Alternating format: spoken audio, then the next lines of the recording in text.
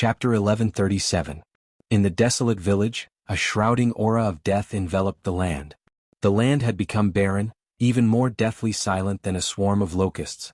Not a single living creature existed. Even if there were one or two living creatures from time to time, they had already become subjects of the kingdom of death. Li Qingshan set foot in this land of death and could not help but frown. This was the instinctive disgust that living creatures had towards death. The sound of hooves rang out from behind him and a corpse horse charged over. Most of its body had rotted away, revealing its white bones. Its eye sockets shone with clear green light, filled with a desire to devour and hatred towards the living. Li Qingshan glanced back. He had sensed the corpse horse's existence a long time ago, but he never thought it would actually charge over. Has even the most basic sense of fear disappeared? There was a disturbance in the desolate village. Villagers emerged from the streets one by one. Their bodies were all half-rotted, and their movements were slow and rigid. When they saw Li Qingshan, they were like people who had starved for 3 days seeing a piece of meat. They all surged over. There were many agile and graceful existences, but they were all vengeful spirits and hungry ghosts. There was a phoenix's cry. Li Qingshan unfurled his wings and turned into a streak of fire, rushing towards the 10,000 ghosts abyss. The desolate village behind him was reduced to ashes in the flames. The ground flew backwards. Many cities and villages were swallowed by the aura of death as well, spreading for thousands of kilometers. Because they were close to a large sect like the Umbraline sect, and the disciples of the Umbraline sect were rather skilled in human tactics, even the soaring locust king feared them, so they were not particularly affected by the locust plague. Instead, many people gathered here. They never thought they would run into a disaster like this after escaping the locust plague, turning them all into ghouls. A large city appeared on the horizon. It was no smaller than the prefectural city of Clear River. It must have been a prefectural city as well. Prosperity had already become an old dream. It had completely become a land of ghouls, numbering in the millions. Even the horror movies he had seen in his past life paled in comparison to this. Li Qingshan thought back to how the White Lotus Mother had slaughtered 200,000 people in a city for the sake of refining an arcane treasure, and he had been extremely shocked. Only now did he understand what it meant for human lives to be worthless. He could not help but sigh. It was a coldness that treated all living things as straw dogs. Flying above the city, he suddenly descended from the sky, using gravity to accelerate. He was like a meteor, dragging a long tail of flames behind him as he landed in the center of the city with a loud bang. A wave of earth swept through the entire city. The buildings collapsed one after another, burying countless ghouls. It was like a great earthquake, or rather, a great earthquake. As far as the eye could see, there were many tall buildings in the city. It had already turned into a pile of rubble. Looking at his own hands, he said, "This is my current strength, the power of destruction, and this is just a mirror image. What am I going to do with this power? Save the world and uphold justice?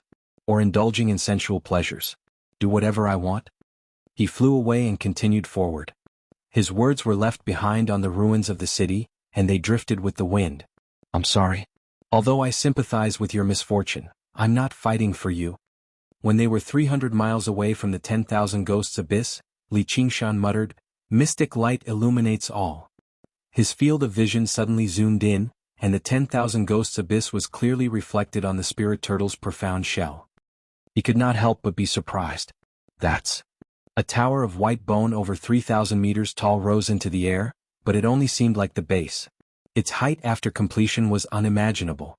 Was it going to connect with the sky? Many figures busied about on the Tower of Bone, like construction workers toiling away in the city.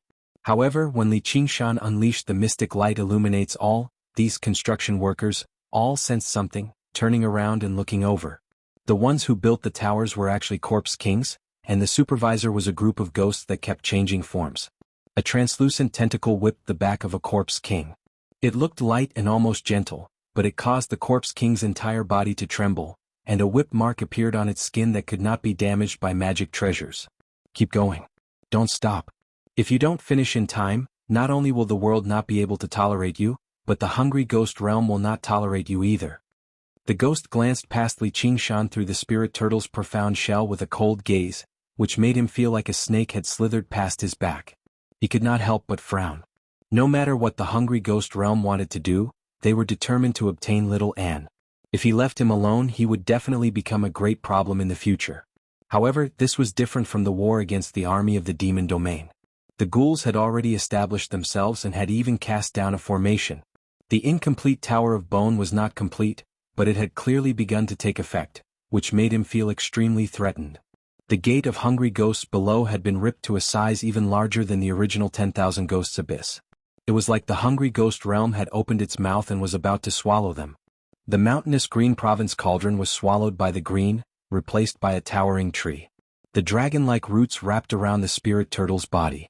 Li Qingshan did not move at all. The sun, moon, and stars changed. Time passed by bit by bit. The green province cauldron produced a soft sound. The roots that had penetrated deep into it grew vigorously, slowly widening the cracks and breaking them apart bit by bit. Torrential rain fell from the sky, washing away the ground contaminated by demon chi. The remaining great Buddha mountain stood in the gray rain. The rain gathered into a river and flowed down, wrapping around the great banyan tree. Li Qingshan suddenly opened his eyes. His body gradually changed, releasing a vibrating force. The Qingzhou cauldron emits buzzing noises which sound like that of a great bell. Clang. The green province cauldron shattered into millions of rainbow-colored dust particles, sweeping away the torrential rain and the thick, dark clouds. For a moment, sunlight shone down, piercing through the gaps in the canopy. It shone resplendently.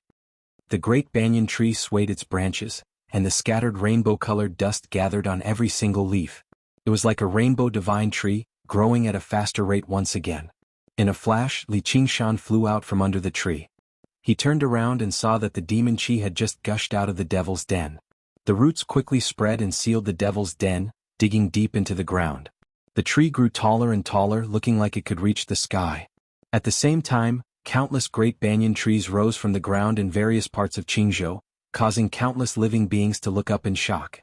The banyan tree king's aura became more vast and distant, surpassing that of ordinary so-called demons. It was like he was the representative of heaven and earth. And this was only the beginning. After refining the 9 cauldrons, he would truly become the god of the 9 provinces, the representative of the world's will. Li Qingshan asked with a smile, "How does it feel to become the god of Qingzhou?" "Not bad, or rather very good," said the banyan tree king. "Can you borrow the power of heaven and earth to suppress the gate of hungry ghosts?" asked Li Qingshan.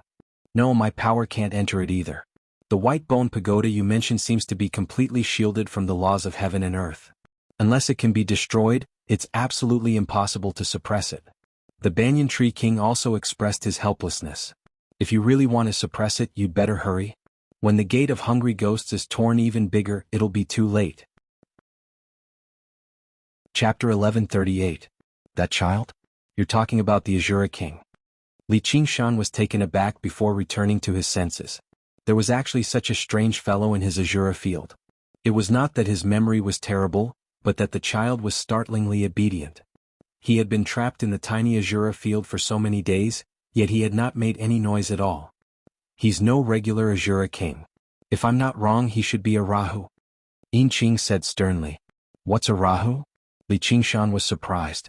"Don't tell me he's a Rahu Azura." The banyan tree king was surprised.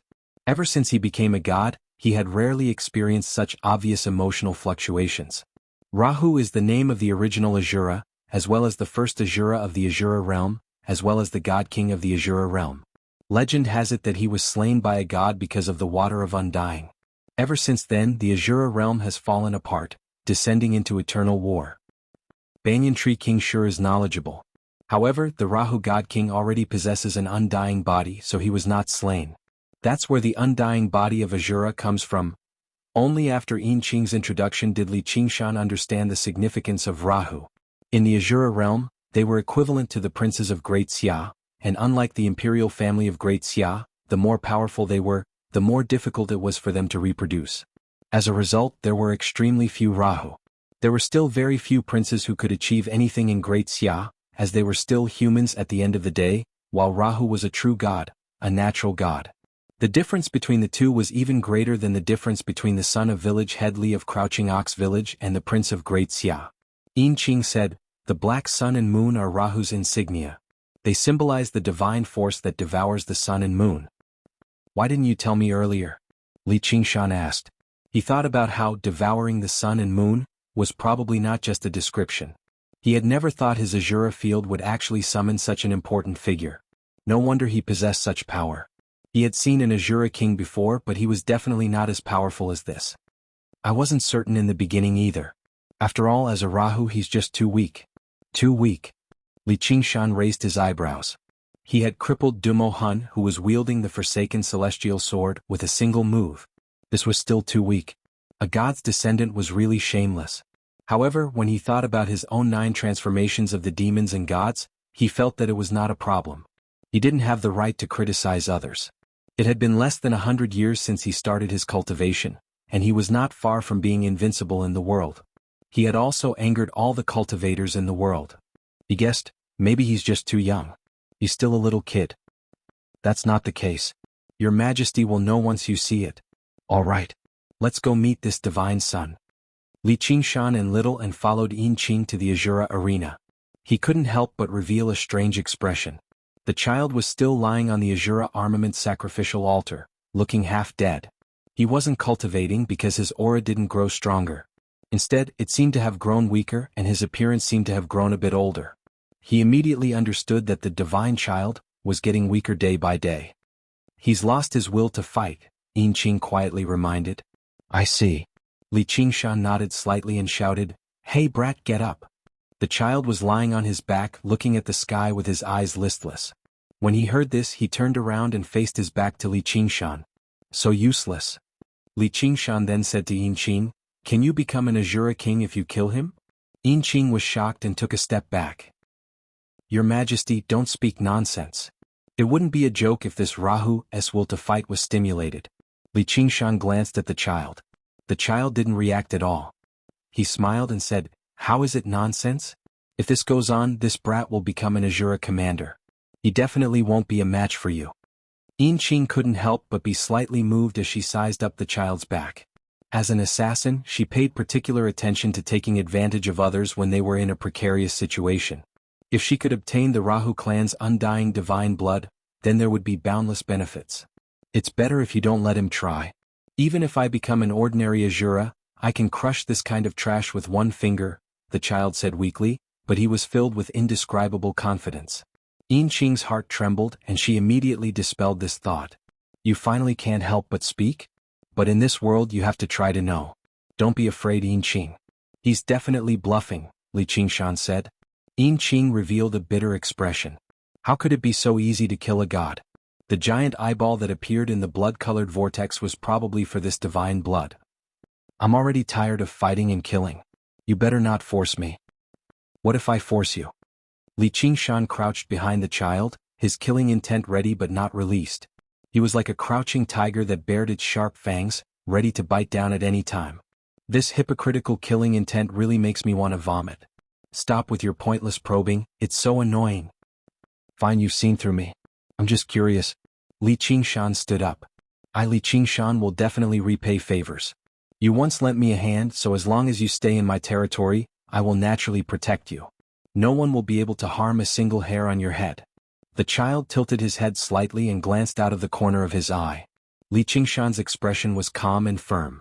But with just the cultivation of 3 heavenly tribulations, he actually said that he would protect him. This was simply a huge joke. However, when it came from his mouth, it had a convincing power. Moreover, this fellow had clearly seen one of the countless eyes that were spying on him. You don't owe me anything. What's your name? Li Qingshan asked. The child withdrew his gaze and said nothing. You don't want to say? Fine, but for convenience's sake, I'll give you a name. Speaking of names, ha. Li Qingshan's eyes suddenly lit up, and he let out an arrogant laugh. Little and blinked, knowing that he was going to use his naming talent again.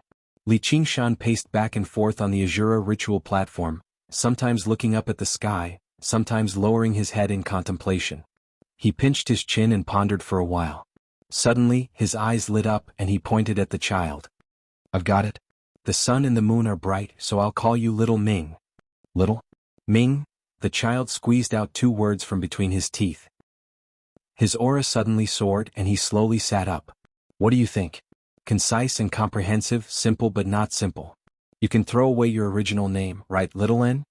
Li Qingshan smiled confidently. Yes. Little N nodded seriously. Compared to Ji Shenyue, Little N was indeed more pleasant to the ears. Little N. As if confirming that Li Qingshan did not mean to insult him, Little Ming collapsed on the Azura ritual platform again and hit his head against a rock. Fortunately, you met the current me. Little Ming, if I help you arouse your fighting spirit, can you help me fight a battle? Li Qingshan suddenly asked. If he could have the help of this Azura divine son, his chances of winning against the hungry ghost realm would definitely increase. Qingshan. Chapter 1139. No. Little Ming said resolutely. Then forget it. Li Qingshan did not force it. It was just a test anyway. He studied Little Ming curiously. Just how powerful was he before he lost his will to fight and weakened? At the very least, he could easily crush his current self. He looked up at the blood-red sky. The blood-red swirl that led to the Azura realm was still riddled with cracks. Unlike the demon's cavern in the demon realm, the connection between the Azura field and the Azura realm was not particularly close, so it recovered much more slowly. However, he believed that even if it recovered completely, the owner of the huge eye would not dare to enter so easily and endure the counterattack of the world of the 9 states. This was the greatest reason why he dared to provoke Little Ming and even made a promise. It was also the greatest reason why he could face the demon realm and the hungry ghost realm. Being in this well-named 9 provinces was admittedly a kind of restraint, but it was also the greatest protection, allowing him to not have to face the powerhouses of the wider world. However, at this moment, after reaching the 5th layer of the Phoenix and balancing the transformation of the demonic and divine, he had already touched the edge of the well. He could leap out of the well with just one more step and enter an even vaster and more dangerous world. Whether it was Qiongqi, Emperor Li, or the divine child before him, they had only reflected a corner of it. There, the great advantage of the 9 transformations of the demonic and divine would be weakened. His enemies would no longer be just cultivators. There would even be deities, Buddhas, and demons. When he thought of that, he could not help but tremble inside. It was not fear, but indescribable excitement and anticipation. But now the path to the Azura realm had been severed. Who knew whether the owner of the huge eye would be guarding there? Ascension was the only way. As the ultimate goal of all cultivators in the world, the problem now was how to take the final step. And where would the final step lead to? The first problem had trapped countless cultivators in the world. Who knew how many geniuses had stopped here? Even the Golden Cicada Spirit King had been stuck at this step for many years. This was different from regular tribulations. Instead, it was to completely transcend this world. During the process of transforming into the spirit turtle to suppress the demon's cavern, Li Qingshan had already discussed this with the Banyan Tree King.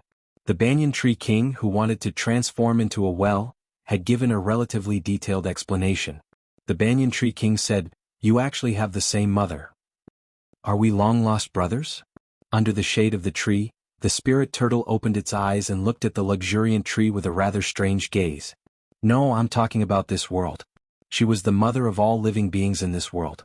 Everything we have, whether it's the soul or the body, comes from it. Although on the surface, every living creature seemed to be an independent individual. But from the very first moment, he had already established a close connection with this world.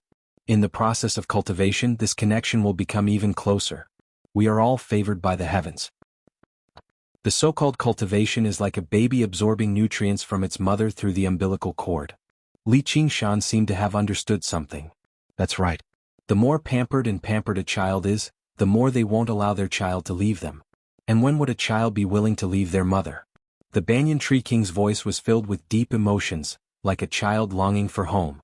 His vow to become a god of the 9 provinces was not just for ambition. I don't think so. At our level of cultivation, we've already condensed a tremendous amount of spiritual energy from this world. I'm afraid that the world's will is unwilling to lose this portion of power, so it'll pull and tie us down. It'd rather we die here and return everything to this world than let us leave. If the world is the mother, then all ascenders are unfilial children." Li Qingshan did not agree. His soul did not originate from this world, and he was someone who had even resolutely abandoned his home. Naturally, he could not understand the Banyan Tree King's feelings towards this world. That deep and unfathomable world's will was probably something only the Banyan Tree King could touch. Of course, it's not wrong to understand it this way. However, the power of Mother is something that even deities have to stop. If it's really so selfish, how can there be ascenders? Moreover, there will definitely be a pulling force, but there will also be a repulsive force. Otherwise, with just our own strength, how can we break through the boundaries and ascend to another world? There's no harm in treating this as a test. A capable child will be able to bring the blessings of Mother to a faraway place. Li Qingshan pondered for a moment. I apologize. After all, this esteemed mother has never asked me for anything. There's no need to apologize. This is where your advantage lies, and it's also a very important step. Severing your attachment to this world, I believe that even fellow Taoist Golden Cicada, who wholeheartedly wants to ascend, has this attachment in his heart. This is also unavoidable. Li Qingshan nodded. Just like an ordinary person leaving their home for the first time, it was inevitable that they would have feelings of attachment. However, he had already left a world before. Although he was not the proud son of heaven of that world, he had once been captivated by it. As for you, you have no attachment to this world. You can be considered a natural-born unfilial son. Banyan Tree King laughed. This world can only be considered a stepmother. Although she treats me well, she can't compare to my birth mother. Li Qingshan laughed. The transmigration experience had already brought him very little benefit, so much so that he didn't even need to carefully conceal it. However, he didn't expect that there would be such benefits. Without the obstruction of the mind, all that's left is power. I believe that to you this won't be a problem. And Li Qingshan was very confident. As long as he spent some effort and stabilized his current cultivation, he would basically be ready to ascend. However, your problem isn't the ascension itself, but the bet with Cheong-Chi and how to ascend to the same world as Little N. Banyan Tree King's words exposed Li Qingshan's greatest worry. Once he ascended to a higher world, the 500-year promise with Cheong-Chi would definitely be accelerated, and he would very likely have to face it alone. What are the worlds you can ascend to? Apart from the 6 realms of Sasra, there's only the demon domain. There are no other possibilities. If it weren't for the repeated invasions of the demon domain, there would only be the 6 realms of Sasra. The 6 realms of Sasra traverse the various worlds, omnipresent. Even if sentient beings don't ascend, their souls will return to it after death. Then what determines which world you ascend to? Don't ascend to the demon domain. That'll be bad luck. Race, cultivation method, and personality all affect you. It's hard to say whether it's a coincidence or not. You practice the demon war statuary and your demonic nature is not weak, but you're fundamentally different from demon folk. You reject the laws of the demon domain very much, so you basically won't enter the demon domain. Chapter 1140. Where does the Tree King think I will ascend to? Little Anne's voice suddenly interrupted their conversation. I can't judge either. The cultivation technique you cultivate is very peculiar. It lies between life and death, Buddha and demon. You were originally a human, so the hell path, hungry ghost path, heavenly path, and human path might all be open to you. Because of that twisted vow, the demon domain might even accept you. However, the Azura path and the demonic beast path are the most impossible. The former is because of one's nature, while the latter is because of one's race. You have no fighting spirit, so you are not a member of the demonic beast clan. We have to ascend to the same world no matter what, Li Qingshan said. Even if it means reaching the hungry ghost realm? The Banyan Tree King asked. I won't hesitate. Li Qingshan said decisively, but we can always make a compromise and choose a world that we can both go to. I think the human path and the heavenly path are both good choices. However, it is the world that chooses you to ascend, not you who chooses the world. Moreover, it is best for you to accept the world's choice. Unlike the 9 prefectures world, that kind of high-level worlds will become very obvious. In a suitable world, no matter if it's cultivation or battle, it'll be like having the help of the heavens, and you'll get twice the results with half the effort. It can be said that those who follow will prosper, and those who go against will perish. Li Qingshan looked at Luo Ho Xiaoming in front of him. This was the most realistic example. An Azura who had lost his will to fight was probably as bad as the living in the hungry ghost realm. The Banyan Tree King's last words reverberated in her ears. It's better to forget each other than to help each other in times of hardship. You have already cultivated together to such a level. If you take one more step forward, it will be a vast world. Why do you insist on relying on each other? I'm going to the demonic beast path. This was Little Anne's answer. In the path of demonic beasts, groups of demonic beasts roamed freely. 10,000 beasts have no control. Legend has it that it is a world full of spirituality, although there is also the cruelty of natural selection and the law of the jungle. However, Li Qingshan believed that it was the most suitable world for him. The Azura path could only satisfy the tiger demon's desire to fight, while the heavenly Tao repelled the demonic nature. The human path might be able to allow his divinity and demonic nature to coexist, but he had already tasted the feeling of hiding in the crowd as a monster. It was definitely not as good as the freedom of being a pure monster. Li Qingshan didn't say anything else. He nodded at Little Anne and said, "All right. Then let's go to the demonic beast road." The two of them smiled at each other and made their decision. Even though I don't have any clues for now, I don't care how the world chooses, and how free we are in the martial world. Of course, we have to go where we want to go together. The Banyan Tree King was also speechless. He did not know whether to be happy or to sigh. Come. Li Qingshan waved his hand. The blade gleamed brightly and landed in his hand.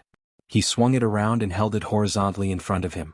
The ending flower-frenzied saber was covered with sword marks. "You've worked hard in this battle. Humph, this is more like it. But I'll have to trouble you to place me on the Azura altar of armaments and sacrifice some scrap metal," the frenzied flower blade said proudly. Other than sacrificing weapons, the Azura altar of armaments also had the ability to repair and even strengthen weapons. Many weapons followed their masters and became famous in the Azura path step by step. "No problem." Li Qingshan readily agreed. Unknowingly, the frenzied flower blade had already completely approved of him. What a good slave. A strange voice came from behind Little Anne. It was the forsaken immortal sword spirit. "What nonsense are you spouting?" The frenzied flower blade was furious. It had a primitive hatred for swords. "I don't want to talk to slaves," the forsaken immortal sword spirit said.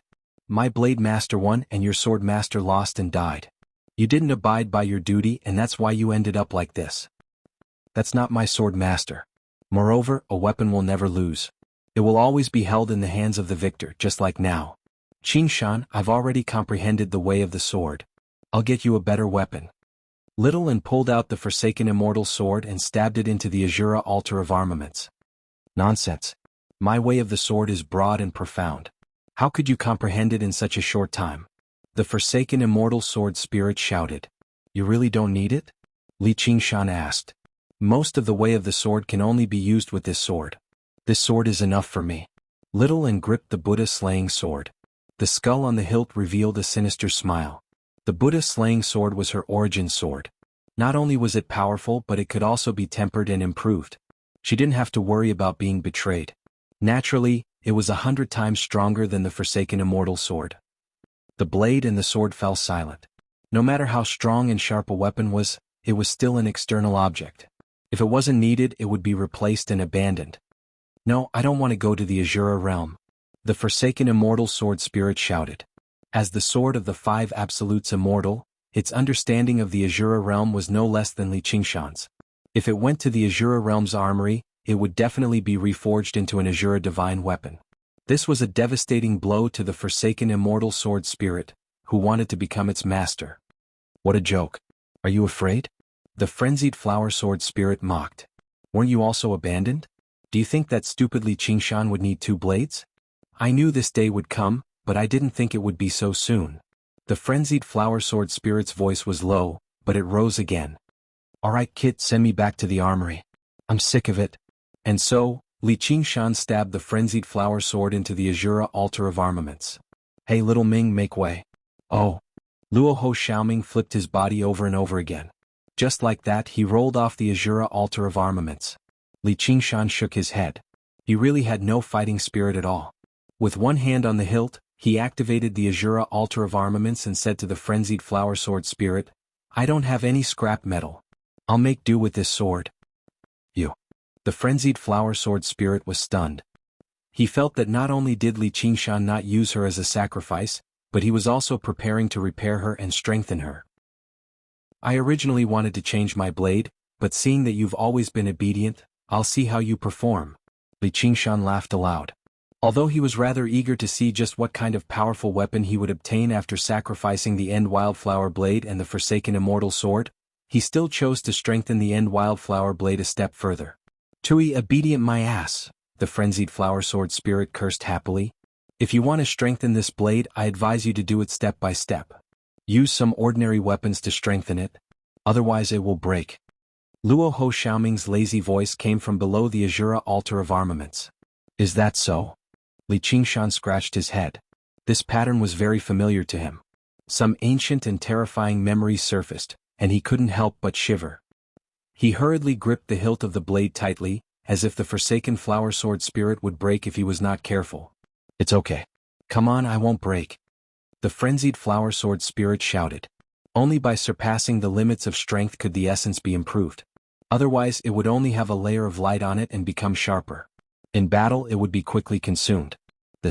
Let me think it over. Chapter 1141. You know. Li Qingshan's eyes lit up. From the cursive sword calligraphy to the abandoned immortal sword, the various things left behind by the five absolutes immortal had influenced his entire cultivation process. There were good and bad ones, and some had even threatened his life. However, this made him more and more curious about the five absolutes immortal. He was clearly a cultivator, but he was called an immortal. This in itself was very unusual. Forget about a cultivator who had gone through 3 heavenly tribulations. Even a cultivator who had gone through 4 or 5 heavenly tribulations would not be qualified to be called that.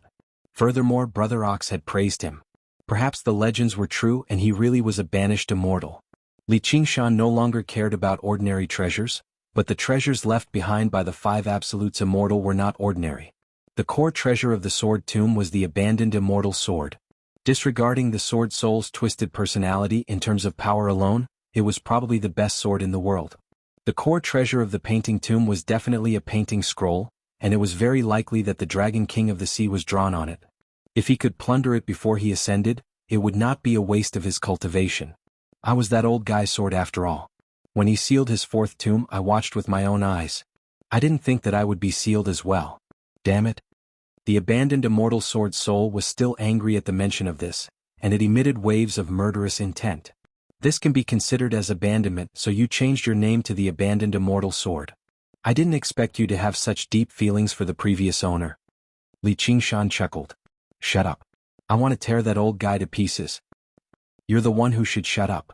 Little and flicked his finger and the blade vibrated. The abandoned immortal sword's soul snorted angrily.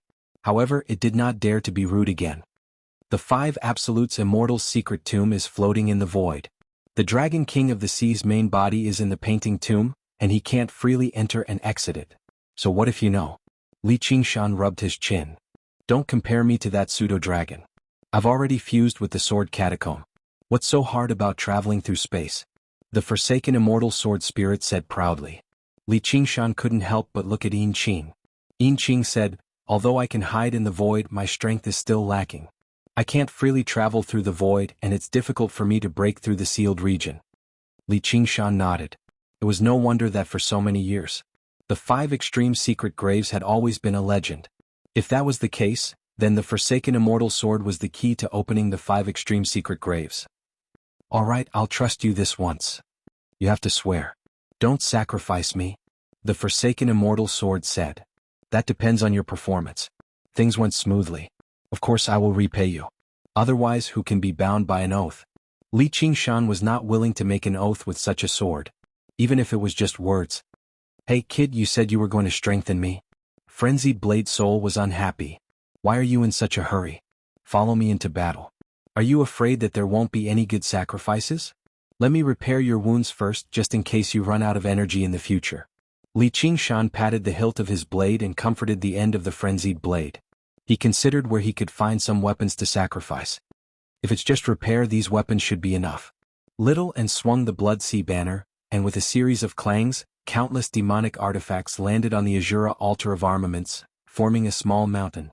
Although most of them were not of particularly high quality, the quantity was startling. They were the spoils of war she had obtained from powering the Blood Sea banner and devouring the demon folk army. That's enough. Little and was always so timely. Li Qingshan immediately activated the Azura altar of armaments.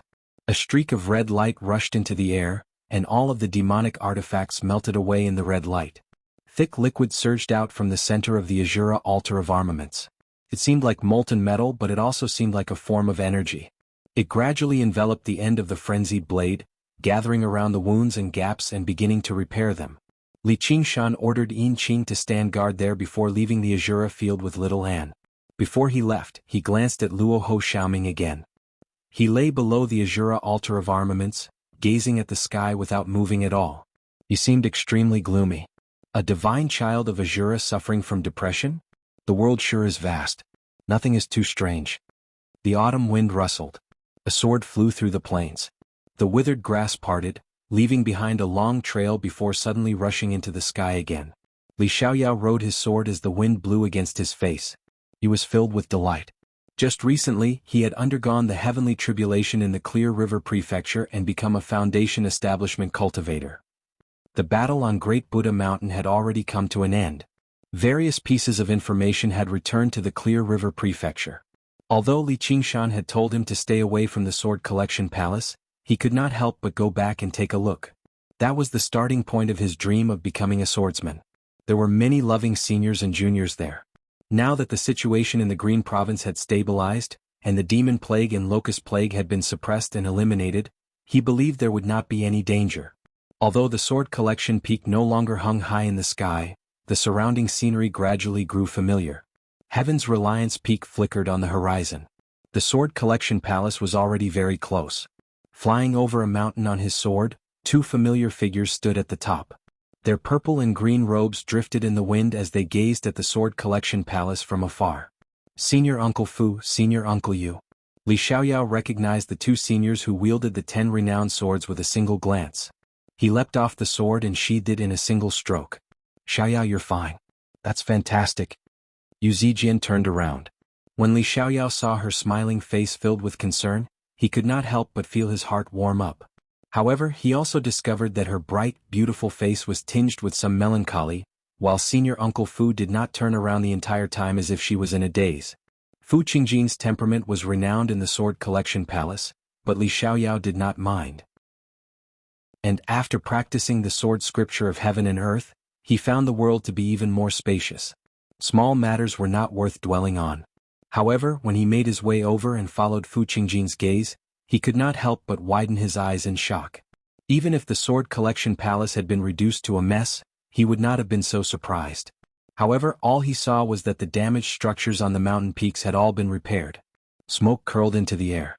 In a daze, the Sword Collection Palace did not seem to have suffered any disasters at all. All it lacked was the flashes of light that crisscrossed through the mountains. However, the chanting drifted over from the mountain peaks. A great Buddha was carved on Heaven's Reliance Peak. People who came here for the first time would definitely think this was an ancient sapphire Buddhist temple. Senior Uncle W, what's going on? Li Xiaoyao was dumbfounded. This is the Chan Monastery of Devanaga. Fu Qingjin finally spoke, but his voice was filled with bitterness. It was the dauntless monk who had led everyone north and rebuilt the Chan Monastery of Devanaga here. On the top of Heaven's Reliance Peak, the dauntless monk suddenly stopped chanting and emerged from the main hall, gazing towards the south. What are you looking at, Abbot? A young novice monk sweeping the fallen leaves gathered his courage and asked. A few lone geese that have lost their flock. Where? The young novice monk looked around. You're still too young so you can't see it yet. You'll see it once you grow up. Chapter 1142. The Sword Collection Palace is gone? Li Xiaoyao murmured. He had a feeling that it was unreal. It seemed that the mountain was still echoing with the noise and laughter of his senior and junior brothers. When he came back to his senses, it was only the ripples of his memory. Unknowingly, his face was already covered with tears. Even if the palace master and the elders colluded with the demon region, many of their companions were innocent. Li Xiaoyao, are you still a disciple of the Sword Collection Palace? Yu Zijian suddenly asked. Yes. Li Xiaoyao answered instinctively. The Sword Collection Palace isn't dead. At the very least there's still the three of us. Yu Zijian's eyes shone with glistening violet light. Behind her was the afterglow of the setting sun, interweaving into a colorful glow. But under her influence, it was like the rising sun, full of hope. Fu Qingjin and Li Xiaoyao were stunned. What was the point of saying this now? If the Sword Collection Palace had been destroyed by enemies, then so be it. They would naturally be motivated to take revenge and restore the Sword Collection Palace's reputation. However, the reality was that the Sword Collection Palace had colluded with the demon domain and dug their own graves.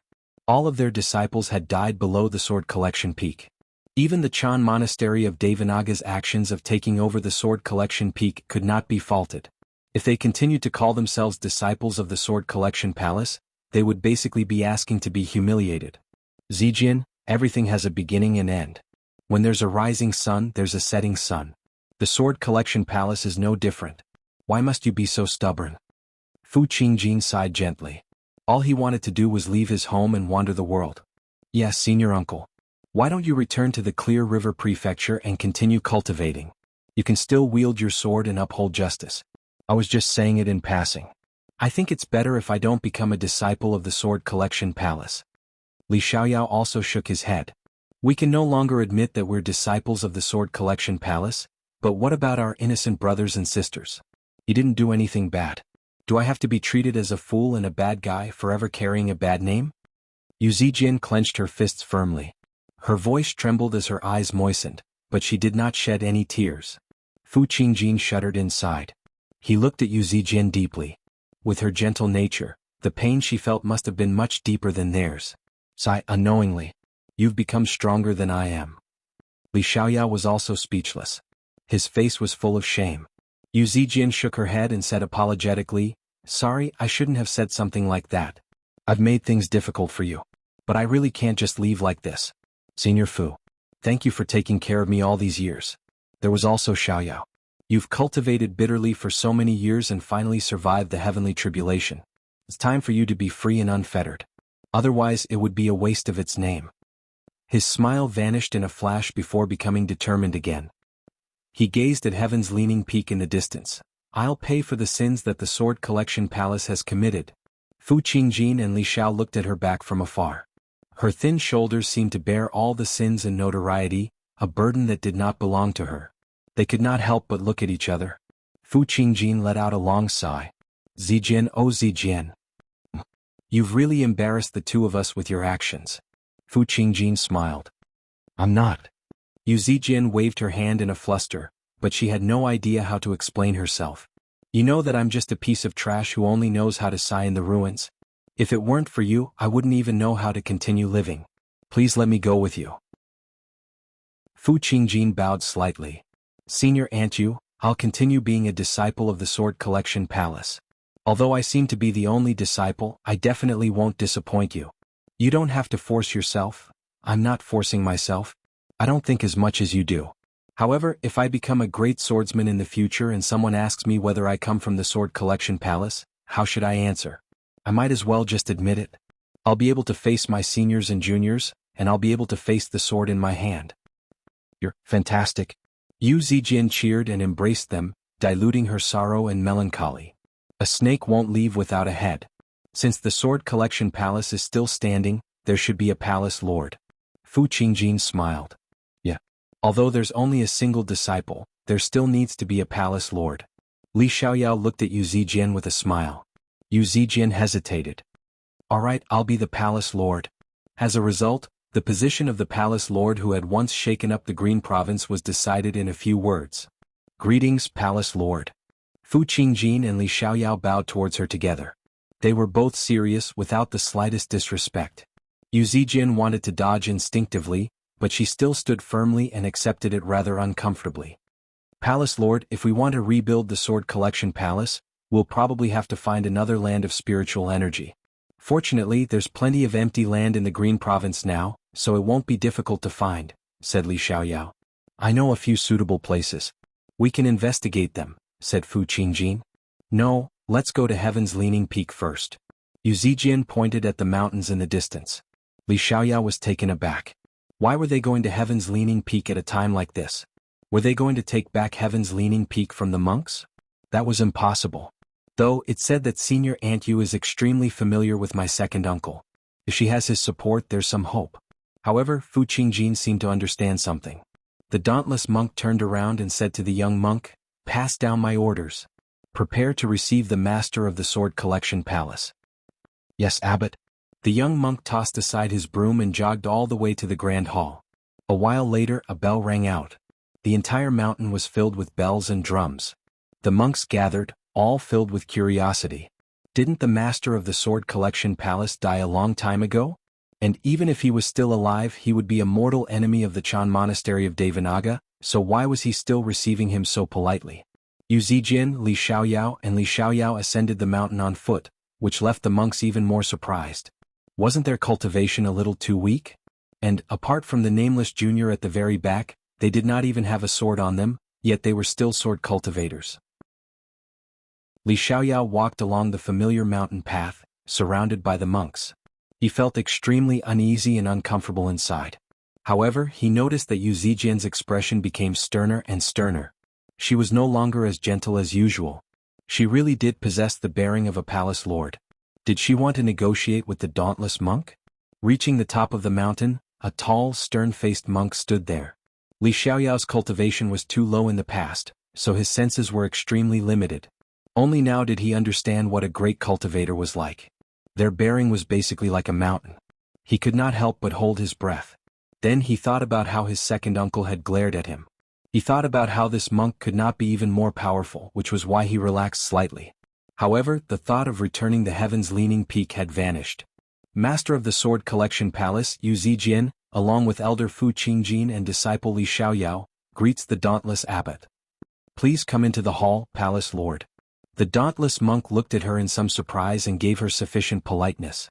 However, Yu Zijian turned him down, expressing that she was not a guest. Afterwards, she publicly apologized to the Chan Monastery of Devanaga as the master of the Sword Collection Palace. She also handed over all the mountains including the Heaven's Leaning Peak to the Chan Monastery of Devanaga as compensation. The sun set and the sunlight dispersed. Afterwards, it was a long night. Chapter 1144. Li Qingshan lazily lay on a banyan leaf that was as wide as a boat. The autumn sun shone on his belly, making him feel slightly tipsy. Of course, the hundreds of jars of wine he drank might be the main culprit, but what did it matter? A gentle breeze blew, making him feel comfortable. Qingshan, you have been lying here for 10 days. The banyan tree king's voice echoed in the cloud-like canopy. Please raise it a little higher. Okay, that's it. Li Qingshan changed the angle of the banyan leaf to make it easier for him to bask in the sun. Suddenly he realized the banyan tree king's words. He tilted his head and said, 10 days? Is it that long? Hey, it seems like I just drank my first cup. As he spoke, he grabbed a wine jar and gulped it down.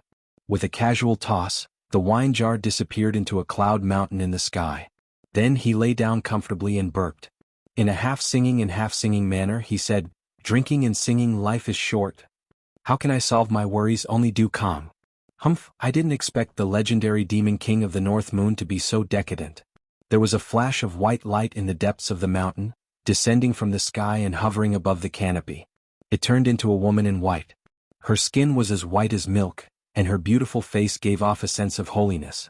She looked down at Li Qingshan from above, but the most eye-catching part about her was the pair of pure white wings on her back. Angel? Li Qingshan was confused. Oh, mutant. He vaguely recalled this race. The word mutant made the woman in white frown. She corrected, it's a god. You must be crazy. Li Qingshan laughed loudly, the canopy swaying. The woman's expression changed. She actually felt a majestic pressure from this laughter. This Li Qingshan really lived up to his reputation. She was a little more respectful. I am Baijie from the Cloud God Nation. I am the Golden Deacon of the palace. I am here on the orders of my king to invite you to the God Nation. What is your name? Li Qingshan was stunned. Baijie. The woman proudly repeated. Good name.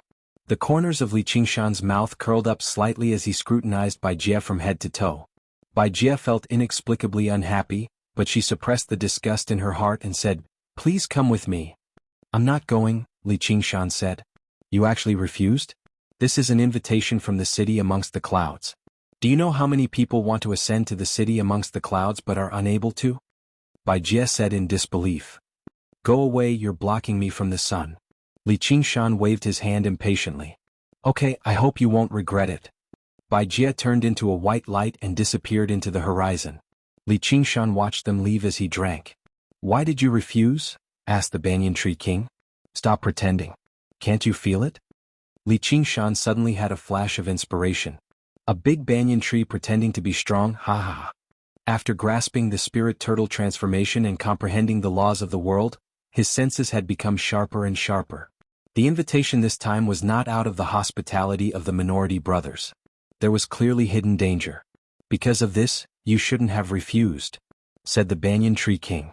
With Li Qingshan's personality, why would he be afraid of any danger? I don't want a woman right now, nor do I want an enemy. So, you seem to really don't want me to stay here? What do you think? The banyan tree king countered with a question. Even the sky darkened. The alcohol that Li Qingshan had been drinking these days was all brewed by him. Li Qingshan was still picky about the taste, so he used the laws of the world to make these wines reach the effect of being aged for 100 years or even 1,000 years. Many cultivators would not be able to see so much precious spiritual wine in their entire lives. This guy drank several hundred jars like drinking water. Li Qingshan was like a person who lived at home eating off his elders. When he had nothing to do, he would drink a little and go crazy. Obviously the elders could not stand it. Didn't I do it to protect little Anne? Li Qingshan spread out his hands. Little Anne was still cultivating under the tree, refining the white bone arcane artifacts again. She doesn't need you to protect her. The banyan tree king exposed his excuse without holding back at all. He asked, don't you have the will to ascend to the 9 heavens? There's no hurry, there's no hurry. The drunkenness in Li Qingshan's eyes vanished, and he recovered his clarity. He stared at the distant sky. He did not just lie there to slack off and rest.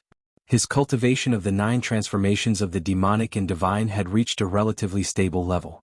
Drinking so much of this spiritual wine was also preparation for further cultivation. Fine then. I was just afraid that your will would weaken, so I gave you a reminder. Do you still want to drink? I won't drink anymore or I'll really fall out with you. Li Qingshan leapt up and cracked his neck. Tell me about the feather folk. The feather folk are one of the 7 great other folk races. Their surname is Bai, and they're proud and reserved. They claim to be true descendants of gods and look down on other races, including other folk. As for humans and demons, there's no need to even mention them. They've established a divine kingdom in the sky called the City Amongst the Clouds, which is different from the divine kingdoms of other folk on earth. It's said that from birth until death, their feet never touched the soil. What a weirdo. Don't they know what era this is? Didn't they deal with these guys when Great Xia was founded? Li Qingshan asked curiously. The feather folk are one of the races that have been affected the least by war. Although they possess extraordinary strength, they naturally loathe conflict and killing, so there's very little internal strife. Ever since the age of the divine kingdom, they've rarely involved themselves in battles on the surface. They'll only take action when demon folk invade en masse. They've all turned the tables at crucial moments, and they've been viewed as a decisive force against the demon domain. When Great Xia was founded, they maintained neutrality the entire time. After that, they seemed to have signed some sort of agreement and they did not engage in war. After that, traces of them rarely appeared. Most of the City Amongst the Clouds are stationed in the Eastern Cloud Province, or they drift across the ocean. The Banyan Tree King demonstrated his vast knowledge once again. It sounds like they're a race filled with greatness, light, and justice. If you add in freedom and democracy, they'll basically be ungovernable. Though why would a race like that come to make trouble for me? Perhaps the invasion of the demon domain has drawn their attention. As for why they've come to find you, that's difficult to guess. You were right to turn down the invitation. After 5,000 years of development, the featherfolk's strength is probably only second to Great Xia. They really can't be underestimated. Li Qingshan deeply agreed. Other folk possessed extraordinary talent in the first place. If they expanded on a larger scale, there would definitely be quite a few third heavenly tribulation cultivators. However, as long as he did not go to the City Amongst the Clouds, the feather folk could not do anything to him, so there was no need for him to worry too much. It's time for me to go for a walk. Li Qingshan extended his hand into the azura field and pulled out his end's wildflower blade. The wounds on it had all recovered. It shone brightly and seemed even sharper. Before he ascended, there were still many things he had to settle. Dragon King of the Sea, I'm coming. At the same time, a streak of white light shot into the palace hidden in the clouds thousands of kilometers away. He turned it down? Yes. How's his strength? It's no small matter, but he's nowhere near invincible, much less His Majesty. Chapter 1145. On a lonely island in the Ink Sea, Chu Danqing was focused on painting. The Dragon King of the Sea stood with his hands behind his back, giving him guidance from time to time. Suddenly he looked back and a pair of dragon eyes appeared in his blank eyes. Danqing, let's stop here for today. Yes, master. Leave the Ink Sea. Chu Danqing was shocked. He's here. Do we really have to fight? We have to fight. The Dragon King of the Sea walked out of the house. His gaze crossed the sea and met a pair of scarlet eyes. Li Qingshan's back was facing the setting sun. He stood on a black reef. The sea breeze carried the scent of ink, and his scarlet hair fluttered in the wind. Filled with curiosity, he bent down like a big cat. He did not know what the ink sea water tasted like. "Hey, you over there, you can't drink the sea water." A fisherman was driving his fishing boat back to shore. When he saw this, he could not help but shout a warning. Li Qingshan raised his head and glanced at the fisherman. He saw that the scarlet hair was not dyed red by the setting sun. The pair of scarlet eyes seemed to contain magic, causing him to keep quiet out of fear. Li Qingshan still ended up drinking a mouthful of seawater. The bitter and salty taste spread through his mouth, and he gulped it down with a gulp. He extended his blackened tongue and muttered to himself, "It really is disgusting, but the taste is rather special." He then waved at the fisherman. "Hey brother, go home quickly. The storm is coming." "Ah, okay." The fisherman came back to his senses and quickly rowed the boat. Li Qingshan took out a scroll and unfurled it. It was the 3 Absolutes calligraphy personally drawn by the 5 Absolutes immortal. He looked at it carefully again. From the time he obtained the first cursive sword calligraphy in the Black Wind stronghold until now, everything related to it appeared in his mind. In the end, he threw it into the ink sea. The 3 Absolutes calligraphy floated on the burning sea and gradually sank into the sea. The sharp, sword-like handwriting on the scroll gradually melted in the ink sea. Li Qingshan smiled. The Dragon King of the Sea did not refuse. This was good. He looked back at the fisherman who was rowing the boat. He couldn't help but shake his head. Leaping up, he put his hands together and shouted, "People of Mahai Sea, listen up, the storm is coming." The sound waves swept across the sea. It spread throughout the entire ink sea. It reverberated. It was like an oracle. Countless people revealed expressions of shock, and then began to row their boats with all their might away from the ocean. "Qingshan." Chu Danqing heard this voice. He suddenly abandoned the Dragon King of the Sea and flew towards the source of the sound. Not long after he left the small island, a dragon's roar resounded behind him. The island was engulfed by the raging waves. A majestic black dragon was entrenched on the island, its sharp dragon claws gripping the mountain rocks. Its huge body was faintly discernible in the huge waves. It raised its head and roared as if it was responding to Li Qingshan.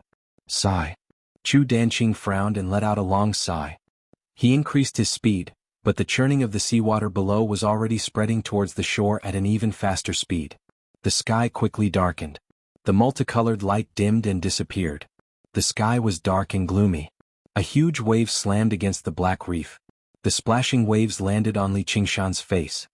His emotions were like the sea in front of him, faintly beginning to churn. A black dot flew over from the sea. Li Qingshan waved his hand.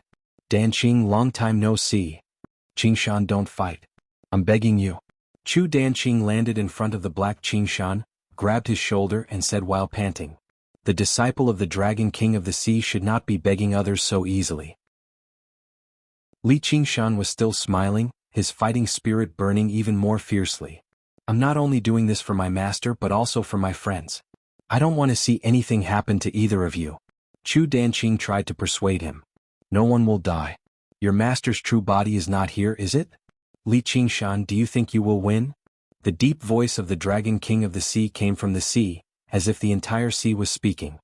Of course. Li Qingshan was full of confidence, even if this was the home ground of the Dragon King of the Sea. In this battle there would be no helpers and there would be no Nirvana rebirth. It was just him and the Dragon King of the Sea. This was no longer for revenge, but to test himself to see if he had the power to surpass the 10 demon kings. Arrogant. With an angry roar, the shadow of a black dragon soared into the sky. The rolling mountains in the sea seemed to be about to connect with the dark clouds that were pressing down. The dragon's shadow danced between the clouds and the sea. Bang! Rocks flew everywhere, and the reef under Li Qingshan's feet was crushed. He curled his lips. "So stingy. Qingshan." Chu Danqing wanted to persuade him again, but Li Qingshan suddenly looked straight into his eyes and said with a straight face, "Go away." Chu Danqing let go of his hand involuntarily. Li Qingshan patted his shoulder and said with a smile, "If you have nothing better to do, come and paint a picture." Chu Danqing watched blankly as Li Qingshan stepped into the rolling sea of ink. In the blink of an eye, he was swallowed by the sea and disappeared. Then, a huge mountain rushed out of the sea of ink and stood between heaven and earth. A pair of curved horns tore through the clouds, filled with an unyielding fighting spirit. A pair of gorgeous and dazzling wings with a wingspan of thousands of feet glowed with the brilliance of divinity. Waves crashed against the huge mountain but they could not move it at all. On the contrary, the surrounding seawater gradually calmed down and became as smooth as a mirror. Li Qingshan stepped forward and advanced toward the center of the sea of ink. Everywhere he went, the violent sea became calm, forming a great contrast with the surrounding turbulent waves. The cold seawater hit his face and Chu Danqing suddenly quivered. He flew high into the sky and spread out a piece of white paper in front of him. He held the weasel brush tightly in his right hand and stared at the sea. At this moment, Gu Yenying and Si Bao rushed over and stared at the sea of ink. "Sister, they really want to fight," Si Bao exclaimed. "Who can stop them? Let's just watch." Gu Yenying spread her hands. "Fighting is good. It's all your fault for making me go into seclusion. I missed a lot of good shows." Si Bao was extremely excited, her thick eyebrows flying high. On the other hand, Gu Yenying had a helpless expression.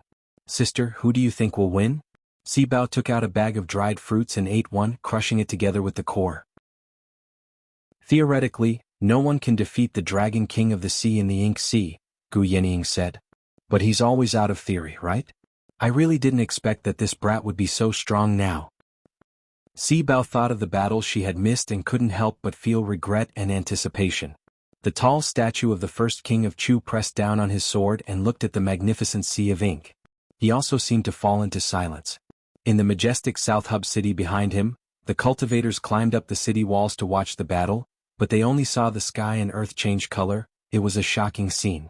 Li Qingshan was about to reach the center of the ink sea.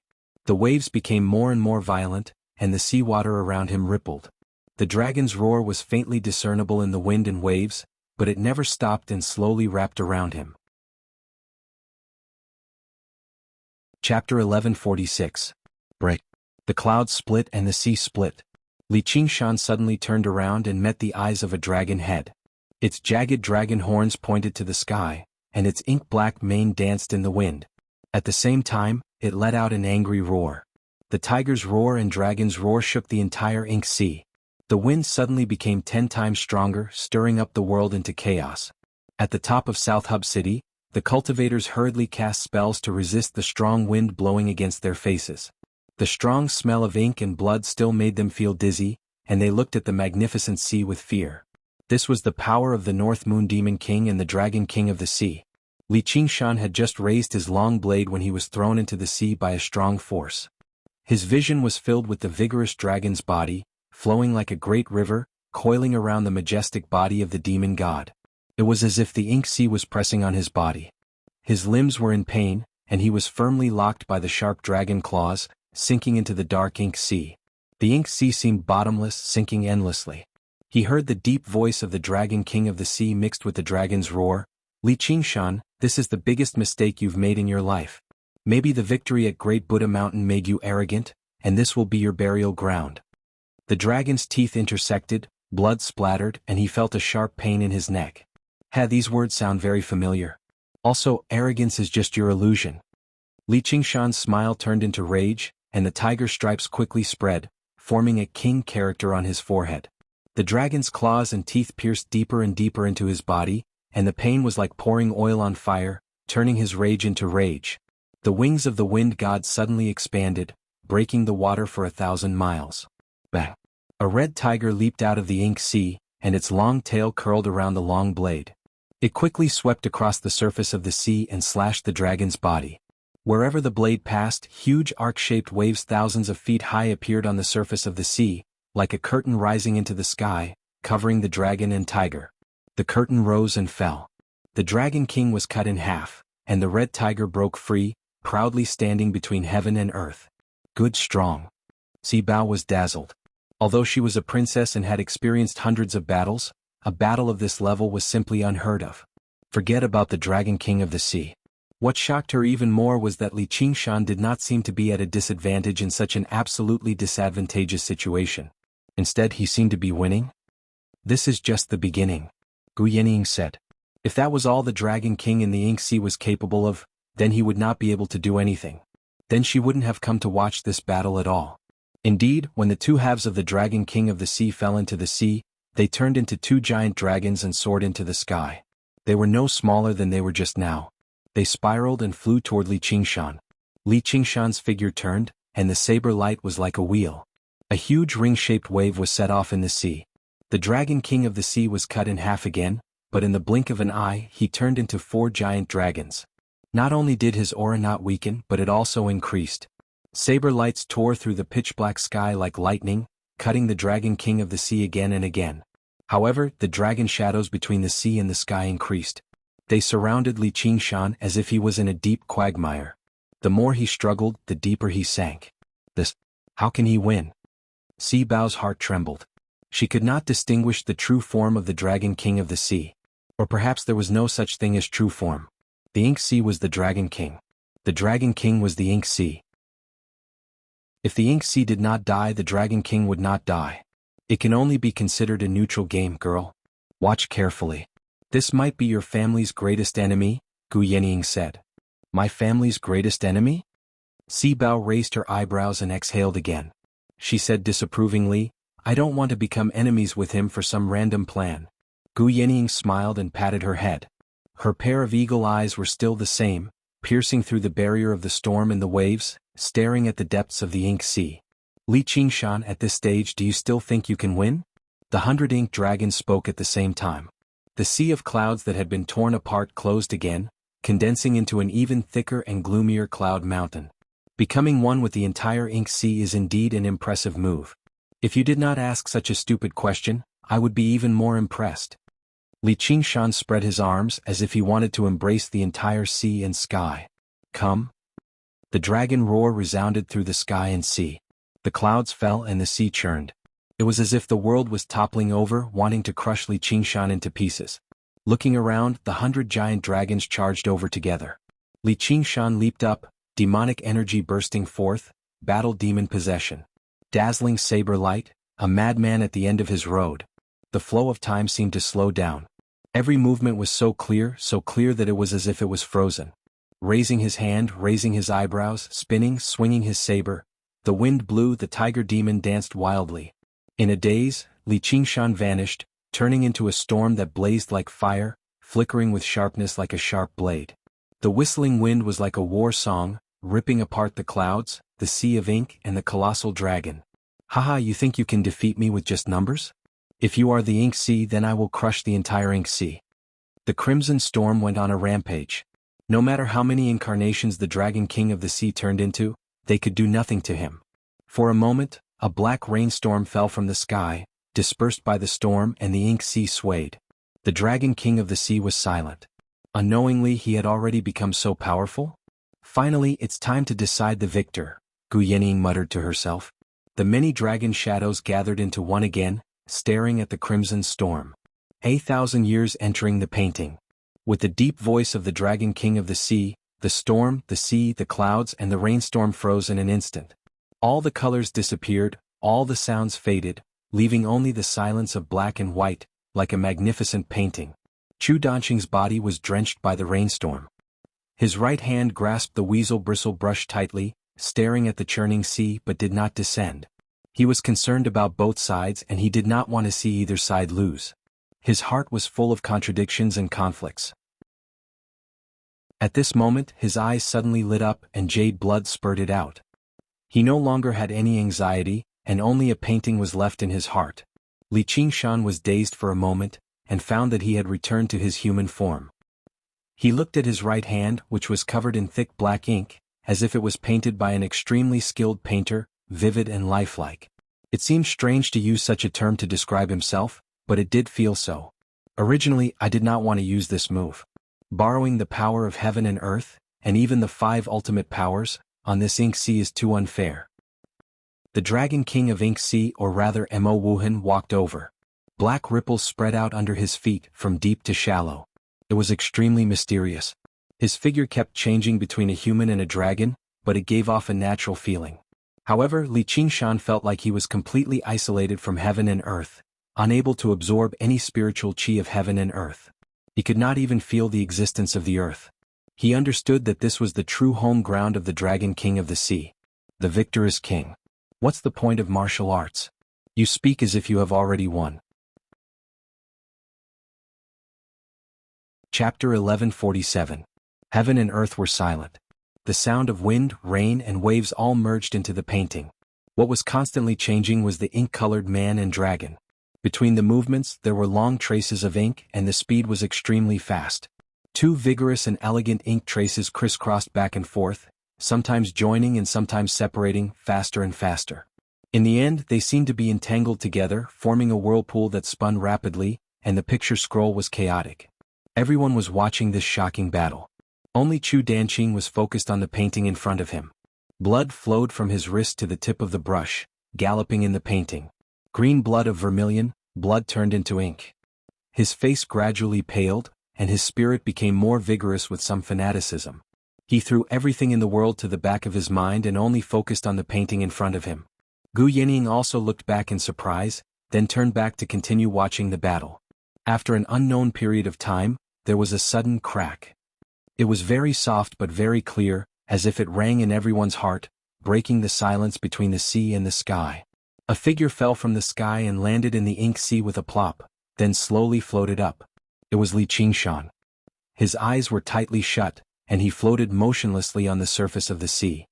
His long scarlet hair spread out, and one of his left legs and one of his right arms had disappeared. His body was riddled with wounds, but the wounds weren't filled with fresh blood, but with black ink. Gu Yenying heaved a sigh of relief, but it turned into a sigh. The winner has been decided. He died in battle? Si Bao was in disbelief. Gu Yenying shook her head. He won. Li Qingshan suddenly opened his eyes and looked up at the sky quietly. A smile appeared on his lips. Dragon King, you lost.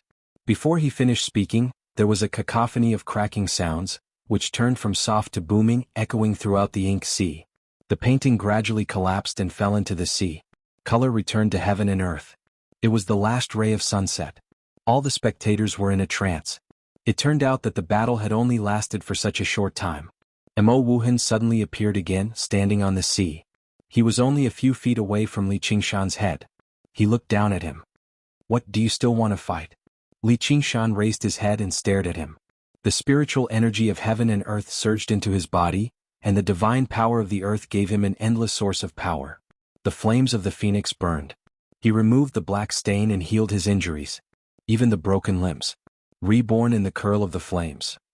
A Thousand Autumns painting is indeed an extremely powerful move, especially in this ink sea. However, you're still no match for my fist. Li Qingshan raised his new right fist in the flames. The power of vibration was indeed very good at restraining such methods. The ending flower blade made a soft sound. Yes, there's still a blade. The Dragon King of the Sea did not say a word, nor did he make a move. He was well aware of one thing. Even if he had the entire ink sea to rely on, he would not be able to crush Li Qingshan. He would only be able to hold on for a while longer and not be defeated so quickly. To put it simply, the Dragon King of the Sea's destructive power could not penetrate the tortoiseshell and cowhide to crush Li Qingshan's tiger bones and extinguish the phoenix's flames. It's very strange. You actually don't have any innate mystical powers, Li Qingshan said. Although the Dragon King of the Sea had used various methods, none of them could be considered as true innate mystical powers. To the demon race, mystical powers were the foundation of everything. If the Dragon King of the Sea had any kind of offensive mystical powers that could truly condense and release the enormous power of the ink sea, the outcome of the battle would be uncertain. However, what he found strange was that the former Qingzhou demon race crown prince Mou, a fellow who was countless times weaker than the Dragon King of the Sea, could also use innate mystical powers. Because I am not a demon. The Dragon King of the Sea finally spoke. Oh, you turned Mou from a painting into a demon, but you still can't help yourself? It's really depressing to think about it. The fellow I've always viewed as a strong enemy is actually just a painting, or rather, a painting soul. Li Qingshan shook his head and suddenly leaped up, smashing Mo Wuhan into pieces with a punch. Ink droplets splattered all over the sky. However, regardless of whether you want to fight or not, I won't stop until I completely defeat you. Mo Wuhan's figure condensed in the distant sky again, nodding slightly at Li Qingshan. If he were to stop just like that, that would be the greatest insult. However, it was not his style to be entangled blindly, knowing that he was no match for Mo Wuhan. The dragon eyes in his eyes dispersed and became blank again. His expression suddenly became a little bleak. At this moment, Chu Danqing completed the final stroke. What he depicted was not the process of the fierce battle, but the scene of the dragon and tiger roaring at each other. The fierce battle that followed seemed to be integrated into the painting, giving people endless imagination. He revealed a pale smile, and the aura all over his body weakened to the extreme. Only then did he suddenly realize that the battle had already ended. He looked around for the Dragon King of the Sea's figure, and suddenly a voice sounded behind him. "Good painting, Master." Chu Danqing turned around. The Dragon King of the Sea was looking at the painting with blank eyes, sighing in admiration. "You have already obtained some of the essence of the Five Absolutes painting Tao. You can slowly cultivate it now." "Master, you?" Chu Danqing seemed to sense something. "You've been out for so long. It's time to return," the Dragon King of the Sea faintly said. Suddenly he waved his sleeves and the ink sea violently roiled again. A circle of coastline gradually lost its ink color and condensed towards the center of the sea. The last drop of ink rose into the sky and floated in the Dragon King of the Sea's palm. It shot into Chu Danqing's dantian, fusing into his limbs, soul and consciousness, and surging through his blood vessels. As for the ink sea below, it turned a deep blue color. The influence of the Five Absolutes Immortals' 10,000 years of existence had been eliminated, turning into a deep blue sea. After doing all this, the Dragon King of the Sea's figure dissipated with the wind. Chu Danqing stretched out his hand but only touched the warm sea breeze. At the same time, in the distant void, an ink dragon gradually appeared on a snow-white painting wall.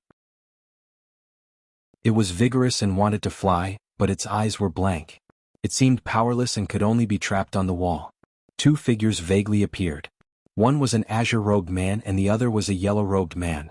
The yellow-robed man asked, "Fellow Taoist, why did you stop? You only drew the dragon and not the eye. That is a great loss of charm." The azure-robed man answered, "Just touching it will allow me to ascend beyond the heavens." "Forget it." "Oh, that's fine, that's fine." The yellow-robed man had a look of disbelief. Cultivators had bitterly cultivated for thousands of years. It was extremely difficult for them to ascend. How could a mere painting dare to say that they could ascend beyond the heavens? It was simply ridiculous. The azure-robed man did not seem to notice. He smiled and looked at the dragon in the painting.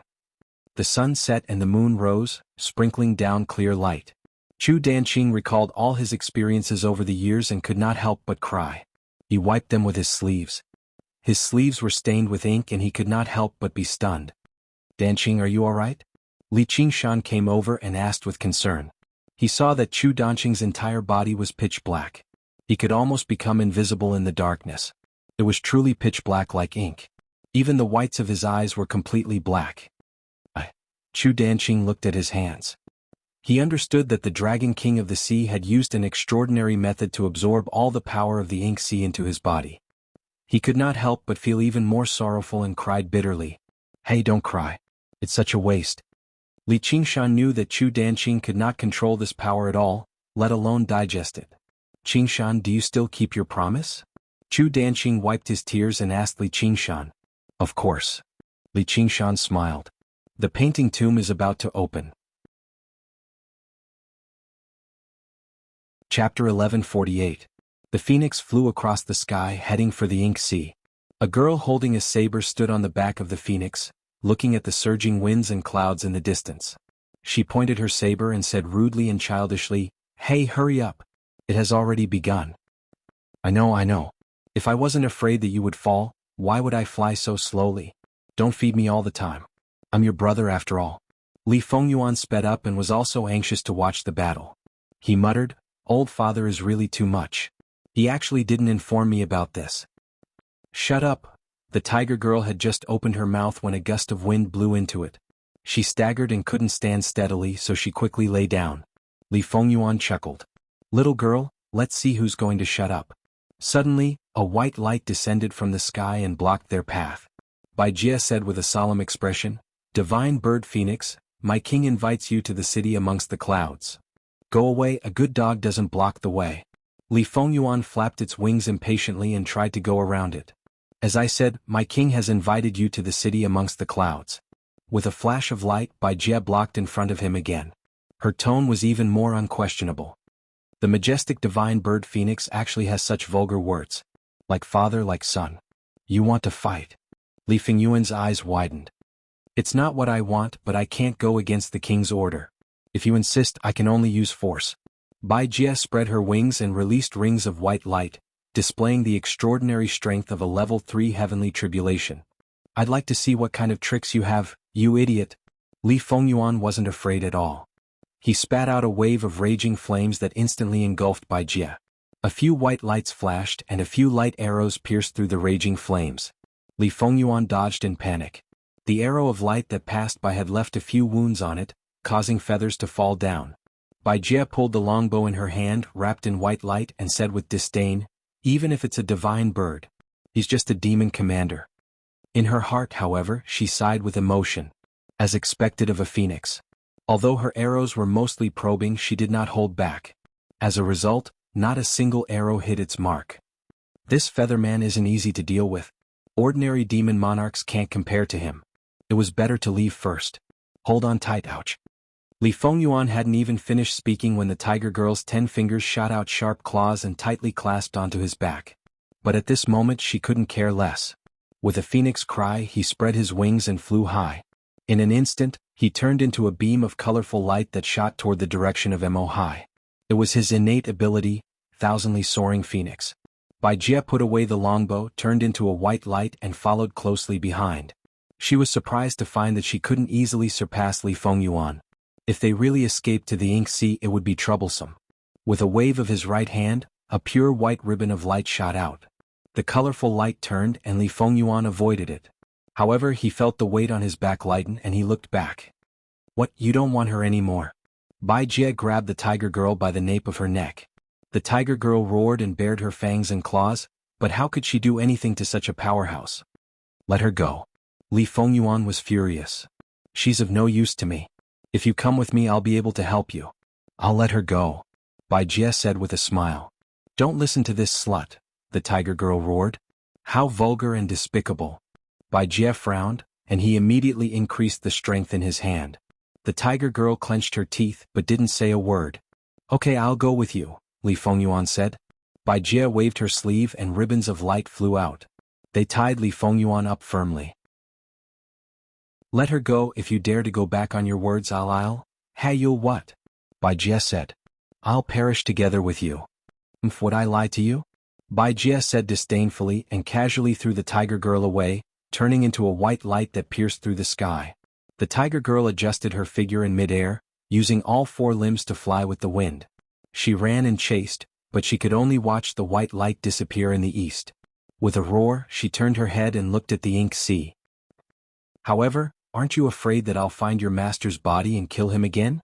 Li Qingshan asked Chu Danqing with a smile. Chu Danqing was stunned for a moment, and his expression changed, but it was hard to see the change of expression on his pitch-black face. "Then you better not come with me. How can I go back on my words?" Li Qingshan laughed. "Don't worry, this is our final battle." Chu Danqing let out a sigh. This might be the best result. "Congratulations, fellow Taoist, for a complete victory." Gu Yanning cupped her hands and congratulated him. Si Bao, who was beside her, looked at Li Qingshan from head to toe as if she was looking at a rare beast. "Of course," Li Qingshan said. "Danqing, you have to be prepared." Gu Yanning said sternly. "Yes, I'll go cultivate now." Chu Danqing turned around and left. Li Qingshan shook his head, spread his hands and asked, "Commander Gu, how's my strength now?" "The 9 provinces are but a corner." In the past, she once said to him, "The Qing province stretches for 30,000 miles, and the Jianghu is but a corner." At that time he was just a greenhorn in the Jianghu. Now, the 9 provinces were like the Jianghu to him and he wouldn't stay for long. "I owe you something. You can tell me now. Otherwise, when I ascend, it will be all for nothing. The time is not right. This matter cannot be forced." "Oh, is this strength not enough?" Li Qingshan was a little surprised. "According to my experience, everything that cannot be forced is mostly because you are not strong enough." "You can say that," Gu Yanning said. What do you want?" Li Qingshan looked at her deeply. "You will know when the time comes. However, if you want to ascend, go ahead. Don't worry too much about it." Gu Yanning opened her jade folding fan and waved it lightly. She was still as elegant as before, without the slightest hint of dependence. Li Qingshan showed admiration. This was still the Gu Yanning he knew. He looked around and saw a small figure running from the seaside. The figure flashed and arrived in front of the tiger girl. "Why are you here?" "Big brother was taken away," the tiger girl said, panting. "By who?" Li Qingshan frowned. "A white-winged slut," the tiger girl said through gritted teeth. As expected, they came with ill intentions. "Are you all right?" Li Qingshan patted her head. I'm fine. If it wasn't for me. The tiger girl lowered her head, tears welling up in her eyes. She looked very sad. All right, I'll save the kid. Li Qingshan scooped up the tiger girl. For once, he displayed some gentleness. Who is the white-winged slut? Gu Yening suddenly asked. A winged person called Bai Jie. She calls herself the Ji Jinwu. Then the one who was taken away is Li Fengyuan, my son. Don't you know?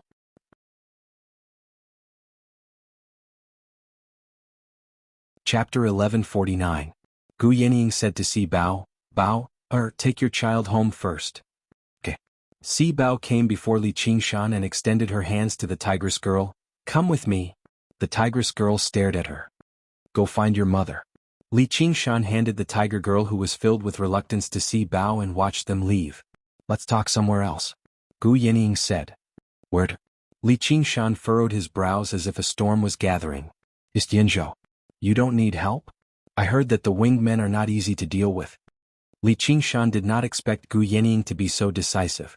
Although he could not wait to go to the city amongst the clouds and beat up his mother, then his whole family, and teach these damned kidnappers what the word death meant.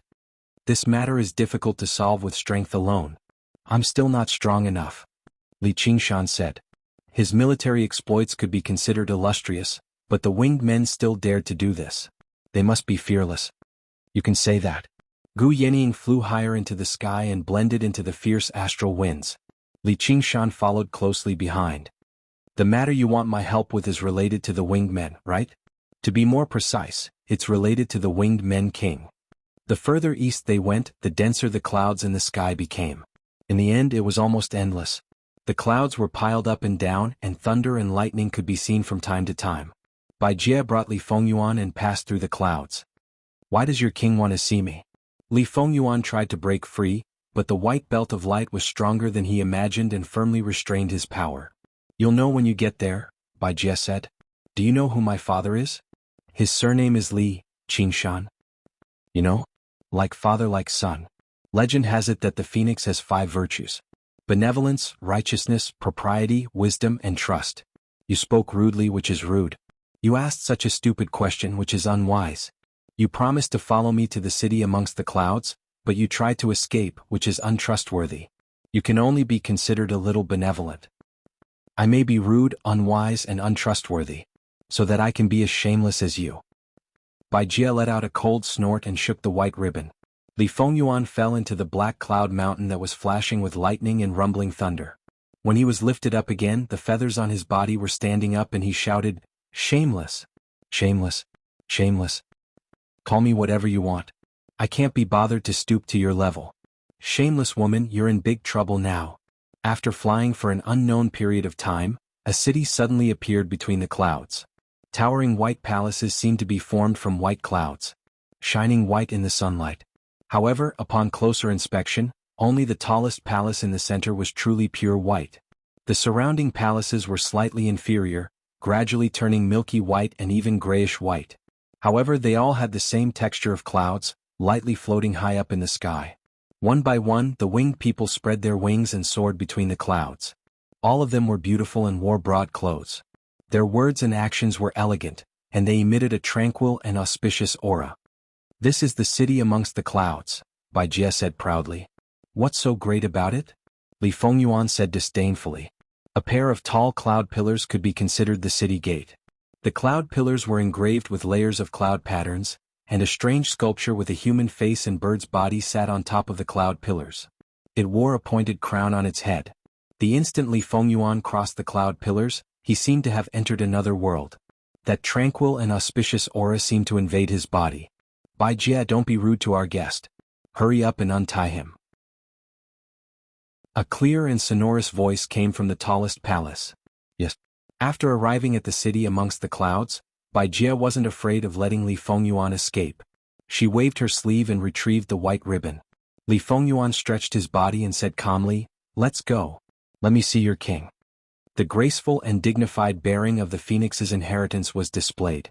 Moreover, he had the decisiveness of I'll go against thousands of people. Bai Jie's expression was somewhat astonished.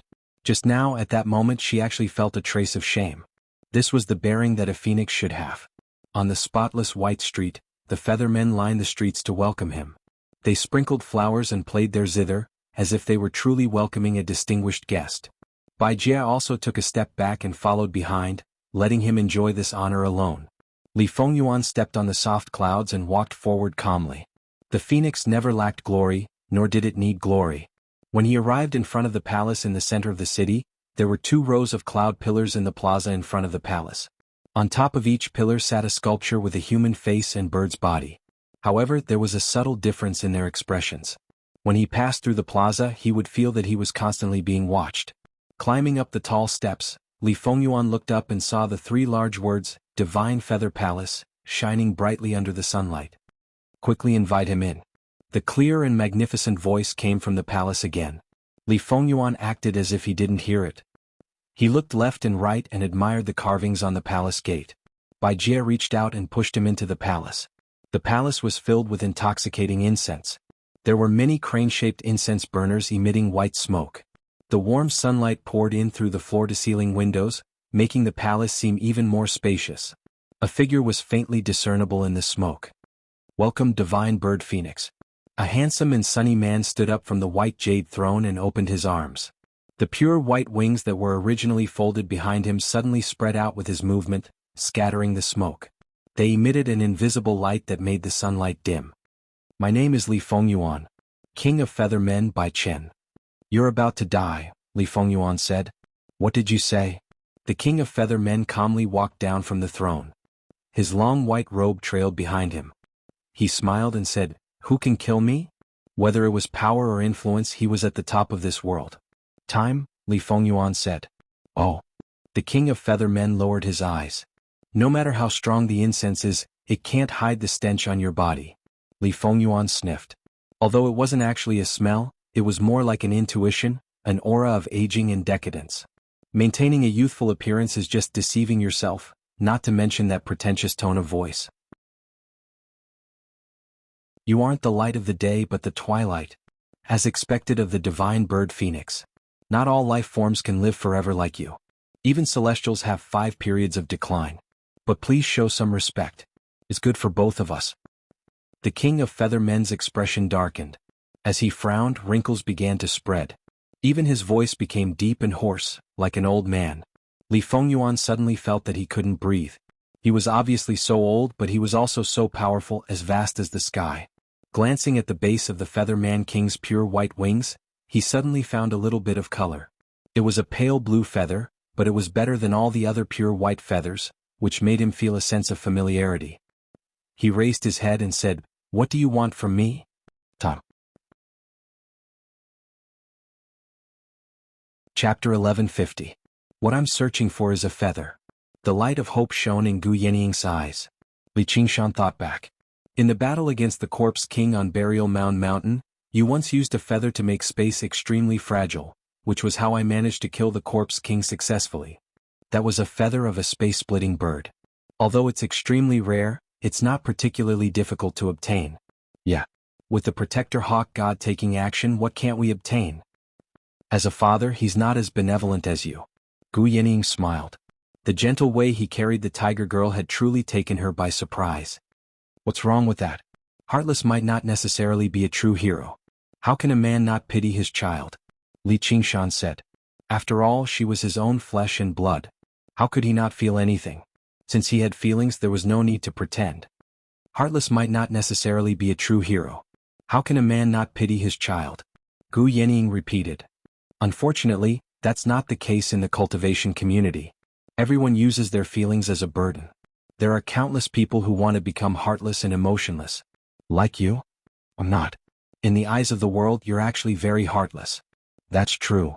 The 2 of them were speechless for a moment. They flew through the boundless sky again, passing through countless clouds and mountains. We're almost there, Gu Yenying said. The city amongst the clouds? Li Qingshan gazed into the distance. No. Look up. Gu Yenying pointed upwards. Li Qingshan raised his head. All he saw was a haze extremely high up in the sky. It was rather difficult to make out what it was against the pure blue background. However, he could clearly sense that the space was rather strange, but it was not ripped apart like the Demon Cavern or the Gate of Hungry Ghosts. It was more like it had been stirred into chaos. As a result, he waved his hand and unleashed the profound light illuminates all, pulling the chaos closer to him.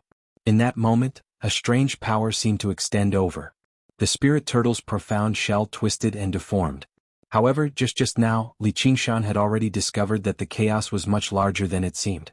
It enveloped a radius of 100 kilometers, and its depth was immeasurable. He could not help but ask, "What is that?" "About 10 years before you were born, a feather fell from the sky. It pierced through the barrier of this world, and here are the traces left behind." Gu Yenying gazed at the chaotic void with an expression of reverence. "A feather?"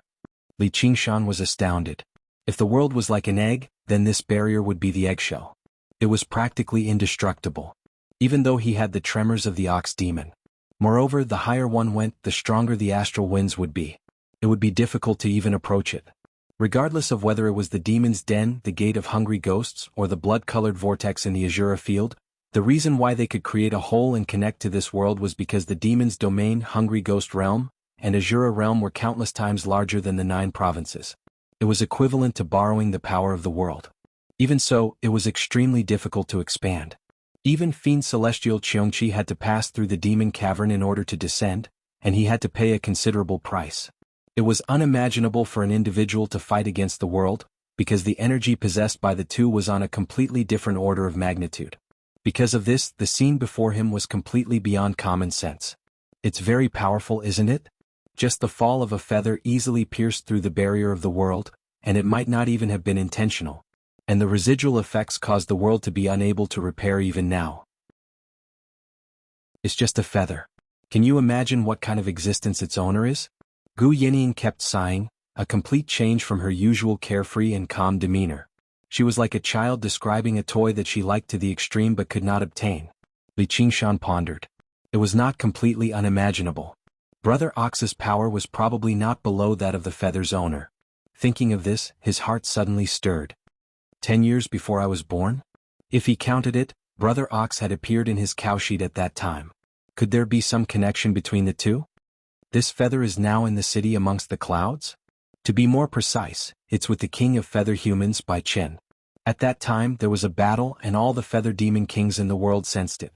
My father also tried to snatch it, but in the end Bai Chen was the first to get it. The truth is really hard to predict.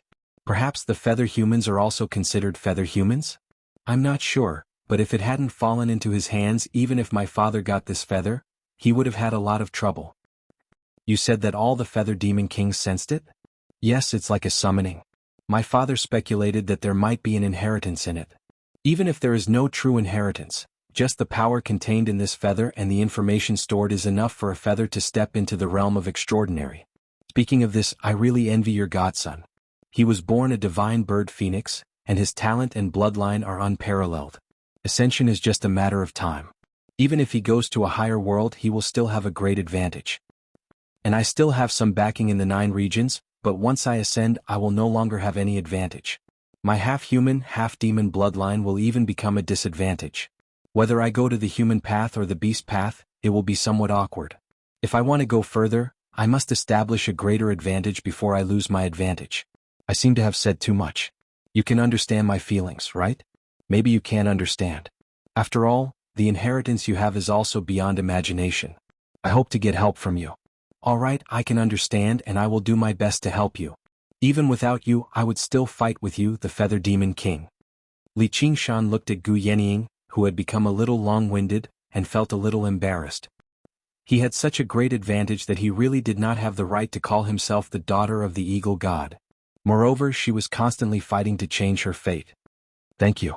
Gu Yenying nodded slightly and returned to normal. But you still don't understand. The reason why I brought you here is to tell you that this matter can't be solved with pure power. After so many years, even if the Feather Demon King has not completely refined that feather and accepted the inheritance, as long as he can exert a little of its power, it will be very terrifying. I even suspect that he is already the strongest in the world. Then how did you originally plan to deal with him? I didn't plan to deal with him. According to the lifespan of the Feather Demon King, he has long reached the limit, and all the methods to prolong his life have been used up. I originally planned to outlive him to death. All the people hiding in the dark who covet him will take the opportunity to make a move. Although the forces in the city amongst the clouds are strong, they will definitely fall into chaos, and I will be able to take advantage of the situation. Gu Yenying stretched out her hand and grabbed at the air. Like a hunting eagle, she seemed to have already caught the magical feather in her hand. At that time, even the eagle god would be her opponent, and they might have to fight for it with their own methods. She had already prepared many methods, and Li Qingshan would be her strongest helper. However, when she opened her hand, she found that it was empty. She could not help but smile helplessly.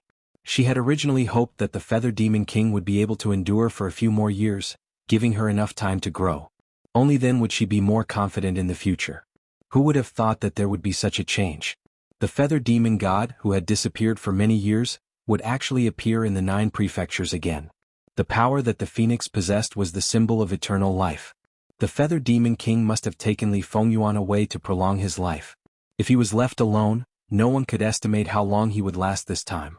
Could be 100 years, 1,000 years, or even longer.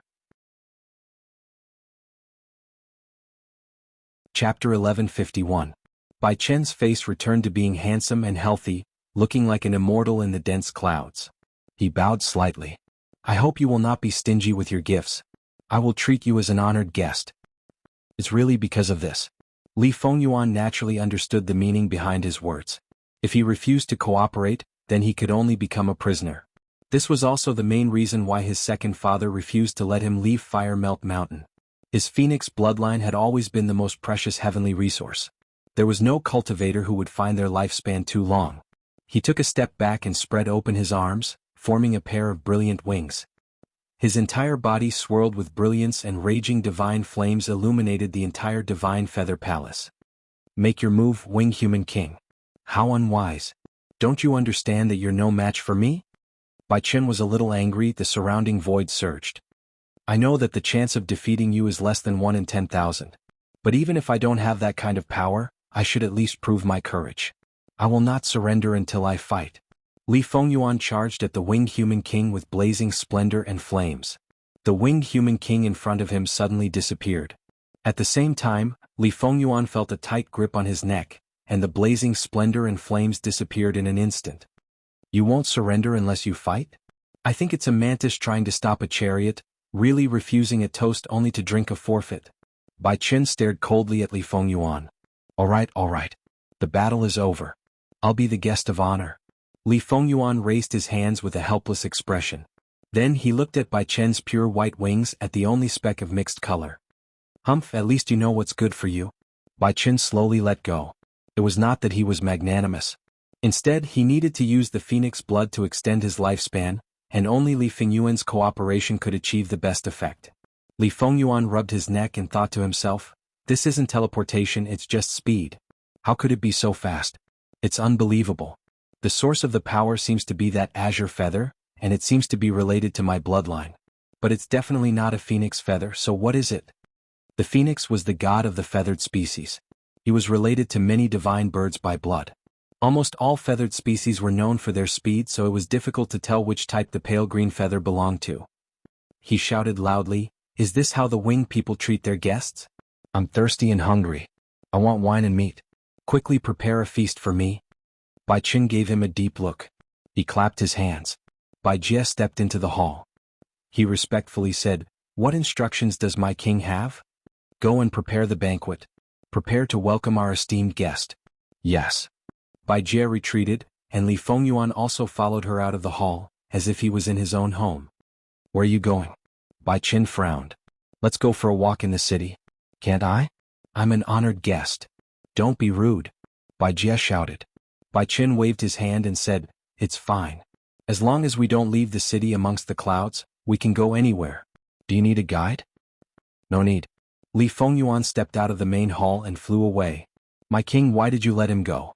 The divine bird is nothing special, Bai Jie said. It's fine. Although I don't have much time, I can still wait for a day.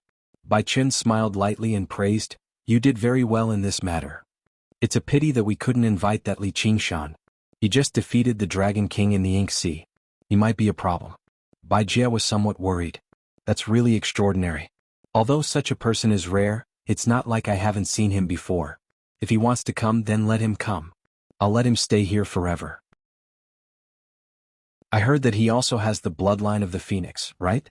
Li Fengyuan wandered around the city, trying his best to think of a countermeasure. He kept coming to the edge of the city, intentionally or unintentionally. However, when he saw the towering pillars of clouds, he gave up on the attempt to charge out. The formation of the city amongst the clouds was not that easy to break. Even if he was lucky enough to charge out, he would definitely not be able to escape the pursuit of the Feather Human King. No matter how he thought about it, he could not think of any good ideas. After all, any ingenious plan had to be built on the foundation of strength. Sigh, if I can survive another heavenly tribulation, I might have a way to escape. In the evening, the sky was clear and bright, and the stars were incomparably resplendent. In the divine feather palace, the banquet had just begun. Bai Chen sat high on the throne and raised his wine cup high. Dear ministers, please raise your cups together to welcome our esteemed guest, the divine phoenix bird Li Fengyuan. He then asked Li Fengyuan beside him, fellow Taoist, are you satisfied with this reception? Satisfied, satisfied. Li Fengyuan looked around. There were actually more than 10 experts who had survived 3 heavenly tribulations in the palace. And Bai Jie said that there were still a few who were cultivating and unable to rush over. This was the foundation and strength of the feather human race. However, the most dangerous opponent was still the feather human king, Bai Chen, who was sitting on the throne. What exactly was that pale green feather? Eldest father, I know that you love your son, but don't rush over directly and fall into this bastard birdman's trap. If there are no flaws, then think of a way to create one. If snatching doesn't work, then steal it. Gu Yanniang's eyes turned into a sharp eagle's eyes, filled with determination. Steal? At our realm of cultivation, how are we supposed to steal? Li Qingshan really did not find this to be any different from snatching. None of them were mortals. Their senses were extremely sharp, not to mention that the feather had grown from the feather human king. It might be a little risky, but all I can do is try it again. Gu Yanniang glanced at the chaos in the sky again. The scenery up there is very beautiful, but it's a pity that we're in a hurry. I'll take you there again if we have the chance. Let's go. Where are we going this time? The Frost Province, Sleep Valley. The north wind swept up large snowflakes into the air. The world seemed to become chaotic as snowy giants stood on the icy plains. The Frost Province was even larger than the Mist Province. It was known as the largest province in the world, so it had its own sense of vastness. What snow! Li Qingshan praised. If the little phoenix had not been captured, he really wanted to drink to his heart's content in this sight. There just happened to be someone accompanying him. The wind and snow swirled up Gu Yanniang's clothes and long sleeves. She stared ahead attentively and pointed. We're here. That's White Elephant Mountain. Li Qingshan went up to stand beside her. All he saw was a great snowy mountain on the icy plains. It was like a huge white elephant galloping through the wind and snow with a vague black line. Arriving before the mountain, he saw a deep, narrow valley that split the mountain in half. This is Sleep Valley, a renowned forbidden ground. There doesn't seem to be anything special about it. Li Qingshan gazed into the distance. There was no danger in the valley at all. Even the spirit turtle did not sense any danger. If it were not for the extremely dense spiritual qi, it seemed like a regular valley. You'll know once you go in. Be careful not to fall asleep. Chapter 1152. The demon wolf suddenly stiffened, and all of its hairs stood on end as if it had been frozen in Li Qingshan's vision. Li Qingshan said, Oi, is there a strange demon wolf over there? That's very normal. This is the world of wolves. Gu Yanniang continued onwards without even looking back. The wolf god is basically your uncle. You've come to his territory, yet you're not even going to pay him a visit? Li Qingshan understood. The Skyfrost Wolf King of the 10 Demon Kings, as well as the second boss of the Hawk Wolf Guard that stood on par with the Protector Hawk God, watched over the Frost Province. Have you ever seen a hunter whose hawk and hound are good friends? Fair enough. Compared to the Dragon Province, this really is a land of bitter cold. No matter how close they are to their master, a hound is still not as loved as a hawk. As a result, Li Qingshan no longer paid any attention to the demon wolf. He made his way into the depths of the valley with Gu Yanniang. The demon wolf shuddered and heaved heavily. What a terrifying gaze. It's basically on par with the Wolf King's. No, I need to report this to the Wolf King immediately. It turned around and leapt up, vanishing into the wind and snow. You're wrong about that. My uncle Wolf was the one who requested to come to the Frost Province. Not only is he a demon king, but he's also the lord of a province, or as the people of the Frost Province call him, the Great Chanyu. The human cultivators of the Frost Province actually agreed. Where's the original Great Chanyu? He was wiped out when Great Xia was founded. The Frost Province is vast and sparsely populated. Mortals all live as nomads and their method of cultivation is rather, ancient. You should have seen quite a lot in the Mist Province. There are far more tribes than sections. Occasionally, a tribe can unite the Frost Province and become the Great Chanyu, but they've never formed a true country. Li Qingshan had a deep impression of the tribes of bone-eating shamans. They were called ancient, or primitive and savage. The boundary between humans and demons was extremely blurry. Perhaps humans were even more demonic than demons at times. In short, everything was based on strength and the strong were revered. Accepting a wolf as the Great Chanyu was a matter of course. It really is a world of wolves. The reason why this place has become a forbidden zone probably has something to do with the wolf god. Not bad. Do you feel a little sleepy? Gu Yenying suddenly asked. Sleepy? Li Qingshan was slightly surprised. He had almost forgotten what it felt like to be sleepy. However, after hearing what Gu Yenying said, he suddenly remembered something. He actually felt a little bit of it. It was like the lingering laziness of a summer afternoon. As far as the eye could see, it was a vast expanse of whiteness. The scenery was nothing special. He suddenly exclaimed in surprise. He opened his mouth and blew hard. The wind and snow flew back. Rolling up the thick layer of snow, it was actually densely packed bones that filled the entire valley. Li Qingshan was no longer the kid he used to be. Such a scene was nothing to him. He asked doubtfully, did he kill them because he was sleepy? All living beings that enter this valley will be seized by uncontrollable drowsiness and fall into a deep slumber, never to wake up again. Of course, what killed them wasn't sleepiness but hunger, thirst and cold. The deeper we go, the more tired we feel. Even with our cultivation, it's hard to resist. Even the Demon King can't resist sleepiness. How interesting. Li Qingshan had imagined that the forbidden area would either be filled with traps or poisonous insects and ferocious beasts. He did not expect it to be a place that could make people sleep. Thinking about it, the traps were no match for the school of Moism. The poisonous insects and ferocious beasts were no match for the demons. He had seen many of these, but it was still far from being a forbidden area. What kind of power is causing this? Any kind of power must have its source. If he could find the source of such a powerful power and further control it, it would be amazing. That's why I'm here. Gu Yenying ignored the piles of bones under her feet and stared into the depths of the valley. She had already investigated it. This power was definitely not the cause of the formation. There must be something here and it was most likely not a living being. Otherwise, it would be able to constantly release such a powerful and mysterious power. What she needed to do was to control this power, make the Winged Man King fall into a deep slumber, and then pluck that feather. This is one of your goals. Yeah. Just treat it as helping me out. Gu Yenying smiled easily. Then how are you going to resist this sleepiness? Through the scorching wind hell. Pain always clears people up. I came here once before I underwent the third heavenly tribulation. My original plan was just to test it out, but I never thought the sleepiness would accumulate so quickly. I almost died here.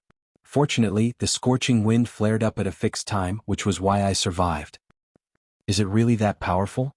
Why don't I try it? We'll split what we get. Li Qingshan was rather eager. Alright, we'll split what we get. However, the most dangerous part of the forbidden area isn't in the valley but outside. Wolves hide thousands of kilometers. Li Qingshan remembered the words he had heard when he first joined the Hawkwolf Guard. As the Lord of the Frost Province, even if the Wolf King could not obtain the mysterious power of the forbidden area, he would never allow anyone else to touch it. The reason why Gu Yenying could retreat last time was not just because of the scorching wind of hell, but also because she was the daughter of the Hawk God. If it were anyone else, they probably would have died to the wolves as soon as they emerged from the valley. Then why didn't you let me kill the wolf demon? It's the same. The Wolf King will discover it sooner, and once they start fighting, it'll be a battle to the death. It's probably his sons and grandsons.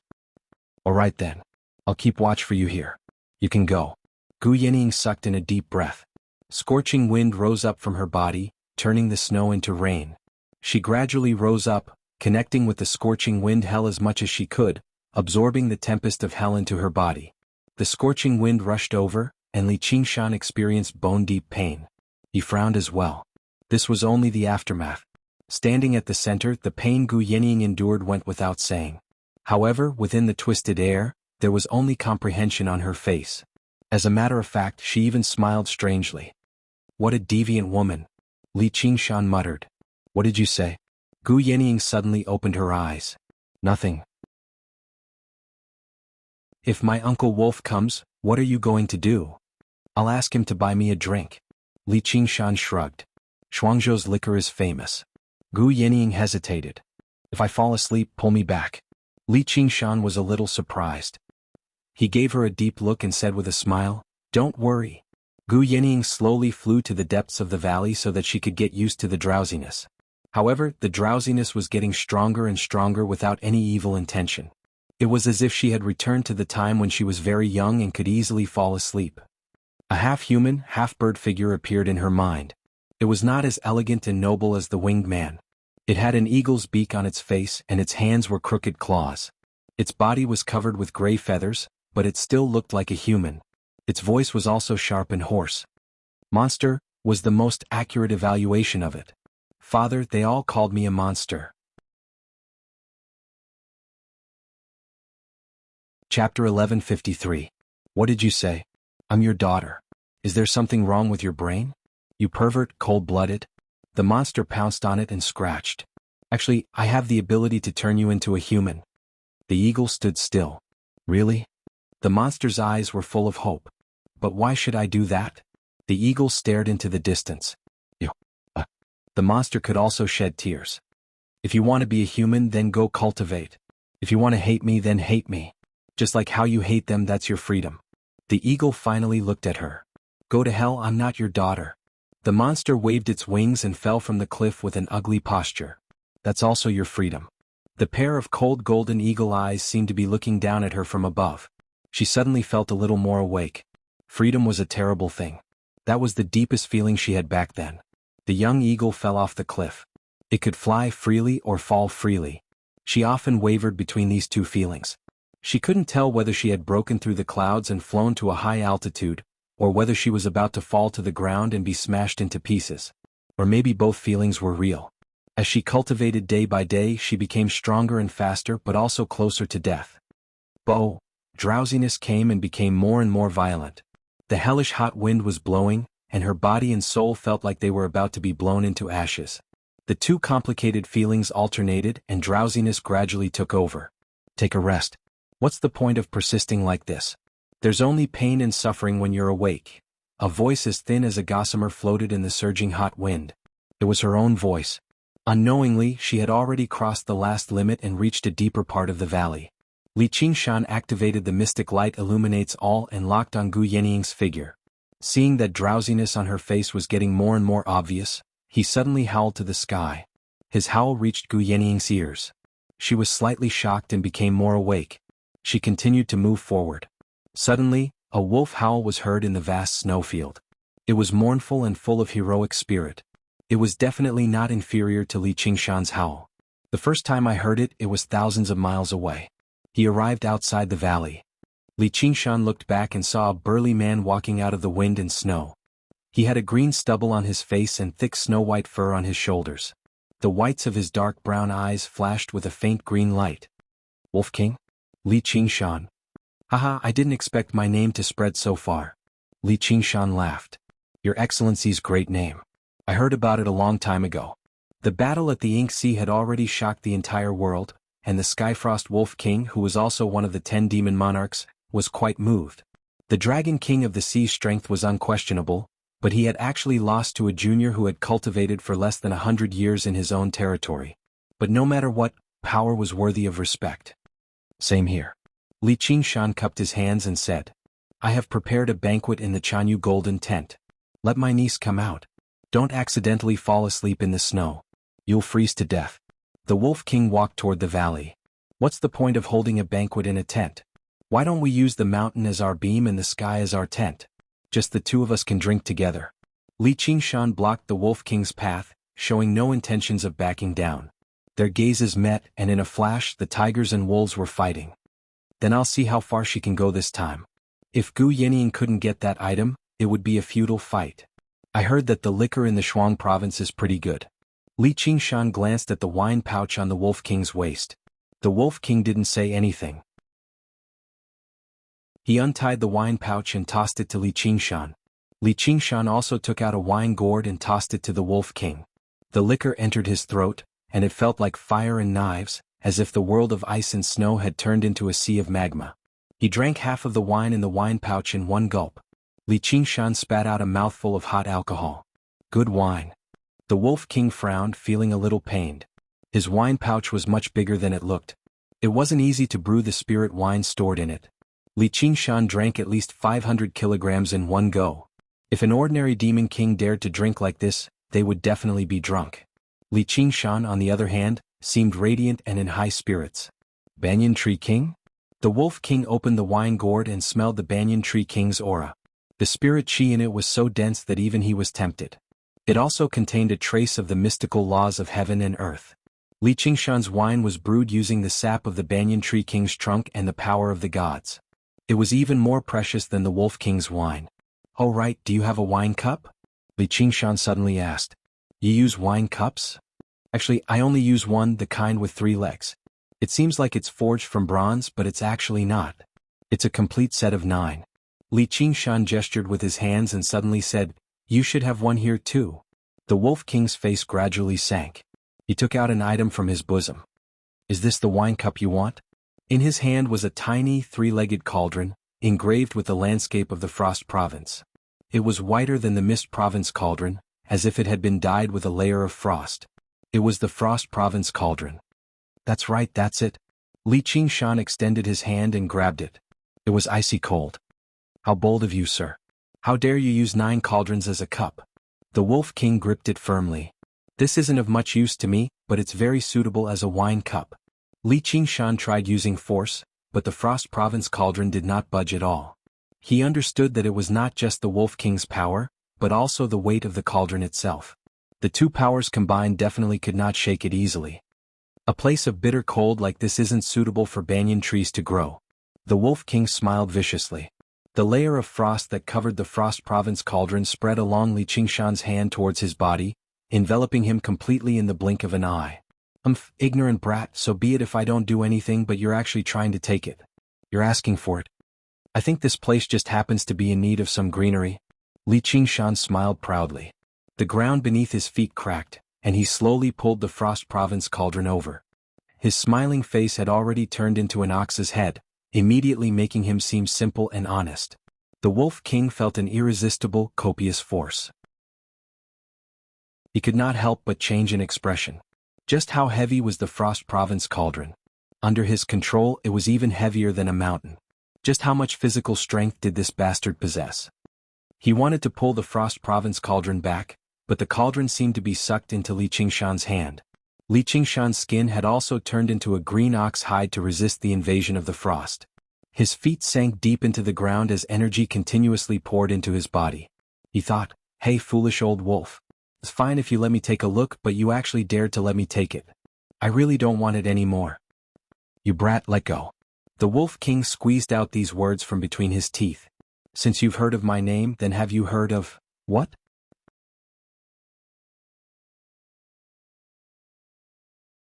Chapter 1154. The moment the Shuang Province cauldron left his hand, the Wolf King still had a look of disbelief. He had actually been robbed in Shuang Province. And it was an open robbery. And it was the Shuang Province cauldron. Motherfucker. The Wolf King's face protruded and his fur grew. He revealed his wolf form and pounced at Li Qingshan. Li Qingshan was pushed backward and his back slammed into the rock wall. With a loud rumble, half of White Elephant Mountain collapsed and scattered. Rubble shot through the air for hundreds of miles. Li Qingshan lay in the pile of rocks and shook his huge bull head. Behind him, in the smoke and dust, a giant wolf was staring at him fiercely. Its mouth was full of sharp teeth and it was about to bite him. Li Qingshan suddenly raised his hand and made a pause gesture. Then he held the trembling Shuang Province cauldron in one hand and raised the wine bag with the other. He poured the wine into the cauldron and drank it in one gulp. He pursed his lips. It doesn't seem special.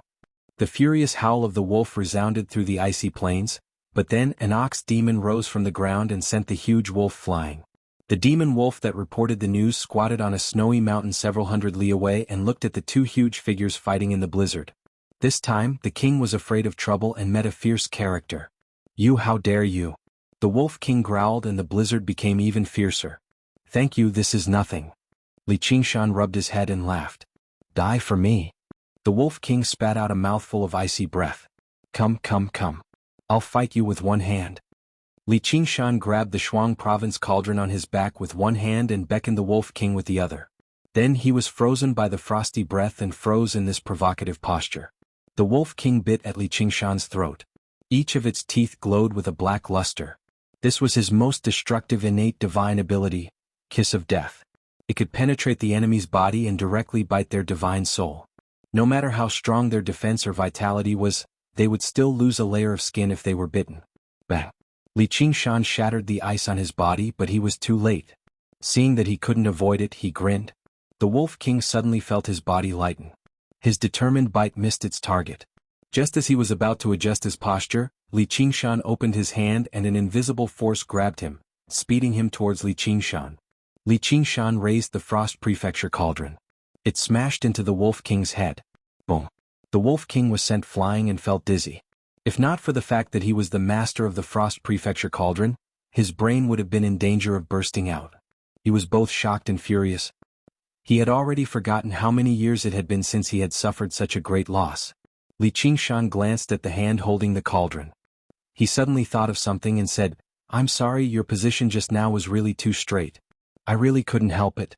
However, you seem to be much weaker than the Dragon King of the Sea." There were still many dangers in the battle at Mo Hai, and this Wolf King didn't pose any threat to him at all. He had thought that the other party had an innate divine ability, so he was prepared to be extra serious. But he had forgotten. The Dragon King of the Sea could only threaten him by relying on the Mo Hai left behind by the Five Absolutes Immortal. Apart from 1,000 years into painting, all his other moves were useless. If not for his immortal body, he might really be slaughtered by the Dragon King. Not having an innate divine ability was the Dragon King's biggest weakness, but his overall strength was no weaker than the other 10 monster kings. The fact that Li Qingshan could defeat the Dragon King in the Mo Hai without even using a Phoenix Nirvana was already proof. His strength had already surpassed the 10 monster kings. It wasn't that the Wolf King was too weak, but that he was too strong. "You bastard." The Wolf King gritted his teeth and turned back into his human form. He waved a large black flag with the totem of a running wolf on it. It pointed to the sky and the boundless snowy clouds. Suddenly a star lit up. This wolf totem was the supreme faith of Shuang province, gathering the faith power of billions of people. The object of their faith was naturally not the Skyfrost Wolf King, but the legendary greedy wolf. The people of Shuang province claimed to be the descendants of the Wolf King, and the Wolf King was the ruler of Shuang province. It has something to do with this. The wolf totem was the Skyfrost Wolf King's most powerful trump card, and it could summon the voracious wolf star to destroy its enemies. Now that it had unleashed it, it was clearly filled with killing intent. The ravenous wolf star flashed and spat out a wisp of starlight. It seemed as if it was falling from the distant heavens, but in the blink of an eye, it pierced through the clouds and snow. Before the starlight descended, Li Qingshan sensed great danger. Although his skull was hard and his scalp was tough, he probably could not withstand this starlight. He rolled on the ground and turned into a spirit turtle. On one side he pressed the Frost Prefecture cauldron firmly, while on the other, he used the turtle shell to reflect the starlight back. Of course, it was not a direct reflection. He also got the spirit turtle to check and adjust the angle of the turtle shell slightly. As a result, just as the Wolf King waved the wolf totem, he felt a pain in his abdomen. He looked down in shock and saw that his abdomen had been pierced through by the starlight. The wound was still sparkling with starlight. He covered his abdomen and half knelt on the ground. This move was just too fast and too powerful. Even he could not react in time. He hurriedly covered the wound on his abdomen with the wolf totem, and absorbed the specks of starlight. Fortunately, he was the owner of the wolf totem, or he would probably be heavily injured.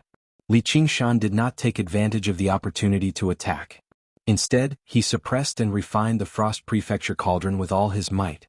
At this moment, an ancient dragon-like head poked out from the turtle shell and laughed loudly. "Ha ha ha, idiot! Get the hell out here! Get the hell out here!" The Wolf King was completely enraged. He charged forward without any regard and beat up the spirit turtle violently. Li Qingshan shrank back in the turtle shell and continued to refine the Frost Prefecture cauldron as he laughed. "Idiot, idiot, idiot!" The thunderous booms reached Gu Yening's ears, but they seemed to come from an extremely distant place. She was doing everything she could to resist the nameless drowsiness. Even the hellish torture was beginning to become less intense. This was not a good sign. However, this drowsiness was the best guide. She had to find its core. The Wolf King's sharp claws and fangs clearly could not do anything to the spirit turtle. The kiss of death bit down viciously on the turtle shell, but it did not achieve the effect of biting the enemy's soul. Instead, it felt like its control over the Frost Prefecture cauldron was growing weaker and weaker. It was extremely furious, but it just could not vent it. Suddenly, it turned around and looked at Gu Yenying. A vicious light flashed through its eyes. "I'd advise you not to seek death. If you don't leave now, it'll be difficult to leave later." Li Qingshan's drawn-out voice came from the turtle shell, but it made the Wolf King feel a deep chill. Li Qingshan's strength had far exceeded its expectations, and his abilities were innumerable. If it continued, it would be a fight to the death. Under the gaze of the wolf's eyes, Gu Yenying's heart shivered. She woke up from the edge of a deep slumber. "It's here." Ignoring the Wolf King's threat, she took out a space-splitting bird feather and slashed at the space in front of her. The space split open. An extremely ordinary-looking multicolored bug was sealed in a completely transparent gem. It formed an existence similar to amber, slumbering quietly in the space. It really is.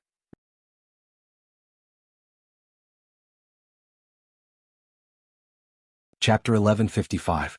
The Wolf King suddenly turned around and pushed off with the tip of his foot, turning into a blur and rushing off. As long as he could obtain this item, all the humiliation he had suffered this time could be considered repaid. "Don't even think about leaving." Li Qingshan leapt up. Originally he planned on catching up, but he suddenly thought of something. He slowed down and advanced slowly. The multicolored bug lurking in the air released invisible ripples that were closest to Gu Yenying. Even the whistling hell of hot wind calmed down. The Wolf King suddenly could not help but yawn. Sleepiness suddenly flooded over him like a tide. He thought, "Oh no, I've charged too hard." The power of this bug was far greater than he had imagined it to be. The Forbidden Zone had never been suitable for rapidly venturing in, but after Gu Yenying cut through space and revealed the origin of power in the Forbidden Zone, the multicolored insect, the power it released became even more powerful. With a thump, the Wolf King fell out of the air and fell into a deep slumber. Li Qingshan took advantage of the time the Wolf King lost consciousness to completely suppress and refine the Frost Province cauldron. He watched as the ripped space gradually closed up. He extended his hand and pulled out the amber with an invisible force. As the bug approached him, he also felt an uncontrollable sense of sleepiness. Together with the intoxication from the strong alcohol, his body immediately swayed slightly. This bug really is wondrous, but if it didn't have this effect, how would I deal with the King of Feathermen? He controlled the distance between him and the little worm as he slowly approached the Wolf King's side. First he removed the wolf totem and stuffed it into his robes. Then he removed the wolf fang necklace around the Wolf King's neck. The largest wolf fang in the middle was a strange-looking sumaru ring. After doing all that, he raised his hand and drew his end's frenzied blade. He wanted to eliminate the source of trouble once and for all. What is this place? The frenzied blade soul also fell asleep. However, the Wolf King shivered. His face twisted as if he was doing his best to break free from his dreams. Li Qingshan thought about it and stowed the blade away again. It was not that he had suddenly become merciful and recalled the various teachings of the unraging monk. However, it would be very difficult to kill the Wolf King with this strike. On the contrary, it would agitate the Wolf King and cause him to awaken. If it really came down to the point of exploding one's monster core and perishing together, it would be meaningless. Thus, he threw the little worm into the Azura field, and it immediately felt its mind clear. Without waiting for the Wolf King to wake up, he flashed to Gu Yenying's side, picked her up, spread his wings and soared into the sky. A moment later, a hysterical wolf howl resounded across the icy plain. "Li Qingshan, you and I are absolutely irreconcilable." Li Qingshan chuckled and didn't take it seriously at all. The spirit turtle's profound shell formed a sphere beside him, completely concealing their auras as it hovered extremely high in the sky. Gu Yenying remained asleep in his arms. After all, she was nowhere close to the Skyfrost Wolf King's strength, and the scorching wind hell had sapped her of all her strength, so she was in a rare state of weakness. That familiar face had once captivated him. He could not help but extend his hand now. Right when his fingertips were about to touch her face, he suddenly clenched his fist and smiled self-deprecatingly. "Is it because you can't bear to or because you can't accept this?" As a result, he stopped moving. He just sat there with his legs crossed, letting her lie in his arms quietly. The sky was so blue that it was almost transparent. The white clouds rose and fell silently. Gu Yinying slept quietly. In a daze, she had returned to the lonely cliff. She was finally no longer a monster, and she had made everyone who dared to call her that pay the price. She felt rather complacent. Then she recalled everything that had happened in the past few years. Regardless of whether she admitted it or not, this identity had helped her tremendously. Now she had finally become strong enough. She was confident that she could forgive and forgive. Could she imagine that he was doing it for her own good? As a result, she stood before him once again. Actually, from the moment you were born, I already had the ability to turn you into a human form. A single sentence from him had crushed all of her defenses. This was the last thing she wanted to think about. Wasn't this something insignificant to him? Then just what had he persisted through all these years for? She smiled with difficulty. If this is for me to train, isn't it a little too cruel? Test? That's not the case. The resources you have received are not love or help. The pain you have suffered is not training or a test. All of this is your fate, your choice. It has nothing to do with me. The only thing I have given you is freedom. I hope you will like it. Father, do you hate me? Because No. That cold answer woke her up from her deep sleep. She looked into Li Qingshan's pitch-black eyes and asked with a smile, "How was your sleep?" "How long did I sleep?" Gu Yinying pressed down on his knees and propped herself up. She rubbed the space between her eyebrows. The night sky was filled with stars. "Not long," Li Qingshan said. Their faces were inches apart, but her calm demeanor did not tolerate the slightest bit. "Did you get what you wanted?" Gu Yinying got up and stretched. "Of course." Li Qingshan took out the Azura field. "There's no time to lose. Let's go." Gu Yinying had already determined the direction and was about to fly to the city amongst the clouds. "Wait." Li Qingshan pulled her sleeve. "This thing doesn't distinguish between friend and foe. Once it is taken out, you and I will be affected as well. How do you plan to use it?" "We'll pay a visit to the King of Winged Men and ask for your son. He will definitely let us into the city amongst the clouds. He might even hold a banquet to invite us. You can take out the bug secretly and break the amber on the outside to release its power completely.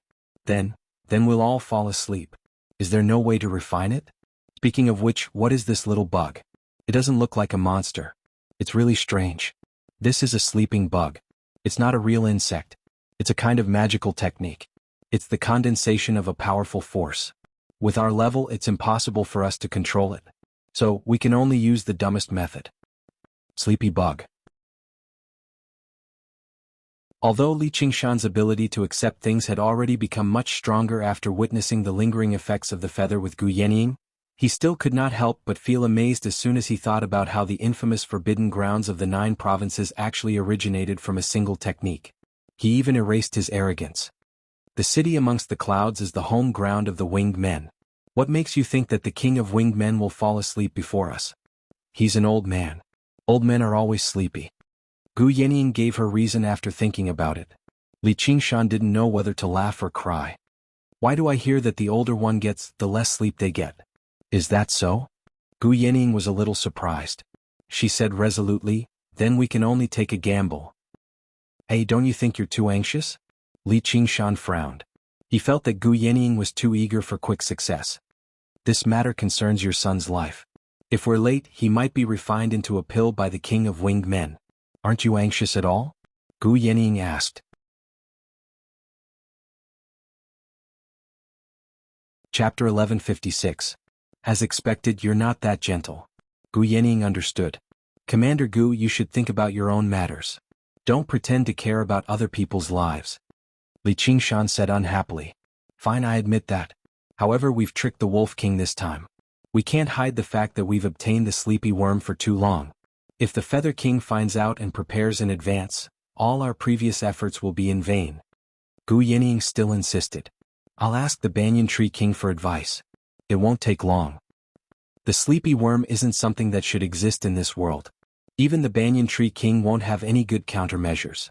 Even if he does, it won't be something that can be prepared in a short time. It'll be a waste of time." That's not necessarily true.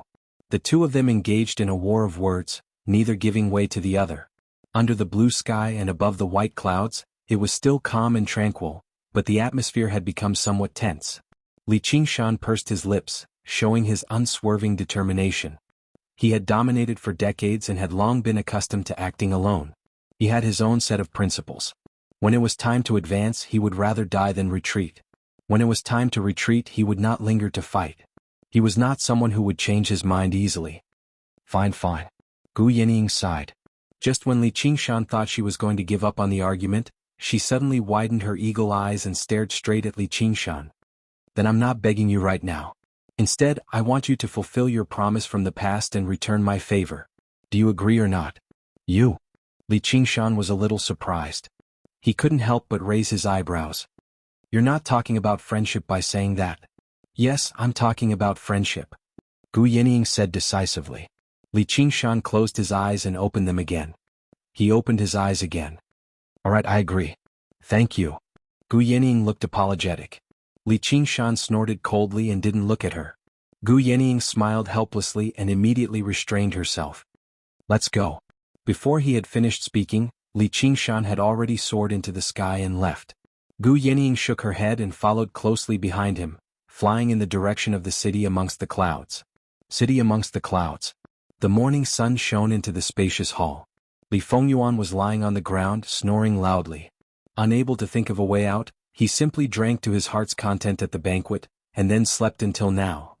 Featherman King Bai Chen was sitting on a throne not far away, slowly sipping his wine cup. He studied Li Fengyuan carefully. I admire his guts. He was still able to sleep in such a situation.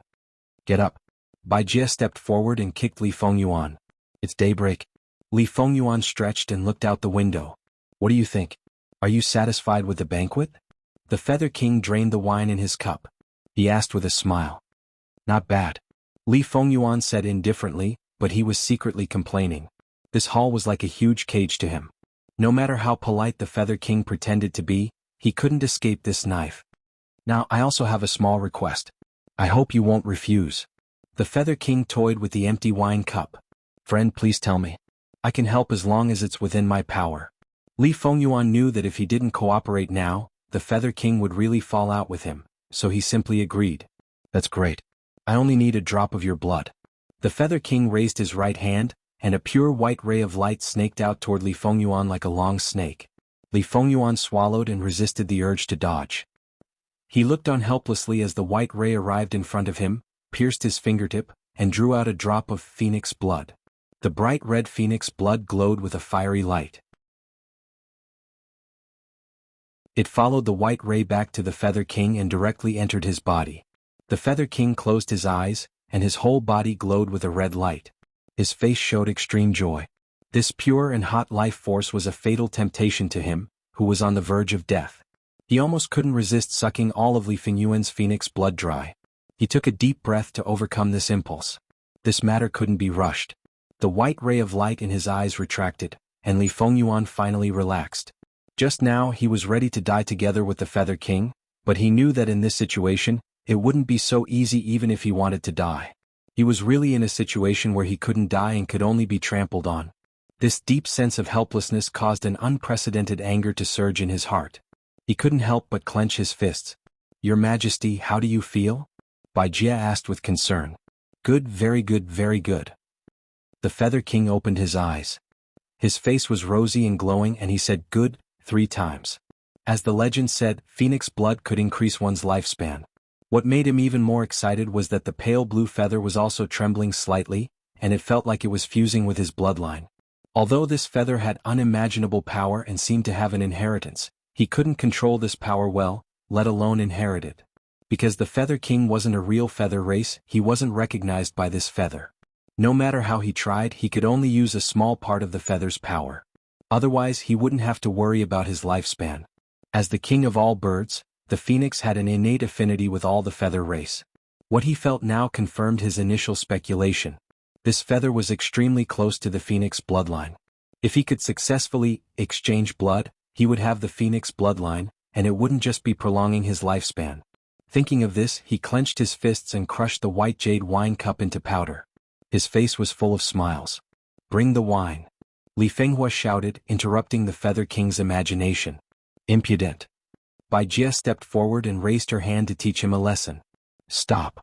The Feather King ordered. Your Majesty? Give him the wine. Give him the best wine. Go and get a Cloud Mother pill. Cloud Mother pill? Baijia was surprised. The Cloud Mother pill was condensed from the essence of the clouds.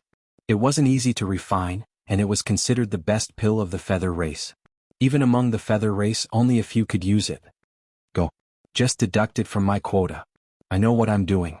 The Feather King said to Li Fengyuan amiably, don't be angry. I'll compensate you for your loss. Not everything can be made up with elixirs. Li Fengyuan said angrily. The phoenix was being raised like a pig. No, it was even worse than a pig.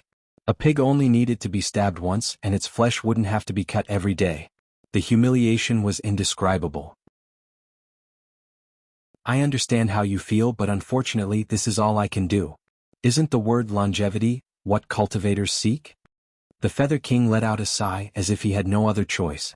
However, he had made up his mind to never let Li Fengyuan leave the city amongst the clouds. No one knew how far the divine bird phoenix would grow, and the only way to eliminate this threat was to kill him. He glanced back at the pale green feather. When he mastered the power within it, he would kill Li Qingshan as well. Then he would destroy the great Xia dynasty and let the true gods rule this world again. The feather race would naturally be the supreme ruler. Everything was going according to plan. At this moment, a thunderous roar came from the sky. Where's the king of winged men?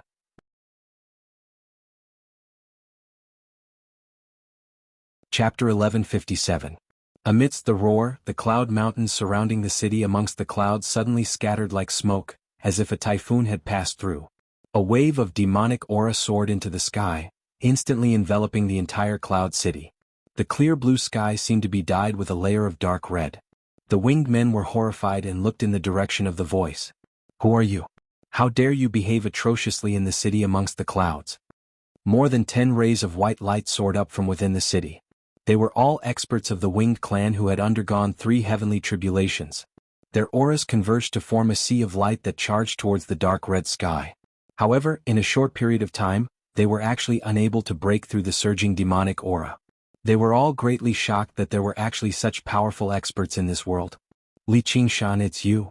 Baijia frowned and looked at the pair of red eyes in the sky. It was different from the lazy drunken state of that day. At this time it came with anger. It really had a momentum that could swallow the mountains and rivers, which made her secretly shocked. If it wasn't for the city amongst the clouds behind him and the winged king in the city to rely on, he would have had the urge to turn around and flee. Slut. When Li Qingshan saw that it was her, he became even more furious and dared to open his right hand. Baijia suddenly felt an invisible force grabbing her, and her body involuntarily flew toward him. She couldn't help but be overwhelmed with shock. White light surged from her body as she flapped her pure white wings to resist. At the same time she drew her bow and shot an arrow. The arrow turned into a surging pillar of light that whistled through the sky. So he is Li Qingshan, he really lives up to his reputation. However, no matter how strong you are only one person. How dare you come to my city amongst the clouds and behave atrociously? You are truly reckless. With this thought in mind, the winged men attacked at the same time. The winged humans prided themselves on being elegant. They did not like nor were they good at close combat. Whenever they attacked, streaks of white light would appear. Not only was this technique swift and fierce to the extreme, it also had the power to destroy mountains and sever rivers. It was as if heavenly punishment had descended upon the world, instantly drowning Li Qingshan. Eldest father. Li Fengyuan cried out in surprise and wanted to fly up, but a white light wrapped around his neck, making him unable to move. What are you thinking? The Feather Human King asked. My old man is here, you're finished. Li Fengyuan shouted. Oh. The King of Feather Men didn't think much of it. Do you know what happened to the Dragon King of the Sea? This is not the Ink Sea. Very good, since he took the initiative to deliver himself to me, I will not let him go. This will save me a lot of trouble. The Winged Man King suddenly looked surprised. Within the surging light, Li Qingshan did not budge at all. Pieces of the spirit turtle's profound shell rose up as he used his innate ability, final reflection of the setting sun, reflecting all of the attacks. He did not just reflect them back, but he also adjusted the angle of the attacks subtly. He gathered the light into a beam and blasted it at Baijia. Baijia's eyes were filled with light. Her mouth was slightly opened, and an unprecedented fear shrouded her heart. This light beam had gathered the full power of all the winged human powerhouses. He would definitely be annihilated within, with no chance of survival. In that moment, the various rumors regarding Li Qingshan flashed through his head again. From the destruction of Fire Melt Mountain to the Ink Sea Dragon slaying, perhaps provoking him was not the right choice. You want to force me to leave the city amongst the clouds? Okay. Let's go see your big father. The shock on the Feather Human King's face faded, and he regained his composure. He flapped his wings gently, and the dark green feathers trembled slightly, ripping through space. Before Li Fengyuan could even respond, he had already arrived outside the city amongst the clouds. Surging white light filled his eyes. Li Qingshan's expression changed. He never expected Li Fengyuan to suddenly appear. It was already too late for him to stop now. Your Majesty. Bai Jie looked at the familiar figure blocking her way and was overjoyed. The Feather Human King looked back and nodded slightly. He flapped his wings again, and the attack that could annihilate mountains was completely swallowed into the ripped space, as if it had never existed. Li Qingshan eased up slightly and became even more vigilant. Just like Gu Yenying had said, the Feather Human King was anything but trivial. With his appearance, even the unstoppable force field of the earth was cut off. The Feather Human King was just standing there, but he seemed to be in another world. This was definitely not something that he could do normally. At this moment, Gu Yenying arrived behind him. Seeing this, she secretly gave him a thumbs up. Drawing the Feather Human King and the other Feather Human powerhouses out of the city amongst the clouds would undoubtedly greatly increase their chances of winning this battle. Although he was somewhat unhappy, he was still calm and strategizing in actual combat.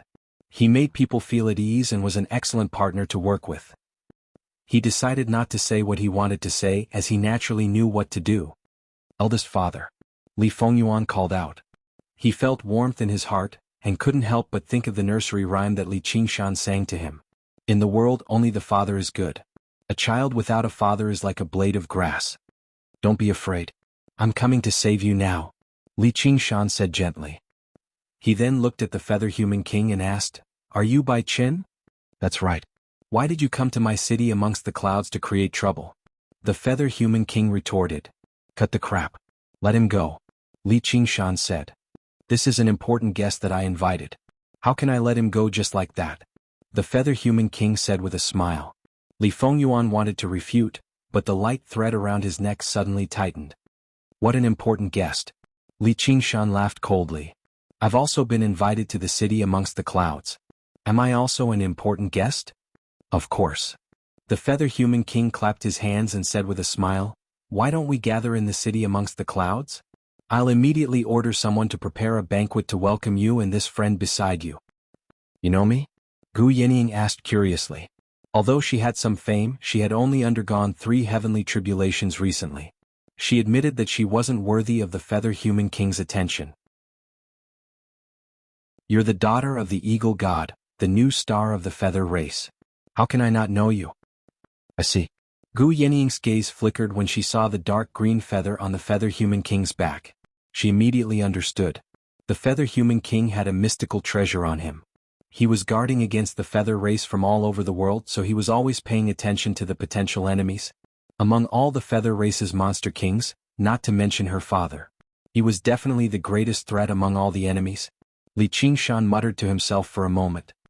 He looked as if he was afraid of harming the innocent. In the end he nodded and said, All right. I've long heard of the city amongst the clouds. Let's see what kind of dangerous place it is. Please. The Feather Human King raised his hand gracefully. Li Qingshan strode forward and Gu Yenying followed closely behind him. Both of them were tense. This wasn't just an act.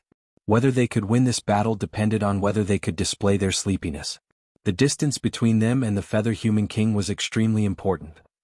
At the same time, this performance was also to lower the Feather Human King's guard. If he was too relaxed, he would be on his guard. The Feather Human King frowned slightly. As Li Qingshan approached, he felt an indescribable sense of danger. He felt that Yang Ling was advancing like a ferocious tiger that was about to pounce on its prey. The experts of the Feather Human King also gathered around and formed a battle formation. They immediately suppressed Li Qingshan's demonic energy. However, their expressions weren't very good. Just now, when they attacked together, Bai Jie had almost died. This was a great setback. The Feather Human King was relieved. The battle formation had been formed. No matter how strong Li Qingshan was, he was just a tiger in a cage. As for Gu Yenying, who was beside him, her power was limited. It seemed that she was already trying her best to endure. When they arrived at the city amongst the clouds, it would be impossible for them to escape even if they wanted to. At the thought of this, he suddenly felt somewhat sorrowful. He was the dignified feather human king.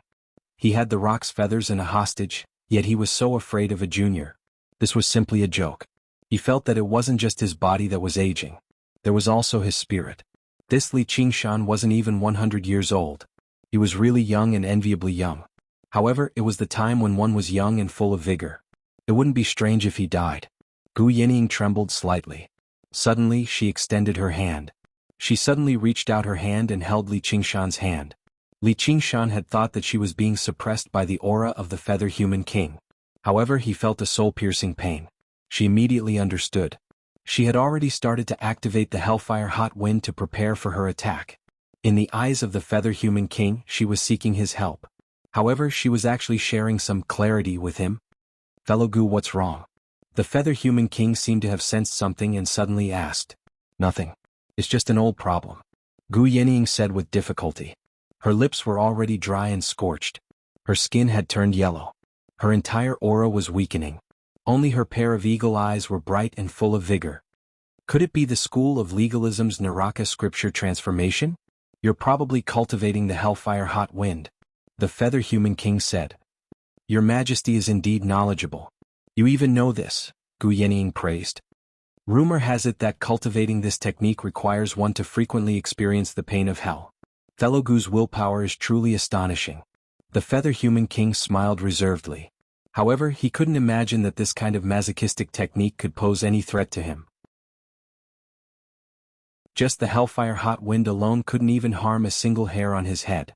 Meanwhile, Gu Yinying definitely wouldn't share even the slightest bit of clarity with him. She sighed and said, "In life, one has to suffer a bit. Just bear with it for now."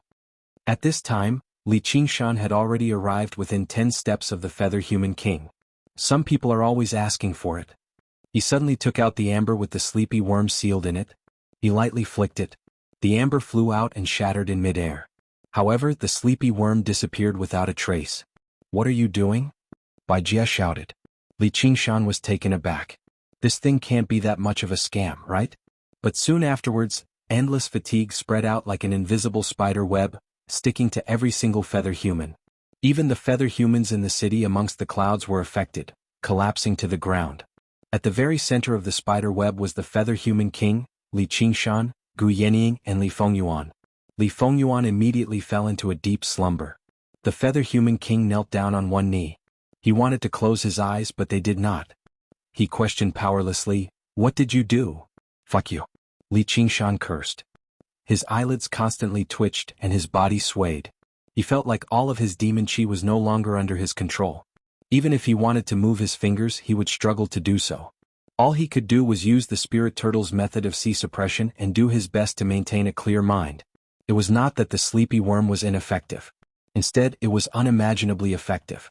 Just like what Gu Yinying had said, it was not a true insect. It was just a technique that had been left behind on the Frost Province. When it was continuously released, it could form a forbidden region, stopping the Skyfrost Wolf King in its tracks. Now that Li Qingshan had shattered it, it was equivalent to unleashing all of its power at once. At this moment, Li Qingshan no longer had the time to think about what kind of person had cast this technique. Instead, he was worried about whether Gu Yinying could endure it or not. Bai Jia and the other powerful feather humans had already fallen into a deep slumber. They all fell out of the sky, vanishing into the rolling sea of clouds in the blink of an eye. Gu Yinying's strength was impressive, but she definitely could not compare to Li Qingshan and the feather human king. Her cultivation was nowhere close to theirs. Even they were immobilized right now, let alone her. When he turned around, Gu Yinying had already let go of his hand and was walking toward the feather human king. The stunning face that had once made Li Qingshan fall in love with her at first sight was now so haggard that it was almost terrifying. The surging hot wind that surrounded her body had sucked away all the moisture in her skin. Her skin was quickly carbonized and blackened, as if it was about to combust. This woman? Li Qingshan blinked his eyes forcefully. He suddenly understood why she had taken Chen Rongji as her disciple. Gu Yinying tiptoed in the air as she walked forward step by step. She was like a toddler learning how to walk. Every step was extremely difficult, and she had to use all of her willpower and determination to do so. She recklessly gathered the hot wind and mercilessly threw herself into the hell. Her internal organs were all on fire, and her soul was as good as extinguished. With a boom, her long hair was set ablaze. Her carbonized skin cracked and faint flames could be seen from the cracks. She was already severely injured before she could even attack. She was on the brink of despair. If this continued, she would die here in no time. She had only taken 3 steps out of the 10 steps between her and the Feather Human King. This is too embarrassing. Li Qingshan sighed. She was now like a chicken that had its feathers removed and thrown into the oven. Then she was forgotten by the chef and was slowly being roasted. She no longer had the heroic bearing of an eagle. However, she was also like a phoenix bathing in fire. The 4th step. Don't come any closer. Stop right there. The Feather Human King ordered. There was a hint of panic in her voice. Gu Yenying took another step forward. She had to reach the Feather Human King and pluck that feather before the power of the sleepy worm disappeared and before she was burned to death by the hot wind. Otherwise, if the Feather Human King attacked, Li Qingshan might be able to escape, but she would definitely die. However, when she took the 7th step, she could no longer take it. Pain and exhaustion alternated, and finally they seemed to merge into one. The voice in the dark spoke again. I'm so tired. I'm so tired. What's the point of living in such pain? Why don't you just die like this? Then you can have a good sleep and no longer feel any pain. The Feather Human King was already very close. She could reach out and touch him, but she was also very far away. At this moment, Li Qingshan moved. His posture was also very embarrassing. It was not an exaggeration to say that he was rolling and crawling. You're right. The old guy likes to sleep more. Go. As he said this, he pushed Gu Yenying's back hard. She threw herself at the Feather Human King. The Feather Human King tried his best to dodge. She grabbed his lapel tightly and tried to pluck that feather. However, she did not dare to touch the Feather Human King's body. It was not because she was afraid that men and women should not touch each other, but because she was worried that the hot wind of hell would make the Feather Human King sober. Li Qingshan went up to assist as well, but the 3 of them were slow, sluggish and heavy. The clash between the peak experts of the 9 provinces actually ended up like a fight between children. As a matter of fact, it seemed even worse. It left him at a loss as to how to react. However, the danger hidden in it was no less than any battle that Li Qingshan had experienced. Time passed, but in fact it was only for a moment. Li Qingshan felt that the stagnant demonic qi was beginning to relax a little. He knew that the power of the sleepy worm was disappearing. The instantaneous explosion also meant a rapid decline. If the Feather Human King was allowed to recover, this battle would be a lost one, and he would have to sacrifice Gu Yenying for nothing. Thinking of this, he raised his arms and locked them around the Feather Human King's neck. He said in a deep voice, "Pull it out."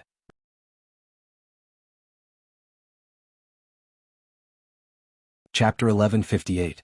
The moment she touched the green feather, Gu Yenying felt an unprecedented sense of emptiness. It was as if she had been thrown out of the 9 heavens and everything in the world became insignificant. Even the unbearable hellish torture became insignificant. At this moment she was absolutely sure that this was what she wanted. Suddenly, a hand tightly gripped her wrist. The strength was so great that it almost crushed her wrist bones. The King of Winged Men no longer had any elegance and calmness on his face. He stared at Gu Yenying fiercely with a trace of pain on his face. It was because he had physical contact with Gu Yenying that he was affected by the hellish heat wind and regained consciousness faster. He squeezed out 2 words from between his teeth. "Don't even think about it. Let go. You don't deserve to have such a thing." Gu Yenying's voice was hoarse as she gripped the green feather tightly. The pain of her broken bones was nothing compared to the difficulty of this journey. "I don't deserve it? Even your father doesn't dare to say that. He's just a half-demon." The King of Winged Men's expression became more sober, but the white spirit light was still flowing sluggishly.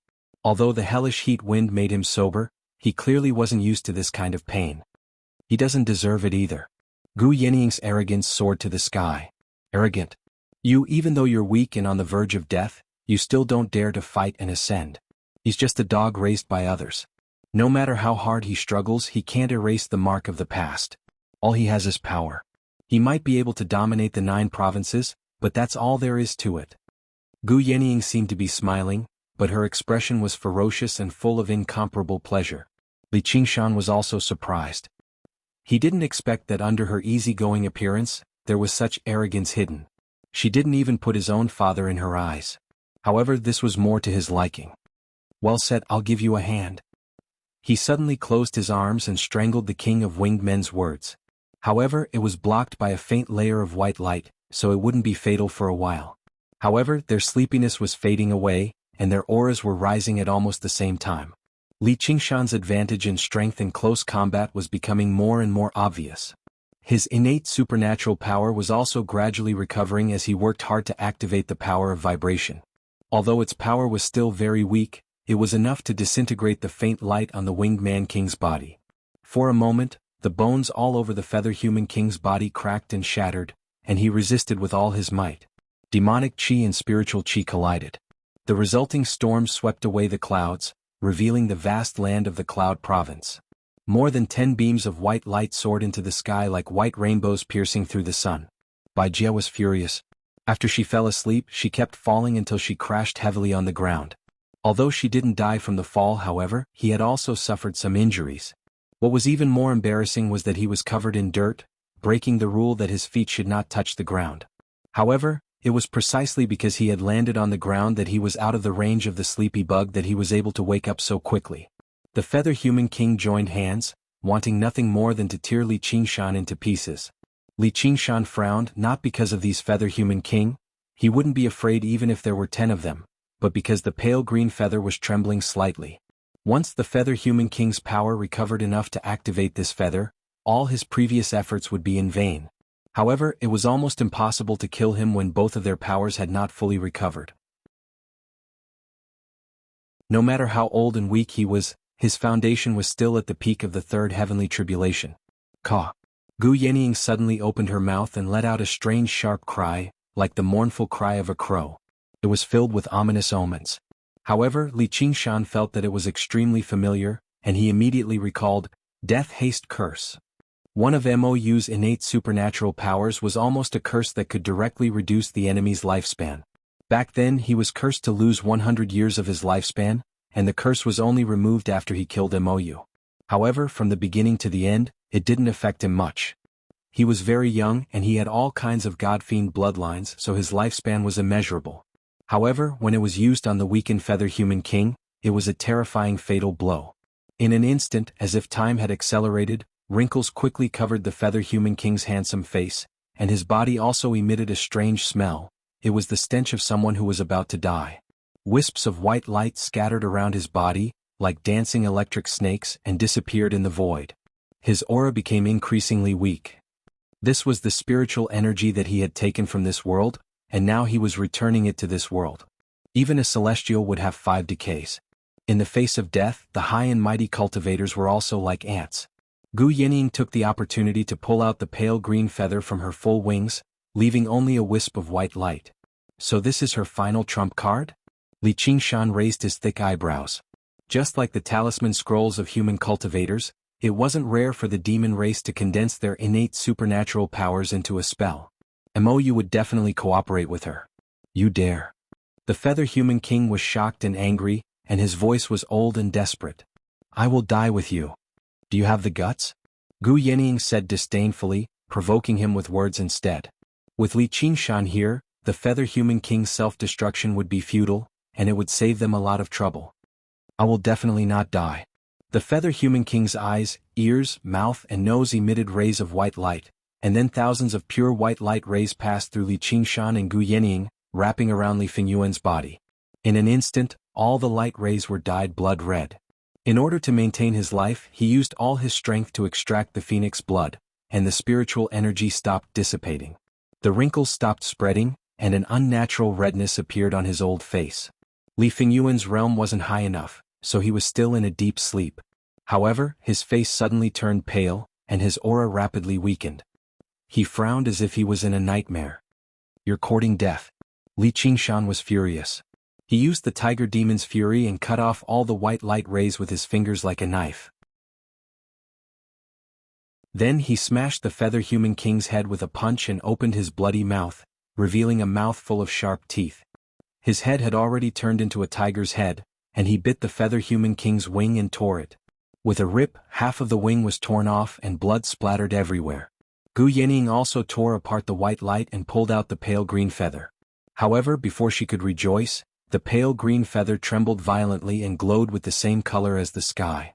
It became indistinct, as if it was about to float away from this world. Ha ha, if I can't get it, then neither can you. The feather human king condensed his head from the light rays and laughed wildly, but his laughter was filled with desperation. In the end, he couldn't refine this pale green feather and inherit its power and inheritance, which was why someone had used such a method to take it away. However, he still had it for a long time, so he used the last bit of connection to cast this feather out of the land of the 9 prefectures. Gu Yanying's expression changed. She had planned and risked her life, but it was all for naught? With Bai Jie as the leader, the feather human masters formed a battle formation and surrounded him. Let go. Li Qingshan said. No. Gu Yanying had a determined expression. She no longer needed to control the hot wind to maintain her consciousness. Her ravaged face gradually recovered, and her expression softened. Qingshan, you should go. Our grudge is over. I want to make another bet. Li Qingshan made up his mind and grasped Gu Yanying's hand tightly. He activated the power of vibration with all his might in an attempt to suppress the pale green feather. However, he sensed a vast emptiness similar to Gu Yanying's, and it wasn't something he could suppress. With a buzzing sound, the pale green feather emitted a sound that defied hearing and shook the void. Then it streaked across the void and disappeared with Li Qingshan and Gu Yanying. First Father. Li Fengyuan woke up from his sleep and saw this scene. He couldn't help but be furious. Your Majesty, Bai Jie said with concern. The feather human king's body started to emit spiritual energy again. You're courting death. The feather human king said, but he didn't feel happy at all. Not only did he lose the pale green feather in this battle, but he also used up the last of his lifespan. His life could be in danger at any time. At this moment, a crane's cry resounded through the clouds. A white crane as large as a mountain streaked across the sky and flew toward the city amongst the clouds. It was one of the 10 demon kings, the Shadow Cloud Crane King. Old man, you're too late, too late. The thing you wanted is gone and it won't come back, the feather human king said with his last breath. The white crane turned into a skinny old man with a red crown and a crane cloak. He looked at the feather human king, who had lost his head and half of his wings, in shock. He didn't believe that there was someone in this world who could injure him to such an extent and take away the feather that he yearned for day and night. He was one of the few great demon kings among the feather race. He had long coveted the pale green feather, but he didn't have the chance. He didn't expect someone to beat him to it. Feeling the lingering sleepiness in the void, he suddenly understood. Did they borrow the power of the forbidden land in the north? He frowned and asked, who did it? Li Qingshan and Gu Yanying. The feather human king didn't hide anything and said the 2 names while gnashing his teeth. It's them? The Shadow Cloud Crane King was shocked. He had heard of these 2 names before, especially Li Qingshan. The Ink Sea Dragon Slayer had shocked the world, but he didn't want to give up. The 2 of them weren't pure feather race. Couldn't the pale green feather choose a suitable owner? Where are they now? I don't know where they died, the feather human king said.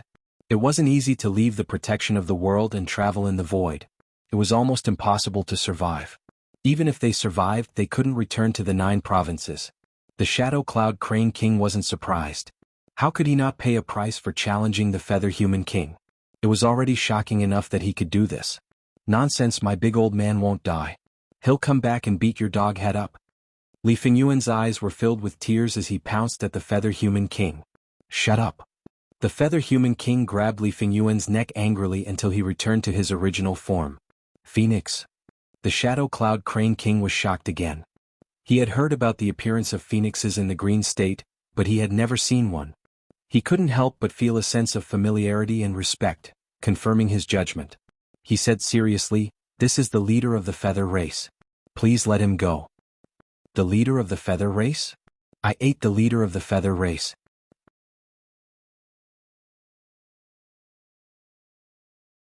Chapter 1159. Under the big banyan tree. The leaves rustled in the wind. Little Anne's long hair fluttered in the wind. He suddenly meditated in silence, the light and shadow modeled on his white robe. She suddenly opened her eyes and stood up, looking around blankly. She felt empty in her heart, as if she had lost something extremely important. Without thinking too much, she whispered, Qingshan? The only reply she got was the sound of water splashing. You? The Shadowed Cloud Crane King was shocked and furious at the same time. This was equivalent to slapping him in the face, treating him, a great demon king, as if he was nothing. The feather people surrounded the feather people king. They spread their wings and formed clouds that covered the sky. They stared at him coldly. Behind them was the majestic and beautiful city amongst the clouds. Bai Jie said, "Does the Crane King want to break the 1,000-year peace and start a war with the city amongst the clouds?" The Shadow Cloud Crane King knew that although it had some prestige in the cloud state, it preferred to live in seclusion. It was not the king of demons like the Banyan Tree King. It would be difficult for him to fight against the Winged Man clan outside of the city amongst the clouds by himself. Moreover, he did not know the Divine Phoenix at all, so there was really no need for him to stand out. He could not help but say resentfully, "The Phoenix is a divine bird blessed by the heavens, born with the 5 virtues. You have committed so many unjust acts, you will definitely suffer the wrath of the heavens. He is a divine bird and we are also divine beings. It's a pity that phoenixes are already extinct. Otherwise we would eat a few of them and extend our lifespans." A male winged person said proudly, causing everyone to laugh in agreement. The Shadowed Cloud Crane King's expression changed as a few phoenix feathers fell before his eyes. He caught them with a wave of his sleeve. On the neck of the Feather Human King, there was a white light wriggling, as if it was chewing and digesting, or like a phoenix struggling with all its might. He couldn't help but let out a long sigh. Unwilling to continue watching, he flicked his sleeves and left. Bai Jie smiled faintly. This was the might of the winged human race. Even the 10 demon kings of a province had to admit defeat in front of them.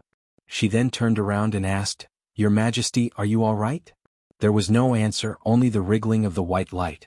Li Fengyuan was swallowed by the white light, but in front of him was an unprecedented deep darkness. Deep pain engulfed him. It was as if thousands of needles had pierced deep into his body. The white light seemed to have substance as it squeezed and cut his feathers, flesh and bones into pieces. They were then swallowed and digested. He was born with a tenacious vitality. It was as if he wanted to experience this despair more clearly. All the pride and tenacity had become weak. He could not help but ask for help. "Eldest father, it hurts. Save me." But there was no response.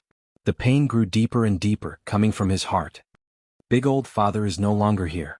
In order to save me." His spirit began to shatter, leaving behind only a remnant of his consciousness. "Don't tell me, this is it?" At the last moment, a loud voice boomed in his heart. No. That was not his voice, but the phoenix's never-ending belief, Li Qingshan's will to fight without ceasing, his innate inheritance. Therefore, the moment he was about to be killed, he burned up all of his vitality and entered death. The Feather Man King's body no longer emitted spirit light. Devouring phoenixes was indeed very beneficial to his lifespan. He could clearly feel the blazing phoenix blood flowing through his body. It was filled with endless vitality, and it had gotten rid of the meaning of death. It gave him a great sense of pleasure. Suddenly, all the vitality was extinguished, like the embers left behind by a flame. The white light condensed into a head again. It was still old and on the verge of death. It had lost the vitality brought by the phoenix blood, and there was a hint of fear on its face. The thing he was most worried about had happened. Phoenixes were not that easily digested. That was why he had chosen to suck blood slowly in the beginning. However, the situation was too urgent and he had no other choice. He had planned to slowly eliminate the hidden danger in the future, but he did not expect this to happen. Just as he was filled with anxiety, he realized that the spirit light was no longer dissipating. He was slightly relieved. Looks like it worked after all. It extended my lifespan. However, he soon realized that something was wrong. Although the spirit light was no longer dissipating, it had started to condense in his body. The pure, almost transparent white spirit light was like a round pearl. Suddenly, an orange flame was ignited in it. Rumble. A peal of thunder rumbled across the horizon. Suddenly, a strand of dark cloud appeared in the azure sky. It spiraled and grew, spreading rapidly. "This is?" The Shadow Cloud Crane King suddenly turned around. The feather men looked up. Bai Jie's heart skipped a beat. Could it be that the Shadow Cloud Crane King was right? Killing a phoenix would bring about divine punishment? She had never heard of such a thing. "Your Majesty, are you all right? Divine tribulation?" The Feather Man King looked at the sky with a hint of confusion on his face. He reacted quickly and used all his strength to extinguish the flame in his body. However, it was like trying to put out a fire. Pure white spirit light surged in wildly, fueling the rise of the flame. The tribulation cloud spread rapidly in the sky. The thunder grew louder. The Feather Man King felt that his aura was locked. Although he was surrounded by the Feather Men, and the Shadow Cloud Crane King, one of the 10 Demon Kings, did not dare to offend him, he suddenly felt that he was alone in this world. Divine tribulation could succeed or fail, but it could never be escaped. This was the divine tribulation. The dark tribulation clouds shrouded the sky, and they were still expanding and spreading. Ascension Heavenly Tribulation. The Feather Man King is ascending now? No, it's 3 heavenly tribulations. The Shadow Cloud Crane King's heart skipped a beat. He thought that the Feather Man King was ascending. However, he soon realized that there were no ripples in the domain, and the color and quality of the tribulation lightning were not right. However, in terms of scale, the Ascension Heavenly Tribulation was probably nothing. The pressure it produced was so overwhelming that even he, who was far away, could feel the pressure. He still did not understand what was going on. It was not the Feather Man King who was ascending. Why was the aura locked on him and with such great momentum? Could it be, Your Majesty, what is going on? Wuxia asked in shock. The Feather Man King's face flushed and paled. He spat out 2 words with difficulty: Nirvana. The Phoenix's nirvana, rebirth from the ashes, was the prelude. There was great terror in going from life to death. Nirvana was like extinction, even more horrifying than normal death. At the last moment, Li Fengyuan chose nirvana, letting everything return to silence, and then igniting a new flame. It was called rebirth. This was naturally something that Wuxia had never seen before. Nirvana. The Shadow Cloud Crane King first exclaimed, then laughed loudly. I told you there would be divine retribution. This is the cycle of karma and retribution. Actually, no one present would have guessed that the Phoenix's nirvana was a legend in the 9 states. The original Phoenix's nirvana was not an innate magical power, but an innate ability of the Phoenix. Li Qingshan's Phoenix bloodline was not complete. Moreover, it was a mixture of multiple bloodlines, and it was not pure enough, which was why it became a magical power. It was repeated and superimposed. He sacrificed all other abilities to strengthen the Phoenix's most powerful ability to the extreme. And at this moment, as the only Phoenix in this world, it was showing its true nirvana. I did it. In that bit of flame. His new consciousness was filled with surprise. This was his first nirvana in his life. Comparing it with the knowledge of the Phoenix inheritance, he immediately realized that the current situation was a bit strange. He did not turn into a new Phoenix. Instead, he merged with the Feather Man King like conjoined twins, neither could get rid of the other. This was the result of the Feather Man King's all-out devouring, and also the special effect of the Phoenix's nirvana. However, this was not a stable state. One of the two must completely devour the other. Li Fengyuan's consciousness had just awakened from silence, and he was immediately suppressed by the Feather Man King, not daring to use his spiritual power. The two of them were basically one. Your power was my power, and they could only use divine thoughts to determine the winner. Even so, the Feather Man King had an absolute advantage. Whether it was experience or power, there was no possibility of failure. Once he succeeded, he would have the Phoenix bloodline and lifespan would no longer be a problem. The sky suddenly lit up. Boom. A bolt of tribulation thunder struck the Feather Man King like a shocking dragon, and he only managed to stabilize himself after falling for almost 1,000 feet. Such great power. The Shadow Cloud Crane King was secretly shocked. Your Majesty. The Feather Man King exclaimed in surprise, and stepped forward to help block it. That bolt of lightning was like the first drop of rain before a storm, and it poured down violently. All of you step back. The Feather Man King only had time to say one sentence before he was drowned by the lightning. The Feather Man King was also affected, and the lightning flickered and jumped on their bodies like chains. They had all gone through 3 heavenly tribulations, and were not afraid of the bombardment of the tribulation thunder, let alone being affected. That was why they dared to stay here. However, the power of this heavenly tribulation was beyond imagination, and it made their bodies numb and difficult to bear. And their auras made the tribulation clouds swell even more. Let's go. Seeing that the situation was not right, Wuxia took the lead and retreated to the city amongst the clouds with a flash of lightning. The lightning was blocked by a translucent light screen, and the tribulation thunder only caused a few ripples on it, showing the powerful defense of the city amongst the clouds' great formation. However, her expression suddenly changed. Oh no, move the city amongst the clouds quickly. The tribulation clouds had already spread over, and their shadows covered the white palace. The Feather Men in the city woke up one after another, and they saw this scene, but they did not realize what had happened. Arcs of lightning bounced and jumped on the white light screen, and the ripples became denser and denser. The powerhouses of the feather men also reacted, and their expressions changed. It will be terrible if we are involved in the heavenly tribulation. But only your majesty can move the city amongst the clouds. Let's push the city away. After making up their minds in a few words, they all flew down and pushed the city amongst the clouds against the lightning. The city amongst the clouds moved slowly, and escaped the shroud of the tribulation clouds. Jia heaved a sigh of relief. Fortunately, with their strength they could even move a mountain away if they worked together. Otherwise, if the city amongst the clouds was involved in the heavenly tribulation, it would be really troublesome. Bang! The pure white palace shook, and the city amongst the clouds suddenly stopped moving. Something is blocking it. Damn it, it's that old crane. On the other side of the city amongst the clouds, the shadow cloud crane king waved his large sleeves, and raised one hand to block the city amongst the clouds. His crane cloak fluttered in the wind, and his eyes flashed with an ominous glint. As a dignified monster king of the 10 directions, how could he allow himself to be bullied so easily? Since he was so shameless, then he would turn against him. Use your full strength. Jia shouted, and the feather men exerted their strength together.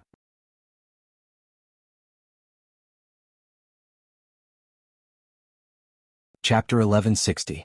Black clouds pressed down on the city and wind and thunder roared. The shadow cloud crane king spread its wings, which were almost able to envelop the entire city amongst the clouds, creating gusts of strong wind. Although the feathered beasts weren't known for their strength, they were able to resist the city amongst the clouds by relying on their tendons and bones that had been honed for thousands of years. Jia looked back and saw a sea of lightning. The king of feather men was nowhere to be seen. Since the ruler of the city amongst the clouds was not here, there was no one else who had the authority to control the great formation of the city amongst the clouds. As such, all kinds of offensive methods could not be used. Otherwise, the old crane would definitely be defeated. Moreover, their auras caused the tribulation cloud to continue expanding and stretch out a few hundred kilometers, causing the sea of lightning to become even more violent. The rumbling and flashes of lightning didn't stop, and it seemed as if the heavens were enraged and wanted to destroy everything. The electric arcs interweaved around her body, and the pressure on her increased. The thunderbolts bombarding the city amongst the clouds increased in number and density. No matter how sturdy the great formation was, it could not compete with the heavens. There was no limit to the power of the heavenly tribulation. If this went on, neither they nor the city amongst the clouds would be able to hold on. Bai Ling, follow me. Jia called out and went straight for the shadow cloud crane king. At the same time, her mind raced and she didn't dare to threaten him anymore. Shadow cloud crane king, we have no enmity with you. Why must you become enemies with us for a phoenix that you've never met? The shadow cloud crane king snorted coldly. I'm afraid it's too late to admit defeat now. The winged human tribe will definitely not forget today's grudge. Jia gritted her teeth and shot an arrow. The arrow turned into a rain of arrows in midair, dragging thousands of light threads. Beware of my sword, demon. White Sun was enraged, brandishing 100 zhang long light sword, whistling as it slashed down. Bai Ling threw out a white halo. It expanded rapidly towards the shadowed cloud crane king. Crane soaring the 9 heavens. The shadowed cloud crane king stretched out its neck and sang loudly, its voice sharp and resounding like silk ripping. For a moment it drowned out the thunder. The rain of arrows, the sword of light, and the circle of light were all twisted and shattered. Jia frowned. This old demon was indeed not easy to deal with. Everyone continued to attack. The safety of the winged human tribe is in our hands. As he spoke, he kept plucking the bowstring. Radiant light burst forth from the feather men's bodies. In order to protect their homeland and their clansmen, they gave it their all, disregarding injuries. As the saying went, 10,000 men can't stop one man if he goes all out. Moreover, there were more than 10 winged person powerhouses who had gone through 3 heavenly tribulations. The interweaving white light was like a giant hand pushing the city amongst the clouds forward slowly, away from the area covered by the tribulation clouds. The shadow cloud crane king had to split his attention to deal with Jia and the other two's harassment, so he could not suppress it. Instead, some of its feathers had withered. However, he was unwilling to give up just like that. Countless cultivators on the ground looked up at this shocking scene. They discussed among themselves. Just who is crossing the tribulation? It has such power. It seems to be the Feather Men King, but how did he provoke the Crane King? Crane King is elegant and indifferent. It must be the rudeness of these birdmen that made the old man fly into a rage. But he seems to be at a disadvantage. Sigh, these winged people have the advantage in numbers after all. Even the Xia kingdom can't do anything to them, let alone the Shadow Cloud Crane King. What's that? It's the king. On the eastern horizon, a colorful cloud silently glided across the sky, dragging a long tail behind it. An old man with white hair and a ruddy complexion stood on the colorful cloud. He had a 3-foot-long beard, wore a green crown and wore a cloud-patterned robe. He asked in surprise, "Old he, what are you doing?" "King of Donglu." Bai Jia's heart skipped a beat. Rumor had it that the Shadow Cloud Crane King was close to the King of Dongyi, often drinking tea and discussing Dao together. If he also made an enemy of the winged people, it would be one disaster after another. The Shadow Cloud Crane King's words proved that the rumor was true.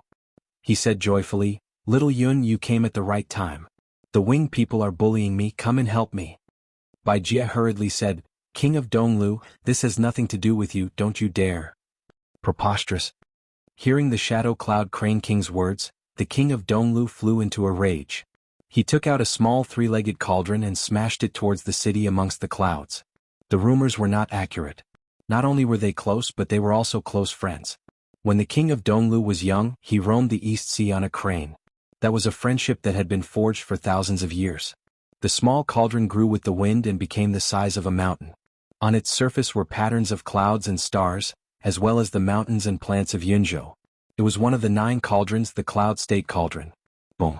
The advance of the city amongst the clouds came to a sudden halt.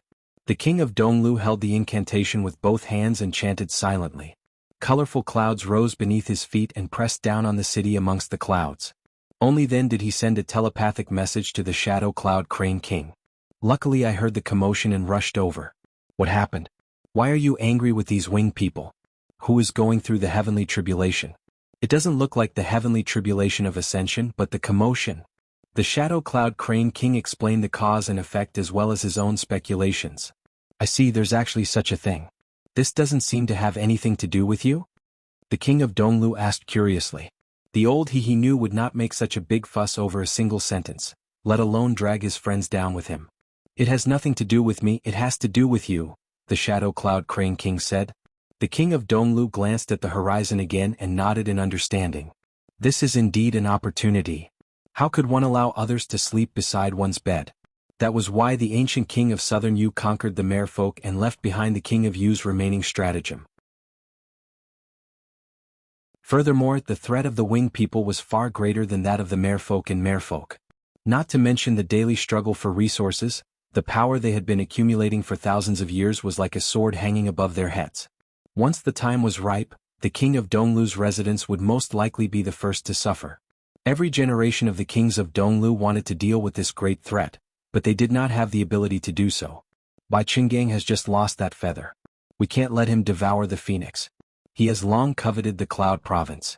Now that the world is in chaos and the Great Xia is no longer as powerful as before, he will definitely make a move. Before we ascend, we have to deal with this problem for the younger generation, lest they become slaves again, the Shadow Cloud Crane King said. That's exactly what I was thinking. Wait for me to summon the White Dragon King and flatten this city amongst the clouds. The King of Donglu waved his sleeves and a decree flew out, summoning all the officials. The Cloud Province demon kings and human kings worked together to suppress the city amongst the clouds once again, preventing it from advancing. At this moment, the tribulation cloud had already enveloped everything within its range of attack, and it became even more ferocious. In terms of scale, even the Golden Cicada Spirit King's heavenly tribulation for ascension could not compare to this. The winged people experts were gradually unable to hold on. Not only could they not advance further into the city amongst the clouds, but they were also pushed back several miles. The great city guarding formation was bombarded by the lightning. The white screen of light also dimmed slightly, and the buildings in the city began to tremble slightly. The king of Donglu was secretly speechless. There was a limit to one's strength. If not for the might of the heavenly tribulation, even if all the great cultivators in the Cloud Province were used up, they would not have been able to break through the city amongst the clouds. This won't do. If this continues, we will all fall. A winged people expert shouted. We can still escape, but what about the people in the city? Once the great formation is broken, it will be the disaster of the entire race. How can this be? How can this be? Baijie also felt despair. Could it be that the heavens really blessed the divine bird? Killing it was inauspicious.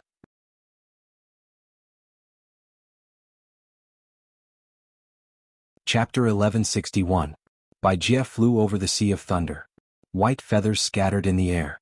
As far as the eye could see, a brilliant phoenix wing had grown out of the King of Feather Human King's broken left wing. His body was flowing with light and fire at the same time. His face kept changing, sometimes twisted and ferocious and sometimes angry and hateful. Give up. You can never defeat me. The Feather Human King said. I'm not going to defeat you, I'm going to kill you, you bastard. Li Fengyuan roared. It was as if a person had been split into two halves and was engaged in a life and death struggle while resisting the heavenly tribulation. However, the King of Feather Men was the one who bore the brunt of the tribulation thunder. This was because the heavenly tribulation's descent was almost entirely triggered by his powerful aura. Rings of light, which were like endless waves, collided with the tribulation thunder and cancelled it out. After all, he was a super expert at the peak of the third heavenly tribulation. Although the heavenly tribulation this time was extremely powerful and affected a lot of people, it was still a third heavenly tribulation in essence. Your Majesty, if this goes on, the city amongst the clouds won't be able to hold on, and all the winged people will die. Baijie shouted, but it was unknown whether her voice could reach the Feather Human King's ears amidst the deafening thunder. The Feather Human King seemed to sense something. He suddenly turned around and the ferocious expression on his face froze. I'm sorry, Your Majesty. This is for the sake of all winged people. Baijie took out an exquisite and beautiful crystal dagger. Spiritual light swirled around it. Impressively, it was also a powerful treasure. It was specially used for close combat, and it was a defensive item bestowed to her by the Feather Human King in the past. She clenched her teeth, stepped forward, and stabbed at the King of Winged Human King's chest. The King of Feather Men was startled and closed his eyes. His body trembled. Just as the dagger was about to pierce through his skin, a hand gripped the sharp edge tightly. Baijie raised her head in astonishment. Could it be that Li Fengyuan turned from guest to host? The King of Feather Men suddenly opened his eyes. His left eye was fiery red and his right eye was azure blue. Both of them revealed the same will. No, I still want to live. Two faces and two voices overlapped, both filled with the desire to live. At this moment they reached an agreement. Then he raised his hand and grabbed Baijie's neck. Your Majesty, you are the Winged Human King. Baijie's eyes widened in disbelief, and she couldn't help but recall the past. I once had the opportunity to ascend, but at that time, Great Xia had just been established, and it was a constant threat to the city amongst the clouds. I am the king of the winged people. Sacrifices must be made. That was why he stayed behind and waited for a new opportunity. I didn't expect that I would wait for 1,000 years and miss all the opportunities. Sigh. At that time he sighed. His body seemed to be glowing. He had always been the genius, the hero, and the king of the winged human tribe. No matter what kind of halo he had, it wouldn't be excessive. He had never disappointed anyone, but unexpectedly, now that he thought about it, there seemed to be a hint of bitterness at the corner of his mouth. Was there regret in his heart? Yes, he regretted it. The young man didn't fear death because he didn't understand how terrifying it was. As his lifespan slowly came to an end, his body and soul deteriorated day by day. It was like a giant hole that swallowed all joy and nothing could fill it. If mortals could use fate to comfort themselves and obtain a psychological balance, he couldn't. If I had chosen to ascend at that time, I would have already embarked on a new journey in the heavenly Tao. This thought continued to linger, but it only increased the pain. Now he finally saw an opportunity to make up for his regret and start all over again. No matter what, he couldn't let go. I'm sorry. This time I want to live for myself. Go. The Winged Human King slowly released his hand. Although he was a little ashamed, he was full of determination. He would devour the phoenix and obtain the new life that he dreamed of. Then he would ascend to the heavenly Tao. Everything in this world would have nothing to do with him. Your Majesty. Baijie felt that the power of the tribulation thunder was getting stronger and stronger. If she stayed any longer, she would be in danger of dying. She looked back at the sky full of wind and thunder. How long could the city amongst the clouds last? The dagger in her hand fell. She suddenly spread her wings and arms, and a hazy white light appeared all over her body. The light replaced her torso and limbs, and a white human figure blurred. What are you going to do? The Winged Human King was shocked. Your Majesty, you taught me to sacrifice. How could you forget it? But you've done enough for the winged human tribe. Now it's my turn. Bai Jie's face was calm. Suddenly a bright light burst out. A white sun rose in the sky. Wherever the light shone, the rolling thunder was pushed away. The world became quiet. Bai Jie.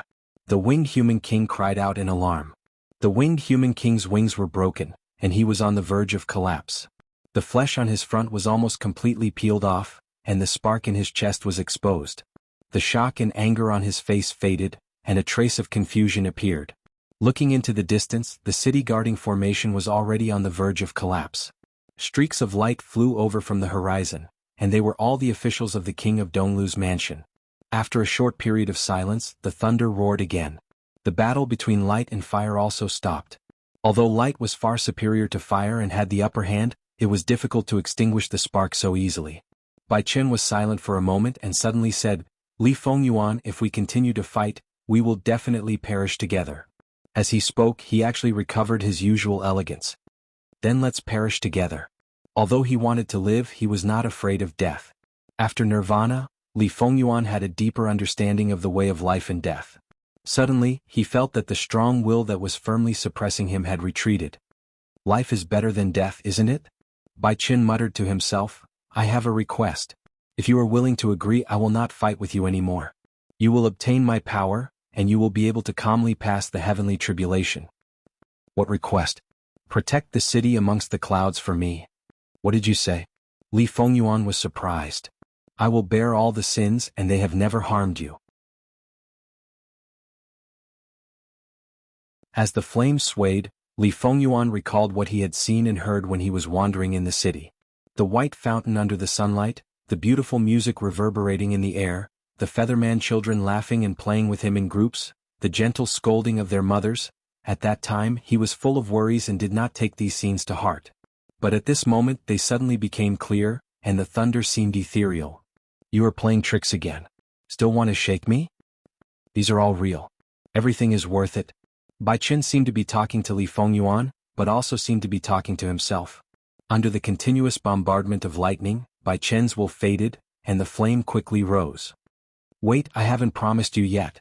Li Fengyuan restrained the rising flame. "Please protect them, I beg you. Aren't you afraid that I will go back on my word? You are a benevolent phoenix." "Humph, if it were my first father, he would definitely not agree to you. Even if I agreed, I was just fooling you." "Thank you," Bai Chen said sincerely. Finally he opened his palm. There was a pure white feather in it and he wanted to murmur something. Flame spewed out of his body. It instantly swallowed his body. The white feather drifted. In the raging flame, the wings spread again, and they were already glorious phoenix wings. With a resounding phoenix cry, the phoenix rushed against the lightning and flew into the depths of the tribulation clouds. He actually succeeded? The Shadow Cloud Crane King was surprised. He had originally planned to break through the city amongst the clouds and then deal with the King of Feathermen, but he did not expect the phoenix to successfully counterattack. "He has helped us eliminate a great disaster. The White Dragon King will be here soon, and then he will definitely break through the city." King Donglu said. "What about the Feathermen in the city? It will be best if they die in the tribulation lightning." The talent of the mutants was really terrifying, far surpassing that of ordinary humans and demons. The Feathermen were even more outstanding among them. They must eliminate any future troubles and slaughter the city and destroy the country. The experts of the Feathermen had already given up on pushing the city amongst the clouds, and were fighting with the officials of the King of Donglu's mansion. Their power was interlinked, and they formed a formation, forming a geometric pattern of interweaving light in the sky. However, with the Shadow Cloud Crane King and the King of Donglu holding the line, defeat was only a matter of time, and their king was already gone. After a while, a large ship broke through the sky. The pure white body of the ship was somewhat similar to the Red Dragon King and the Silver Dragon King, but it had the complex cloud patterns of the Cloud State style. It was one of the few siege weapons in the world, the White Dragon King. Still 1,000 miles away, the dragon's mouth had already opened, and specks of light gathered. The light was condensed to the extreme, and a beam of light whistled through the air, like the roar of a white dragon. King Donglu raised his head to take a look. Unknowingly, the tribulation clouds had already begun to gather, but it was a pity that it had not been able to completely destroy the city amongst the clouds. However, at the moment all that was left was this attack. "Quickly block it." The experts of the Feathermen worked together to form a light barrier, but it was instantly penetrated, and the city amongst the clouds was about to be broken. A bright light flashed in the sky, and the speed was so fast that even the Shadow Cloud Crane King was stunned. Phoenix? It was the Phoenix flying over, and he stepped on the city amongst the clouds with 1 foot, and his magnificent wings covered the city. The beam of light bombarded his body, and scattered into streams of light that filled the sky, but he was not injured at all. A phoenix cry rang out, and a glorious color dyed the heavens. Everyone's gazes were attracted by it, and they stopped what they were doing. As a member of the Feathermen, the Shadow Cloud Crane King was the most moved. Originally, the phoenix had not even passed the tribulation, and he had already developed feelings of admiration for it. Now it almost turned into reverence, and he bowed down to it. Could this be the legendary 100 birds paying homage to the phoenix? King Donglu gave him a look, and the Shadow Cloud Crane King suddenly came to his senses. He tried his best to calm himself down and asked, "May I know how I should address you, fellow cultivator?" "Li Fengyuan, just now, thank you for your help. Fellow cultivator is the elder of my generation. It is only natural for you to lend a hand. There is no need to be so polite." The Shadow Cloud Crane King quickly declined modestly and then asked, "What do you mean by this, fellow cultivator?" "I have already promised the Feathermen King, Bai Chen, that I will succeed the position of the Feathermen King, and protect the city amongst the clouds on his behalf." Li Fengyuan lowered his head slightly, and his pair of phoenix-like eyes flickered with brilliance. No one knew what he was thinking. "What did you say?" It was not just the Shadow Cloud Crane King, even the Feathermen were shocked. If not for Li Fengyuan blocking the White Dragon King's attack just now, they would almost have started scolding him. "Fellow cultivator, you really know how to joke. Didn't Bai Chen die in your hands? Furthermore, you are not a Featherman, so how did you become the Feathermen King?" Bai Chen reaped what he sowed, and has already been executed. If not for his repeated requests for the position of the Feathermen King, I would not have bothered with it either. However, since I have made a promise, I will naturally fulfill it. I am already very tired today, fellow cultivators, please leave.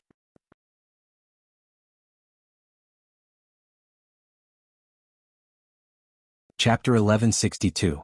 Fellow, let me give you another piece of advice. You killed and devoured the Winged Human King. The Winged Human King will never forget today's enmity. You are raising a tiger and inviting calamity.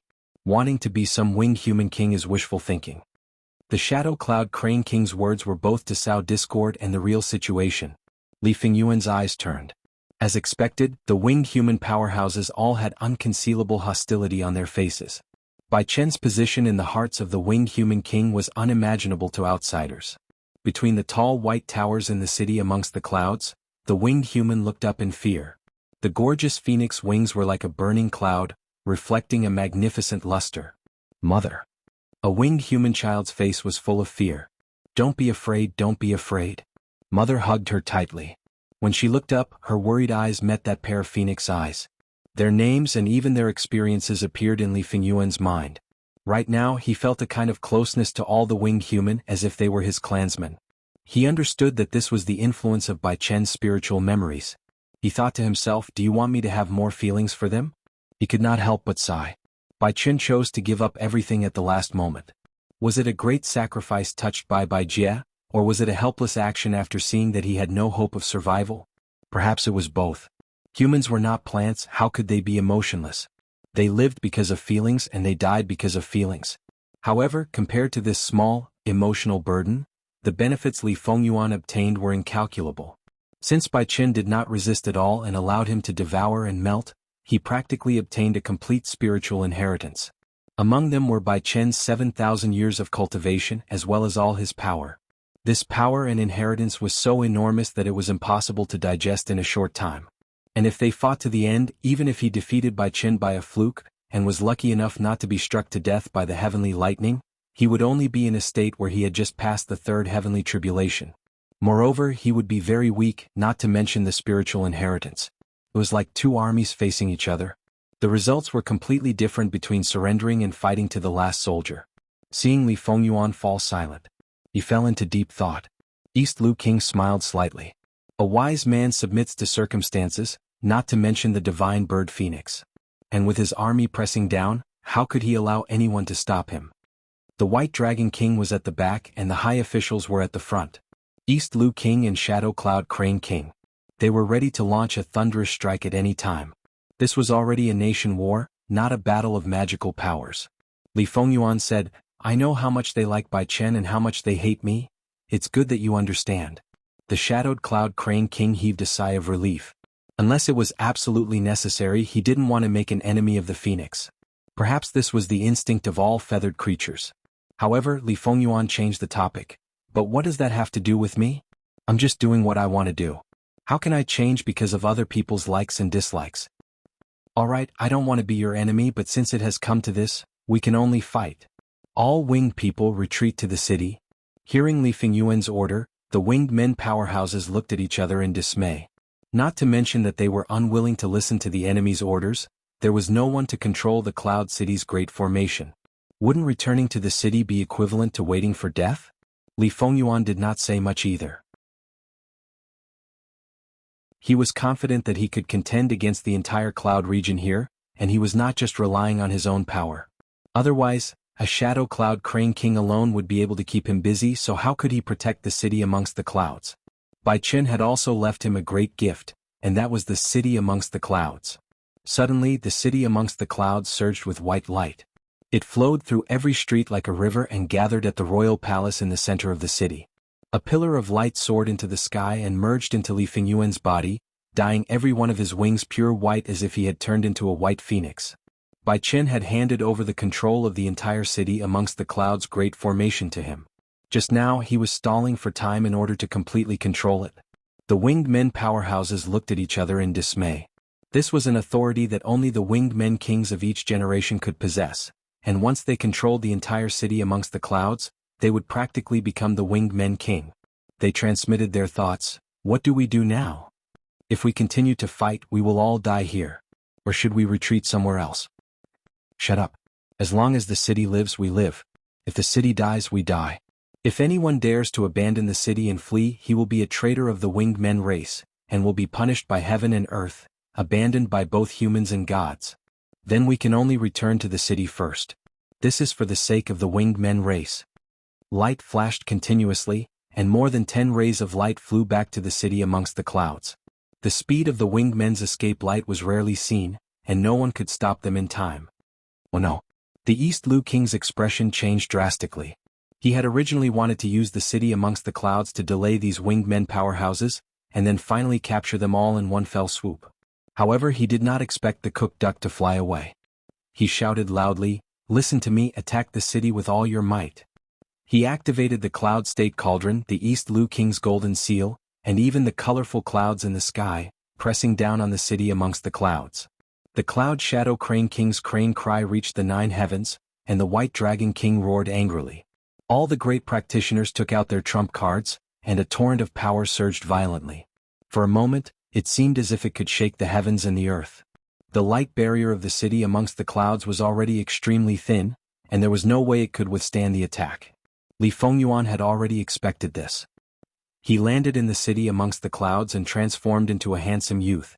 He said loudly, "Success or failure depends on this. Give me your power." While the other winged men were still hesitating, the body of the mother who was carrying her child was the first to light up.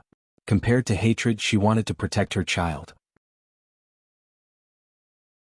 Specks of light lit up in the city, and the bodies of all the winged men, regardless of whether they were strong or weak, glowed with white light. They merged into the whistling river of light and gathered in the main hall of the royal palace. Boom! The city amongst the clouds shook violently, as if it was a lonely boat that had fallen into a surging torrent. The tall towers and palaces collapsed one after another. Li Fengyuan stood above the royal palace and felt an unprecedented power converging on his body. This was the condensation of the winged men's power and spirit. He looked at the horizon with a grave expression. Could he actually block it? The winged men were also looking at him. The surging white light was like a pair of pure white wings that had spread out. It was as if they could see Bai Chen's figure again. Time became extremely slow. Every second was stretched out and it became a kind of torture. If the great formation was broken, everything would be over. However, that thin layer of light barrier was on the verge of collapse. Although it was on the verge of collapse, it did not shatter. Its toughness was beyond everyone's expectations. A smile appeared on Li Fengyuan's face. With another wave of his hand, the cloud pillars erected around the city amongst the clouds and in front of the main hall lit up one after another. The bird-headed, human-bodied statues that were squatting on them suddenly came to life. They flapped their wings and welcomed the army of the king of East Lu. There were close to 100 of them. Every one of them was equivalent to a puppet king. As soon as the statues left the city amongst the clouds, a few of them were crushed by the torrent of power. However, they managed to block the majority of the attack. The light barrier stabilized and gradually became thicker. Li Fengyuan commanded the statues and changed the formation. He fought with the army of the king of East Lu. At the same time he ordered the winged men, "The few of you don't just stand there. All of you counterattack." Although the winged men were not willing to listen to his orders, they could only help each other at this time. They were not good at close combat in the first place. Now that they were standing in the city amongst the clouds, they could launch an attack to their heart's content. Light whistled through the air, streaking across the horizon like thunder. They cooperated with the statues in their counterattack against the king of East Lu. Li Fengyuan looked up at the vault of heaven. The dark clouds of tribulation were slowly dispersing. The sun shone down brightly, speeding up the recovery of the light barrier. This was the true source of power for the great formation of the city amongst the clouds. The longer the battle dragged on, the stronger the formation would become. The shadow of a cloud suddenly covered the sky. The shadow cloud Crane King looked down and met Li Fengyuan's eyes. Sparks flew. "Give up, Phoenix. City amongst the clouds, rise." Li Fengyuan raised his hand. The city amongst the clouds rose to the horizon and crashed towards the shadow cloud Crane King. The shadow cloud Crane King stretched out a crane leg and lightly stepped on the city amongst the clouds. It stopped the city amongst the clouds from rising. Its huge crane wings still covered the sky. With a cry of a phoenix, Li Fengyuan shot up into the sky. Separated by the light barrier, he slapped the crane leg with his palm. "Even if you are the divine bird of Phoenix, you have only just passed the third heavenly tribulation. How can you possibly?" The shadow cloud Crane King suddenly felt an uncontrollable, enormous power surging up from its leg. It could not suppress it. Glancing sideways at the city, it immediately understood that it had gathered the power of all the feather people. This was something that only the king of feather people could do. Layers of ripples appeared on the barrier. The two powers collided violently. The city amongst the clouds stubbornly rose up, straight into the astral wind layer. The higher it rose, the stronger the astral wind became. It whistled and slashed on the light barrier. Immediately it became dimmer. However, the heavy attacks from the king of East Lu were also baptized by the astral wind. Their power was greatly reduced. Through Bai Chen's memories, Li Fengyuan understood that this was the most normal way of operating the city amongst the clouds. The great formation of the city amongst the clouds had the power to resist the astral wind. If an enemy invaded, it could raise the city amongst the clouds into the astral wind layer, making it difficult for the enemy to launch an attack. Although the great formation's endurance was limited and could not be raised too high, it was enough to ensure that no enemy could be higher than the city amongst the clouds. Otherwise, it would be a joke if the source of its power was easily blocked by others. No wonder the great Xia dynasty can't do anything to the feather people. This city amongst the clouds is simply a divine weapon of war. It is not something that the White Dragon King or the Red Dragon King can compare to. It is a pity that it was greatly weakened by the heavenly tribulation at the beginning. It is difficult to use all kinds of attack methods. Otherwise, it would not be afraid of a mere king of East Lu. A few crane feathers fell. They did not drift for long before they were cut into pieces by the astral wind. Even the 10 demon kings could not stay in the astral wind layer at such a high level for long. The shadow cloud Crane King had no choice but to step aside. Before the sunlight could shine down, there was a loud bang. The cloud state cauldron heavily pressed down on the city amongst the clouds. Seeing that the cooked duck was about to fly away, the king of East Lu could not hold back and drove the cloud state cauldron with all his might. The cauldron, which gathered the power of the mountains and rivers of Cloud State, was extremely heavy. The city amongst the clouds began to fall again. The astral wind cut marks on the body of the cauldron, but it was difficult to damage it for a while. At this rate, before the Cloud State cauldron was damaged, the city amongst the clouds would fall to the ground. Li Fengyuan made up his mind and opened the light barrier. The Cloud State cauldron fell with the astral wind. Li Fengyuan was the first to bear the brunt. Boom! The palace hall was reduced to ruins. Li Fengyuan's figure also disappeared from it. The feather people were shocked. Unknowingly, he had become the backbone of the feather people. If even he was defeated, the feather people would be in danger of being exterminated. The cloud state cauldron continued to fall with the city amongst the clouds. But from the ruins, a loud shout came from under the three-legged cauldron, "Close!" The light barrier closed again and swallowed the cloud state cauldron. Li Fengyuan held the cauldron with both hands. Blood flowed down his face and turned into burning flames. He shouted, "You don't want it anymore? Then give it to me."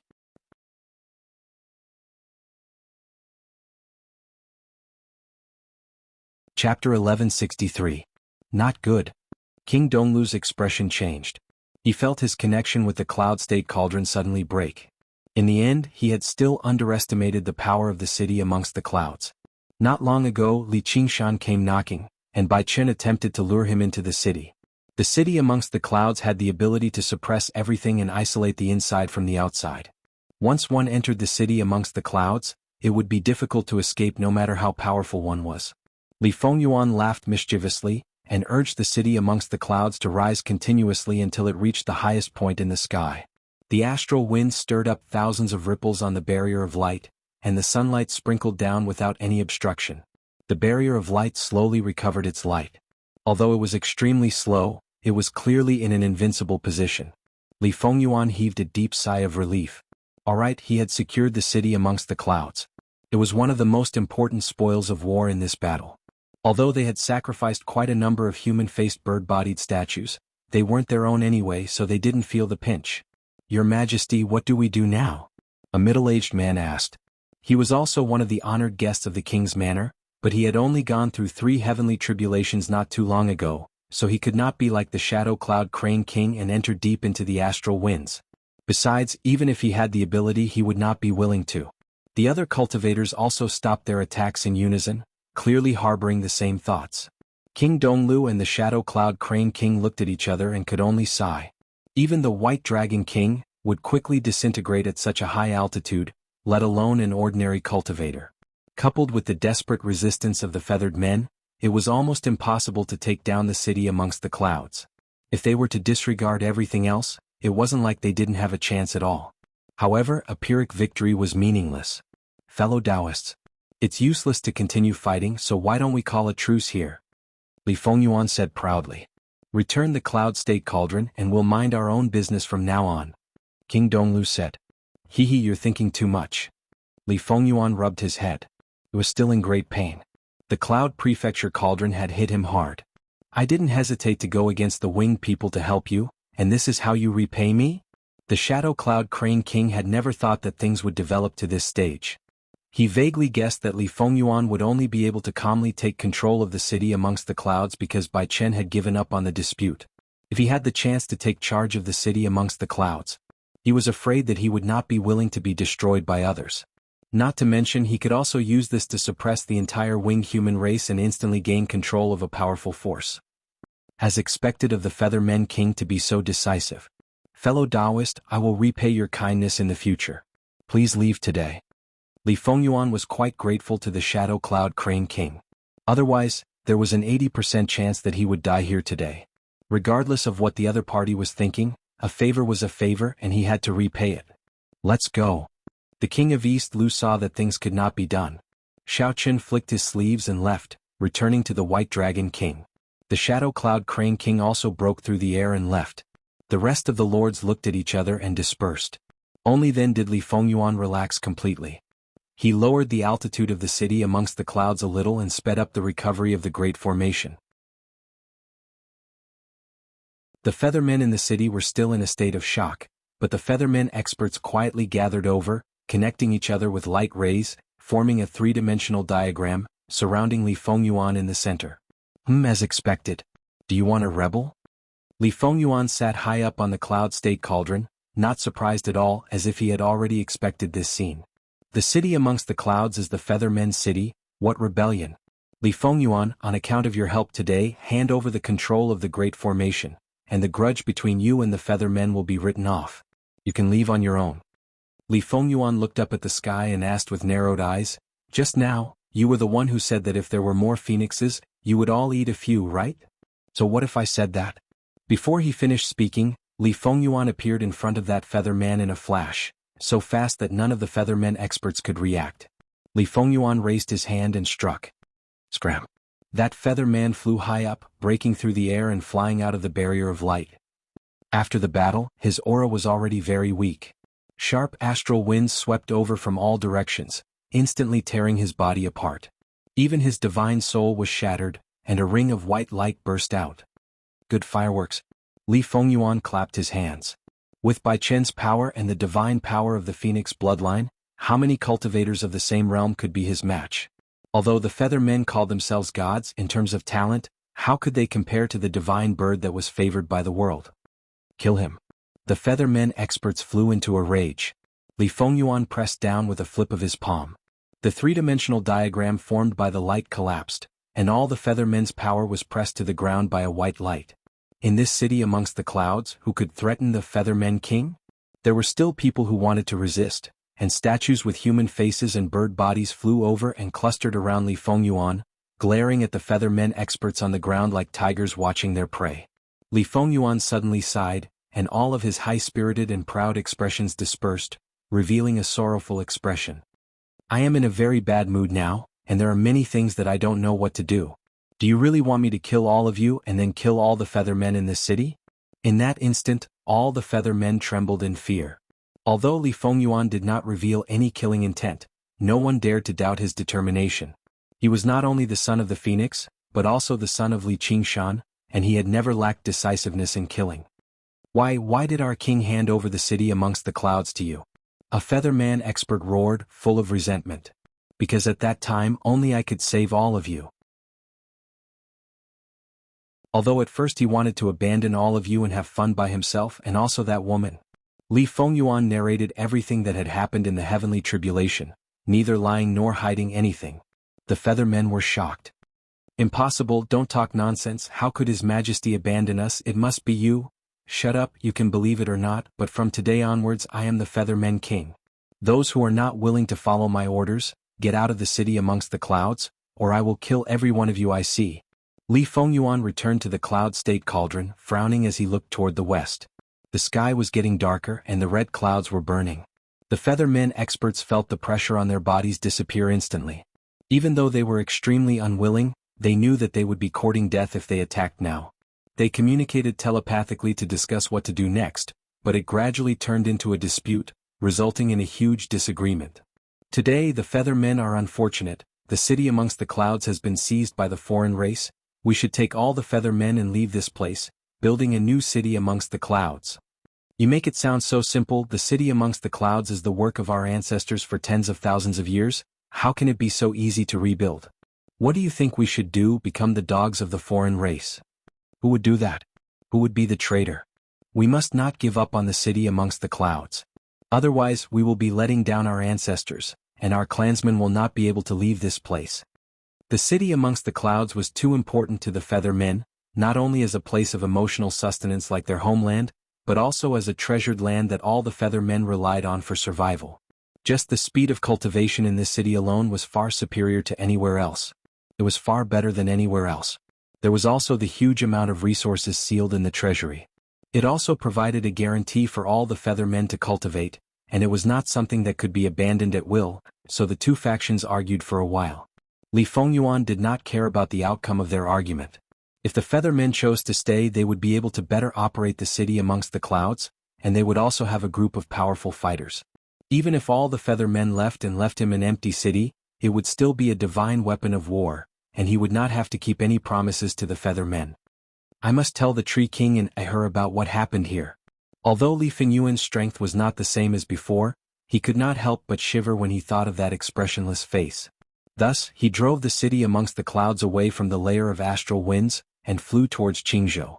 The Feathermen did not question him again, but they knew that if they wanted to make a decision, it was best to make it as soon as possible.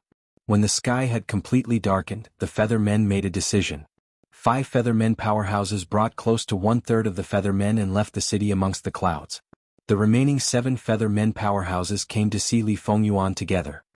We are willing to serve you as our king and listen to your orders, but we have a condition. Speak. When you ascend, you must return the city amongst the clouds to the Feathermen. All right. Perhaps because he had agreed too readily, the feather men were a little hesitant. Li Fengyuan sneered and said, "Do you really think that I am worthy of respect in this broken city of yours?" Although the feather men were not convinced, they had to admit that the phoenix had the confidence to say these words. "We believe that you will keep your promise, your majesty." At this moment, the city amongst the clouds had already left Yunzhou, and the sky was filled with stars. Li Fengyuan muttered to himself, "Eldest father, where exactly are you now?" The stars flickered, but no one answered. In the deep and dark starry sky, a feather was drifting and two hands were holding each other's. "Where is this?" Li Qingshan asked. "The void beyond the heavens," Gu Yening replied. Then she hesitated for a moment before saying, Why? If I had known that this would be the result, I definitely would not have come. Do you regret it?" "I have never regretted anything in my life." "That's good. Otherwise there would be more pain. Do you feel it? Our power is dissipating." "Why is that?" "Forget it, pretend that I didn't ask." Li Qingshan could not feel any spiritual aura. Instead, his own aura, whether it was demonic aura or spiritual aura, was dispersing, as if they were being sucked dry by a huge invisible sponge. If this situation continued, they would soon die, and it would be a tragic death of starvation. The stars here are really bright. The stars converged to form a bright sea of stars, like bright pearls embellishing a pitch-black curtain. As they drifted in the void, they were like specks of dust on a pitch-black curtain. At least this is the benefit. This is the scenery that I want you to see. My father once brought me through the astral winds to see it, but it was not as spectacular as it is now. Alas, we are really insignificant." The stars reflected in Gu Yening's eyes, and she let out a childlike sigh. "Alright, have you thought of a way?" Li Qingshan could not help but ask. In this short period of time he had already done all the common sense. However, those powerful magical powers that could allow him to run amok in the 9 prefectures were useless here, and they would only be a waste of power. "I'm not thinking. It's precisely because there's no way that I say it's a gamble. You bastard, I don't believe that there's no way."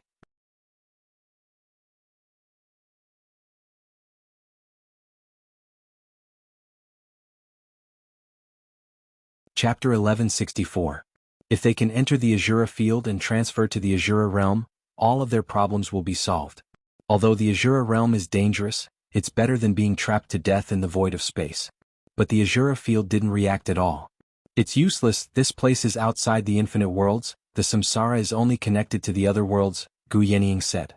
"In other words, if we die here, we won't even be able to enter the reincarnation?" Li Qingshan frowned. "Yes," Gu Yening nodded. "With our strength, we don't have the means to cross the void of space. Can you refine that feather?"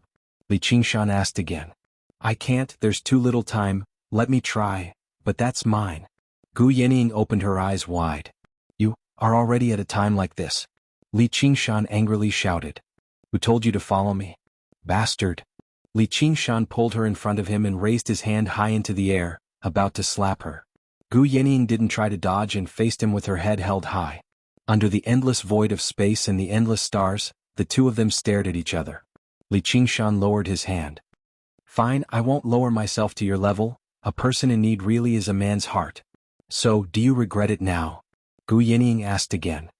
"I have no regrets in my life," Li Qingshan answered. "Thank you for not killing me, but don't be angry, we still have a chance." "What chance?" "This feather, didn't you say you can't refine it? Even if it's you, it's impossible to refine this feather in a short period of time. Instead, it'll consume your own strength faster and you'll die even faster. But have you ever thought about it? Why did this feather just happen to fall into our world?" Gu Yening's eyes flashed with a bright light. "There are so many worlds, it just happened to fall into the 9 continents. That's not right. Although the 3,000 worlds are too many to count, compared to the endless void of space, what are they? However, I don't think that this feather was deliberately thrown into our world. The 9 regions world is nothing special among the worlds." That's not necessarily the case. I'm in this world. Perhaps this feather was prepared for me," Li Qingshan retorted, feeling that it made sense. "Alright, if that's really the case, then I'll give it to you. Then I'll give this feather to you," Gu Yening said. "Just a moment ago, you treated this feather as if it were your own father. Why are you suddenly so generous?" "This is my Tao.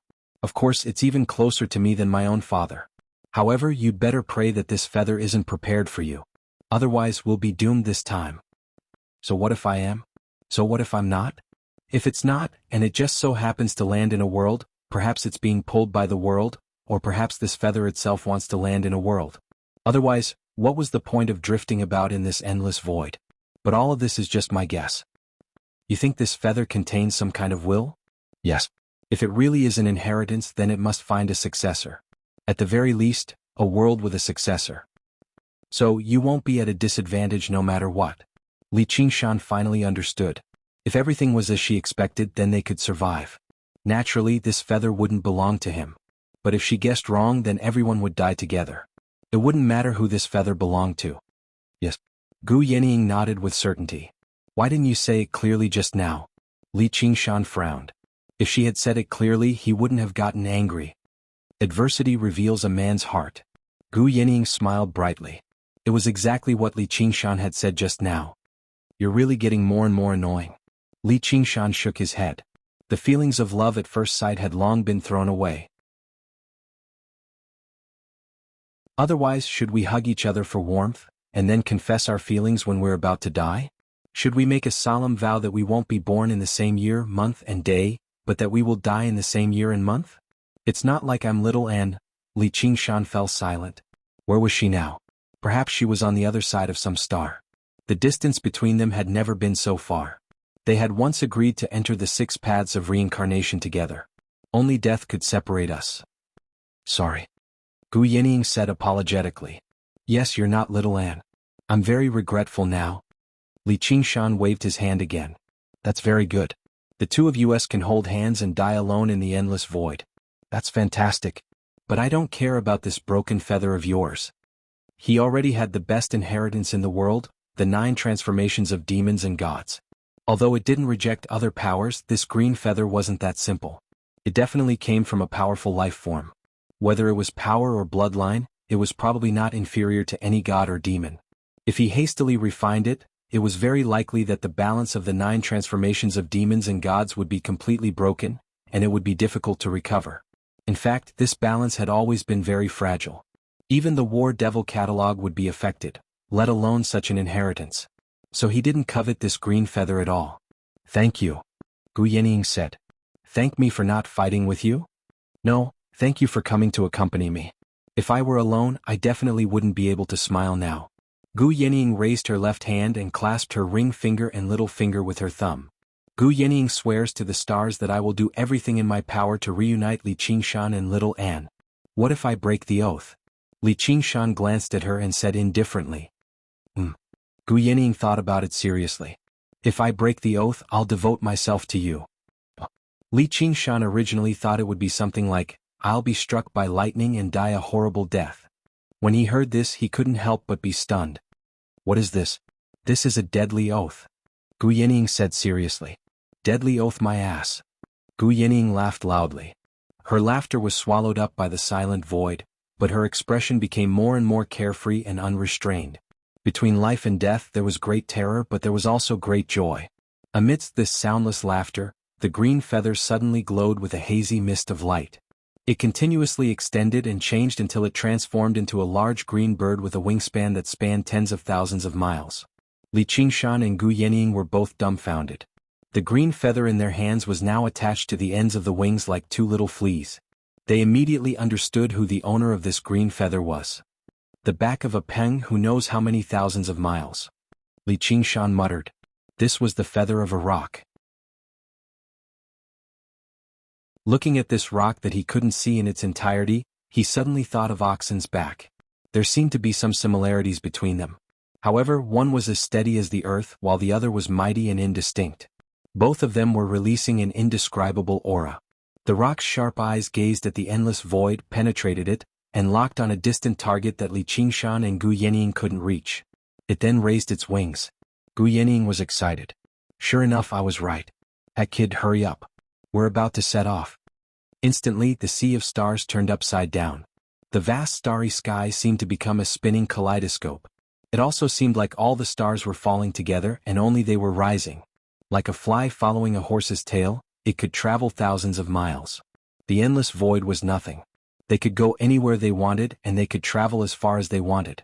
Gu Yenying cheered like a child in her heart.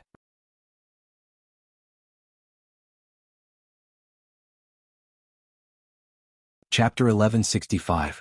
Qingzhou. A white cloud flew above the great banyan tree at an extraordinary speed, so low that it almost touched the crown of the tree. Li Fengyuan flew out from the cloud, but before he landed on the treetop, a white figure flew over and asked, "Where is your big daddy?" Under the gaze of those ethereal eyes, Li Fengyuan suddenly couldn't say what he had already thought of. Little Anne pursed her lips as if she had already expected this. Her fate was linked with Li Qingshan's and they could faintly sense each other. If she could sense his whereabouts, she would go to the ends of the earth to search for him. Why would she stay under the great banyan tree? That's the winged people's city amongst the clouds. Fengyuan, what happened? The banyan tree king's aged voice came, full of surprise. There was no cultivator in the world who didn't fear the existence of the city amongst the clouds. It's like this. Li Fengyuan took a deep breath and told him everything that had happened. Even the banyan tree king was amazed by the strange twists and turns, and couldn't help but worry for Li Qingshan. If he left this world in this way, it would be equivalent to being banished to the endless void, and that would be terrible. Little Anne's face was pale, and she subconsciously tightened her grip on the hilt of her sword, trembling slightly. Don't worry. Big Daddy is a good man and the heavens will help him. You will be fine. Li Fengyuan almost thought that she was going to draw her sword and cut him down. For a moment, he didn't know what to do, and could only comfort her with the auspicious words of mortals. Although his power had reached the peak of the 9 provinces through various fated chances, he was still too young. Little Anne closed her eyes and slowly let go of the hilt of her sword. She calmly said, "I'm going to find him. He is no longer in this world." "How are you going to find him?" the banyan tree king asked. "Then I'll go to another world to find him." "It's not that easy to go to another world. Do you know how many worlds there are?" The banyan tree king sighed. "Then I'll go find them one by one." Little Anne opened her eyes and gazed at the distant stars. Although her words were filled with determination, even someone who didn't know how to read people's expressions could clearly feel that her heart was in chaos. "Rather than searching for him, why don't you wait for him to come back and find you? Otherwise, if both of you get lost in the vast Milky Way, it will be even more difficult for us to meet again," the banyan tree king advised in a gentle voice. In a short period of time, he had already used all his branches and carefully deduced all kinds of information to the extreme. He got a result similar to that of Gu Yenying. If that feather really was the legacy of some powerful godfiend, he shouldn't end up with the worst possible outcome of drifting in the void forever. Hearing this analysis, Li Fengyuan's eyes immediately lit up. That must be the case. Although that feather isn't a phoenix feather, it's definitely not inferior to the bloodline of the phoenix, not to mention its power. How could it wither away in the 9 prefectures for no reason? It's not like it's an ordinary bird, so it must have some sort of inheritance. Big Dad must have gone to another world. Yes.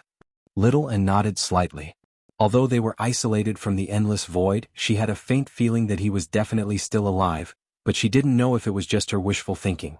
At this moment, hearing the banyan tree king's words, she was even more certain that as long as he was still alive somewhere, there would be a time when they would meet again.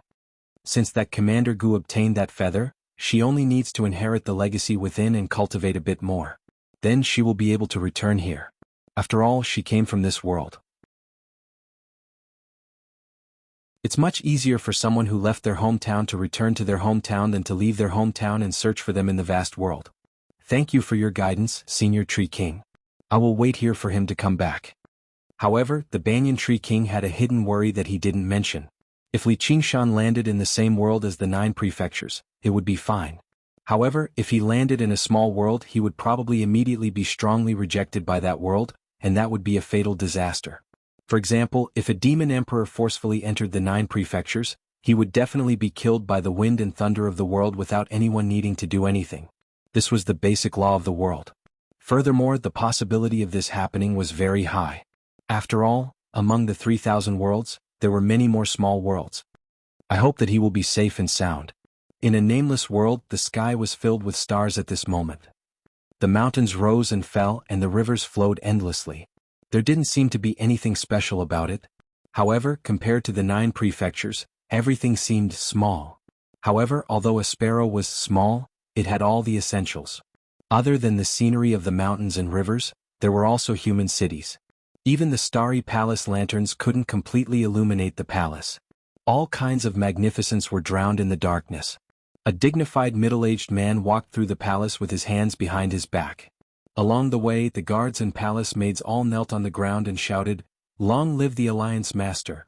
The man ignored them and hurried to the front of a 100 feet tall building. With a leap, a whirlwind rose under his feet and he arrived at the top of the building.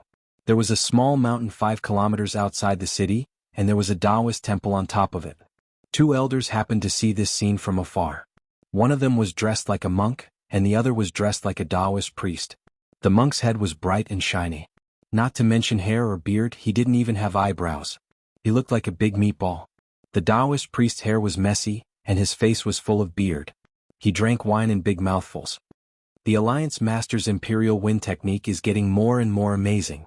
I think it won't be long before he can break through the void and ascend. The monk said. It's not that easy to ascend. How many Alliance Masters have appeared since ancient times? Not even 1/10 of them managed to ascend. I think this Alliance Master Zhang doesn't have the fortune to do so. Don't be jealous. In the last martial arts circle convention you lost by 1 move. You can only live on this barren mountain and can't have fun in the city. The monk laughed. I'm not like you who admitted defeat without a fight. I'm just an outsider and I'm not too interested in the position of Alliance Master. I think you know you're no match for me, and you're afraid of embarrassing yourself. You really don't know what's good for you. I came to see you with good intentions and now you're talking about me. Do you want to have a taste of my tiger taming fist? The monk raised the corner of his eye, and suddenly there was a hint of killing intent. Alright, bald donkey. My purple cloud incantation has improved a lot recently. I was just worried that I didn't have an opponent to test it on. In an instant, one of them was covered in golden light, and the other had purple clouds above his head. They were ready to fight. At this time, on the tall building in the palace, the Alliance Master Zhang cupped his hands at the small mountain. The 2 of them had no choice but to retract their genuine qi and return the gesture. Zhang Yuntian put down his hands and there was no expression on his face. Anyway, they were separated by such a long distance, and they couldn't see each other's expressions clearly. So he didn't bother to put on an act. He cursed, "These 2 old farts," and continued to focus on absorbing the spiritual qi of heaven and earth. Suddenly, a green light cut through the sky and landed in the extreme north. You're tuning in to the Han Li's Wuxia Adventures YouTube channel. We're so grateful for your support and don't forget to subscribe to join us on this incredible journey through captivating stories. Your generosity through donations truly makes a world of difference, as it's the primary source of revenue that allows me to expand and enhance this channel for you. Thank you from the bottom of my heart for being a part of this adventure.